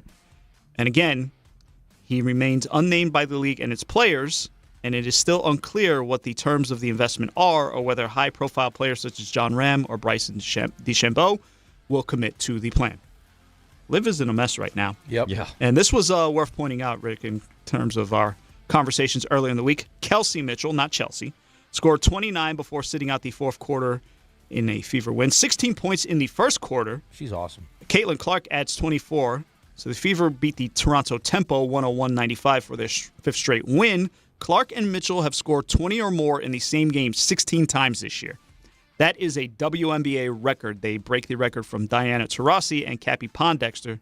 They did that 15 times with Phoenix in 2008. That's it. That's nice. You're a real talent. I'm going to go to break now, so if you could wait till I'm done with my sentence, that would be phenomenal, Raymond. 800-919-3776. The big news is out there. We're going to be on MSG TV along with DHR starting on September the 8th for our full shows. We got the Jets. We got the baseball. It's all happening. 800-919-3776 with you right here on ESPN New York. All right, let's see what's happening on the roads. Here is Debbie Duhane.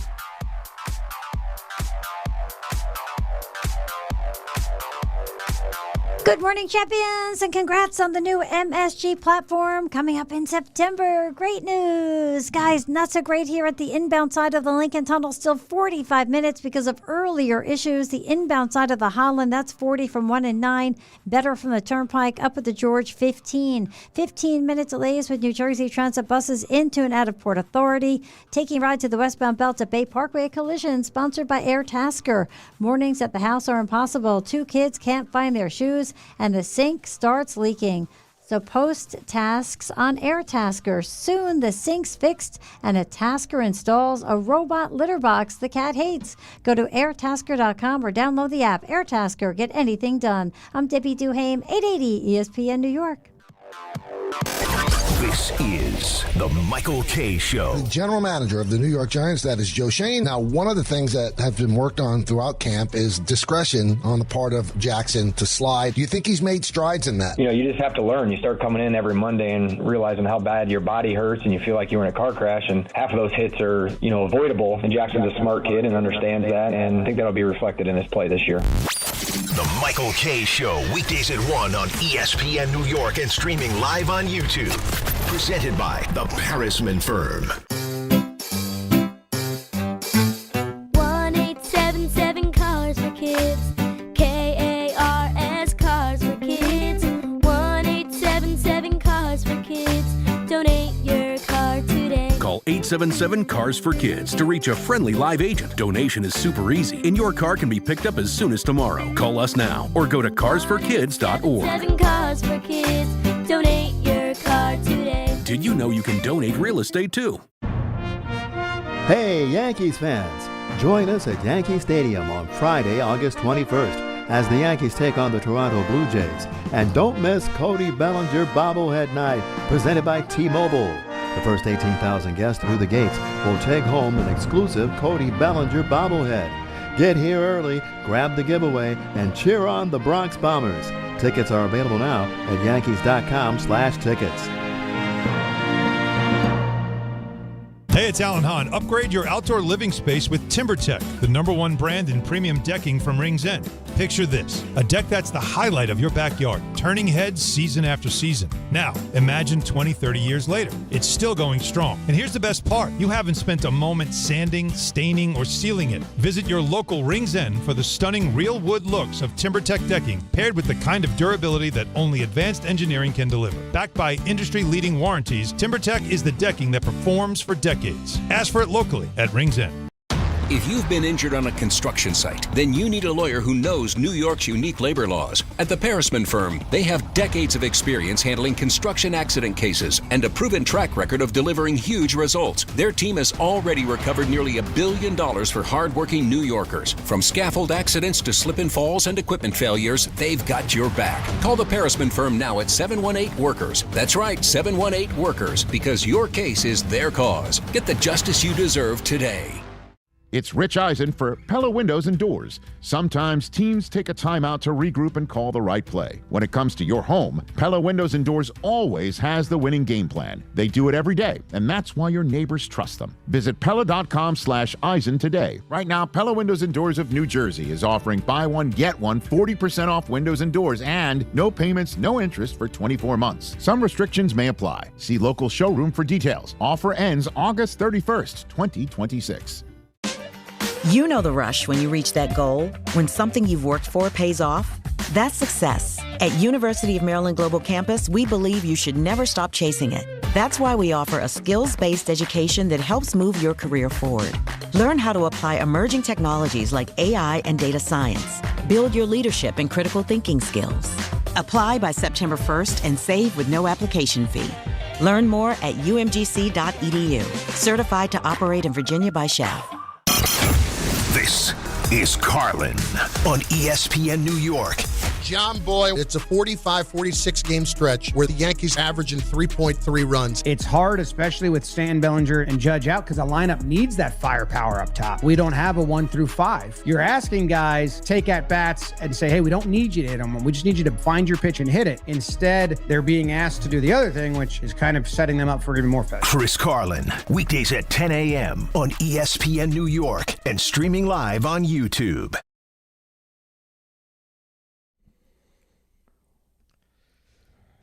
All right, DNR with you, ESPN New York. If you didn't hear the big news, it's big news. We are going to be on MSG TV, our show, and Don, Hahn, and Rosenberg starting on September the 8th.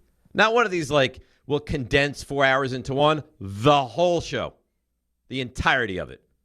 Starting September the 8th. By the way, could we please stop people just sending us nice text messages? Congratulations to the Let's Go. No, I like Let's Go. Can you just say thank you? No, that's my phrase. Let's go.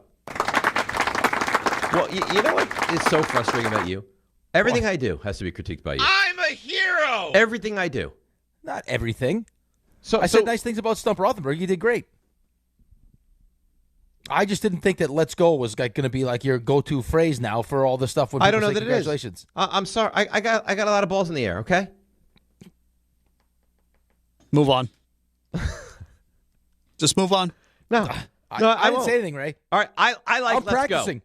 I'm practicing for MSG. Okay, I'm biting my tongue like a mature adult. And how about you with this nasty text to our boss? You're unbelievable. I didn't say anything nasty. Yeah, you did. That's not nasty. That's pointing out the truth that happened. I don't think I'm on that one. You take great pleasure in trying to chop down those that are supposedly close to you at the knee. Yes. I'm a truth teller. I got stumps now because of you. Stumps. Hey, did that happen or not happen? What I texted, did it happen or not happen? It did. Okay, that's it. That's all I said. Okay. Yeah, you make sure to bring it up all the time. I don't bring up your foibles, your flaws.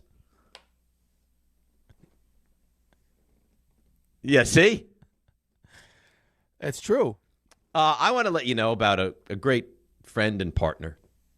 And it's the Countdown to Kickoff brought to you by Tricon Construction. We are officially 21 days away from the NFL season. And that's your Countdown to Kickoff brought to you by Tricon Construction. When you're developing a commercial project, choosing the right construction partner, it matters. Tricon Construction is expanding across New Jersey, and they're taking on bigger, more complex projects with the experience, discipline, and the leadership those jobs require. Whether it's commercial, construction, healthcare, industrial spaces, or active facilities where operations need to continue, Tricon, they fully understand the pressure of schedules, budgets, safety, communication, and keeping everything moving along. They bring accountability, clear project management, and the highest level of professionalism from start to finish, so the work gets handled the exact right way.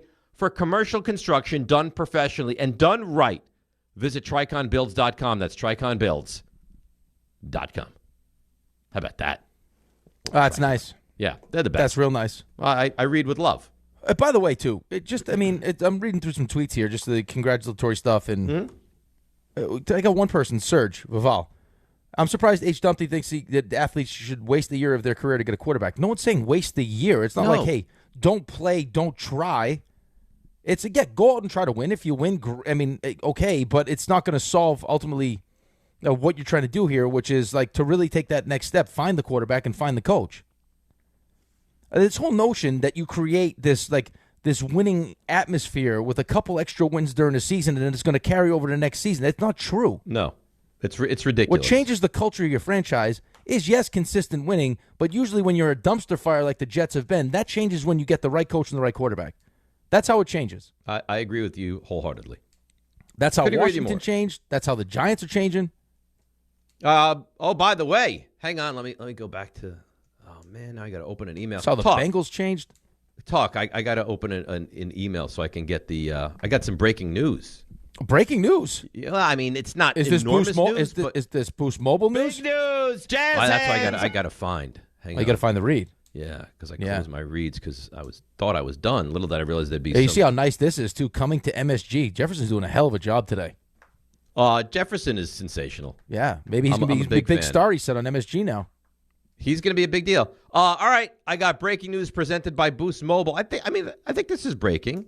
The Giants are trading Daniel Falele to the Jaguars in exchange for a day 3 pick in the 2027 draft. Okay, that's something, right? That's something. I mean, that's a nice way to get Boost Mobile out there. Well, that's breaking news presented by Boost Mobile. Don't overpay. Get unlimited talk, text, and data for $25 a month, forever for life, for real. Switch now at boostmobile.com. I got to tell you, thank God they traded this guy. He's an enormous human being, and he moves like he's that big. He is not very mobile or agile. No. No, not at all. And they feel like they have enough on the offensive line. Yeah, they should. They should have enough on the offensive line. I mean, if Andrew Thomas stays healthy, I think they have a real chance to be a upper echelon kind of offensive line. I think that their offensive line can be a top 12 offensive line in football. I agree. Yeah. I agree. Especially now you fight. Luminor had a good year last year. I think you solidified that right now. Again, he's a rookie, so it may take a minute. Yeah, he's also very young. He's very young, but he's a big, strong kid. And when you have an anchor like Andrew Thomas on the left side, it does give you the ability to be a little bit more versatile with what you can do because you can kind of leave him alone there on the left side. Right. Schmitz has become like fine. Like he's not great. He's not a road grader, but he's not bad, which he was at one point. He's decent. Yep. So they ran the ball well last year. I think the addition of Ricard only helps that. Greg Roman's known, right, as one of those guys that, as far as like scheming up runs. Yeah, he's the run game maestro. Correct. Right. So I mean, all that should help. And now I think it's just a question of how quickly do they pick up the new offense? Right. How quickly does Jackson get used to being under center so much? If you can run the ball effectively. Oh yeah. Right. Like the next thing would be that the play action pass should be dynamic for this offense. Yeah. But I guess at the moment, he does not look very good. I know the expectations are through the roof, and I'm glad that everyone's excited. But it is, again, we spend so much time talking about how hard it is to take that step from college to the NFL. And then all you're doing is now making it even harder when you spend an entire offseason and year like learning a new language, learning a new offense, to all of a sudden have that now change going into year 2. Right? That's hard. That's not easy. Not to mention the fact that it's not just Jackson Dart that has to learn all this stuff. Like some of the stuff that was coming out earlier in camp was like the reason why it didn't look great wasn't necessarily because Jackson Dart was struggling with it. It was because everyone was struggling with it. Right. He's trying to make sure that everyone knows what the hell's going on. Right. But I've heard like in the pocket, his footwork is still not very good. And like, again, I'm not saying panic, but you have to be aware. Like he still feels his most comfortable running out of the pocket and making plays. Yeah, I guess the saving grace for you as a Giants fan is that you know he's capable of doing stuff like that. So if all else fails, like the touchdown pass you saw to Malachi Fields. Like, I mean, I don't know how sustainable that is. I think that's something that they clearly want to kind of move away from because, like, long term, him being under center, more play action, all that stuff is going to be to their benefit. But as he kind of learns the system, he still does have that ability to create time, create plays with his legs to make up for maybe starting a little bit slow in the new offense. Right. No, I understand. All right, let's break. We'll come back. Phone lines, we'll get each and every person on the line we get to. We're going to come back. It's going to be right to the phones and then the 3 stars. DNR with you, ESPN New York. Monkey Sports, built by players for players, is your one-stop shop for hockey, baseball, lacrosse, and more. Find top-name equipment and expert in-store services like sharpening, break-ins, and relacing. Shop in-store at Monkey Sports in Farmingdale or Woodbridge or online for all the top brands. Whatever your sports, Monkey Sports gets you game ready fast. Monkey Sports, where athletes shop. Right now, police are stepping up patrols to make sure drivers and pedestrians obey our crosswalk laws. Why? Because every year in New York, people are injured or killed just crossing the street. So remember, pedestrians, obey traffic signals and use crosswalks. And drivers, yield to pedestrians in crosswalks. If you don't, we will educate you on the law. And you may get a ticket, because tickets get attention, and that saves lives. A message from the Governor's Traffic Safety Committee. Hi, thanks for calling Uline. Wait, did the phone even ring? Nope. Okay, so you answered before the ring.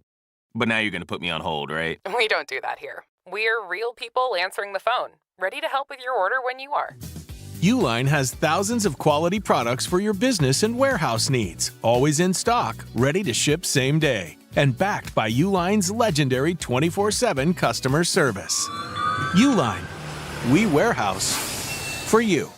Kenny here to help you get in on the sweet life with Cotton Candy 5-Hour Energy. It's that classic throwback cotton candy flavor, but with 0 sugar and a 5-hour energy boost. I keep these with me so I can tackle that sweet tooth with a tasty caffeine kick and no guilty sugary aftermath. Bring on the sweetness with Cotton Candy 5-Hour Energy Shots. Available online at 5hourenergy.com or on Amazon. Do you read more about your team in the off-season than in the season? Does your game day outfit include a brown bag with eye holes? Then you may be a fan of a BST or bad sports team. Luckily, when you bundle your home and auto insurance with Progressive, you're protected. Because seeing your painted face in the rearview mirror after a loss isn't just depressing. It's distracting. Visit Progressive.com today. Progressive Casualty Insurance Company, affiliates, and other insurers. Covered subject to policy terms. Not available in all states or situations. Congratulations, New York. The Knicks did it. Through battle after battle, they dominated to become this year's NBA champions. Day in and day out, the hard work paid off. And you were there every step of the way. Enjoy the crown. Own it, because this year is your year. A part of your legacy that will never be forgotten. So celebrate this moment, show your pride, and shop the largest selection of official NBA gear at NBAstore.com. A Fanatics experience. All right, DNR with you on this busy Wednesday. The news is out. DNR and DHR will all be on MSG for the full duration of the show starting September the 8th. So we're really thrilled about that. Really excited. Let's get to the phones. Let's go to Everyday Edgar. Good morning, Edgar. You're on ESPN New York. Hello? Hello. Congrats, boys. Hello? You hear me? Yeah, we got you. All right, congrats, boys. September 14th is going to be must-see TV if the Giants win or lose. Can't wait. Can't wait to that MSG show. We got to win that game. We have to. You're going to win that game. And as for the Jets, I'm going to make it real quick. You're going to go 3-14, new coach, new quarterback, 2027. Wrap. That's it. Guys, you've done it. You got me through hip surgery. You're on the big stage now. Congrats. Who knew 3 years ago you would get this far, man? Best sports show on radio. You made me every day, Edgar. Let's get it. Thank you very much. Let's go. Thank you. See, he says let's go. You don't jump all over him. Well, he doesn't say. He just said it one time. You were saying let's so go I to said everybody. It 2 times. Well, because now you changed. Because I've changed you, and you said something nice to Carlin, which was I love you, thank you. Because now I'm conscious of it. Well, see, but that's what I did. Yeah, but you did it in a mean way. I didn't do it. You did it in a public forum. Well, that's the only forum I have. That's currently what I have as a public forum. You could send me a text off to the side. Oh, but that's not good content for the show now, is it? So it's all about show content, huh? Mm-hmm. You bet it is. How much of your life would you say all of it. Walk through? And you're like, I could use that for the show. All of it. Yeah, me too. Every second of every day. Absolutely everything. Everything. Let's go to a friend of the show, Don in Linthrop. Good morning, Don. How you doing? No, Dave, it's Doug. All right. We can go back to Doug. And I love you, Dave. I love finally. you. Thank we God. love you too. We love you. You know why we don't do this? Shenanigans. Because John's on vacation, so now we can really play. Go ahead. The cat's away. No, it's okay. Anyway, but I love the show. I'm glad that you guys are going to triple the viewership on the morning show on MSG. It's no question. Wow. We're You're very the excited, best. Doug. We're very excited. Thank you so much. And you should be. You should be. Not that I can get MSG, but that's okay. Anyway. Tell your cheap son, Doug. Doug, tell your cheap son to get off his wallet and start hooking up with all these nice apps for your television. Yeah. You know how much money he has? Oh, he's very loaded, well. Doug. Well, he's out in Disneyland right now. Yeah, so, right. That's because he's double dipping too, Doug. He's making his money here. He's got the stock market. He's doing stuff. This guy's. I mean, don't let him fool you. Yeah. Well, let him do his thing. He's a good son. I love him. I love Derek. They're terrific. They're great kids. They are. How do you feel that he, against my will, is making me watch a Giants game on the Couchcast? Dave, I understand that you love to watch your Giants in private. Yes. So this way you can yell and scream all you want, and not a good look. Wow. For him, right? Yeah. Thank you. Yeah. Thank you. Yeah. No, I agree. Did you want to get into the Jets real quick? I just wanted to say that I would really love to. Gino was not the answer. I want to give this guy Klubnik a chance because he was good at Clemson. He was going to be a top choice until last year, but last year maybe there was some issues there. I don't know, but I want to give him a chance. If he can show something that maybe he can be their quarterback. Quarterbacks were drafted on the 3rd, 4th, 5th round, 6th round, and they've succeeded. So why can't the Jets have one of those? Because they've tried number one, third overall pick, 5th overall pick, 2nd overall pick. Everything. They haven't been successful. So maybe he anyway. will. Maybe, and thanks for the call, and we appreciate the kind words. Maybe this will be the one. It's just, I mean, listen, I wasn't really excited about Klubnik coming in, but, I mean, did you know who half the guys were that turned into huge stars? No, right? No, not necessarily. It's just, really I mean, Tom Brady, and I mean, there's a million guys that you could look at that you didn't really know. Yeah, right. But you're also talking about Bill Belichick, though, right? And I mean, I get it. It's just we don't have this like tremendous track record. If it was, I mean, Sean McVay taking Simpson, right? Even though it's like, well, why didn't you add to this team that's trying to win a Super Bowl? It's like, okay, there's probably a good chance that Simpson ends up being a pretty good quarterback. That's not what that's not who the Jets have been. It didn't work out with the 2nd overall pick. It didn't work out with the 3rd overall pick. It never does. It didn't work out with Geno Smith. I mean, you name it. I mean, we go back. We said if they got Baker Mayfield, he'd be the 2nd best quarterback in franchise history immediately. Right, but you're talking about, like, could you imagine if Geno Smith gave us a season like Ryan Fitzpatrick? That's what you're talking about. That's what you're hopeful for, I guess. Yeah, I mean, that was a good season. Now, it didn't equate to the playoffs because we laid an egg against Buffalo, but still, like, yeah, of course we'd all sign up for that. I just don't know how at almost 36 years old, after two not great seasons, that it's going to be now this is the year that he turns it all around. I find it very hard to believe. All right, real quick, let's go to Dan in Jersey because I promised we get to all the calls. Dan, quickly, you're on ESPN New York, buddy. Good morning, Dave. Good morning, Rick. Congratulations. I just wanted to say I'm so excited that you guys are moving to MSG. You guys are stars. You guys get me through my mornings. You guys are fantastic. And very quickly, Jazz Chisholm is entering my worst Yankee of all time territory. No. He's been that bad this year. Not worst Yankee of all time, but like my worst that I've ever watched. You hate him the most. Up there I with understand. Hicks right now. I actually understand that. I like do. Even last night, he botches a double play ball, and then he starts arguing with the umpire instead of trying to get the out at first base. It was horrendous.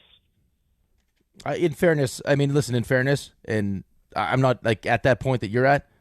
I mean, the umpire could have done a better job of getting out of the way a little bit sooner as opposed to just dodging it at the last second. Yes, that notwithstanding, though, he would drive me mad.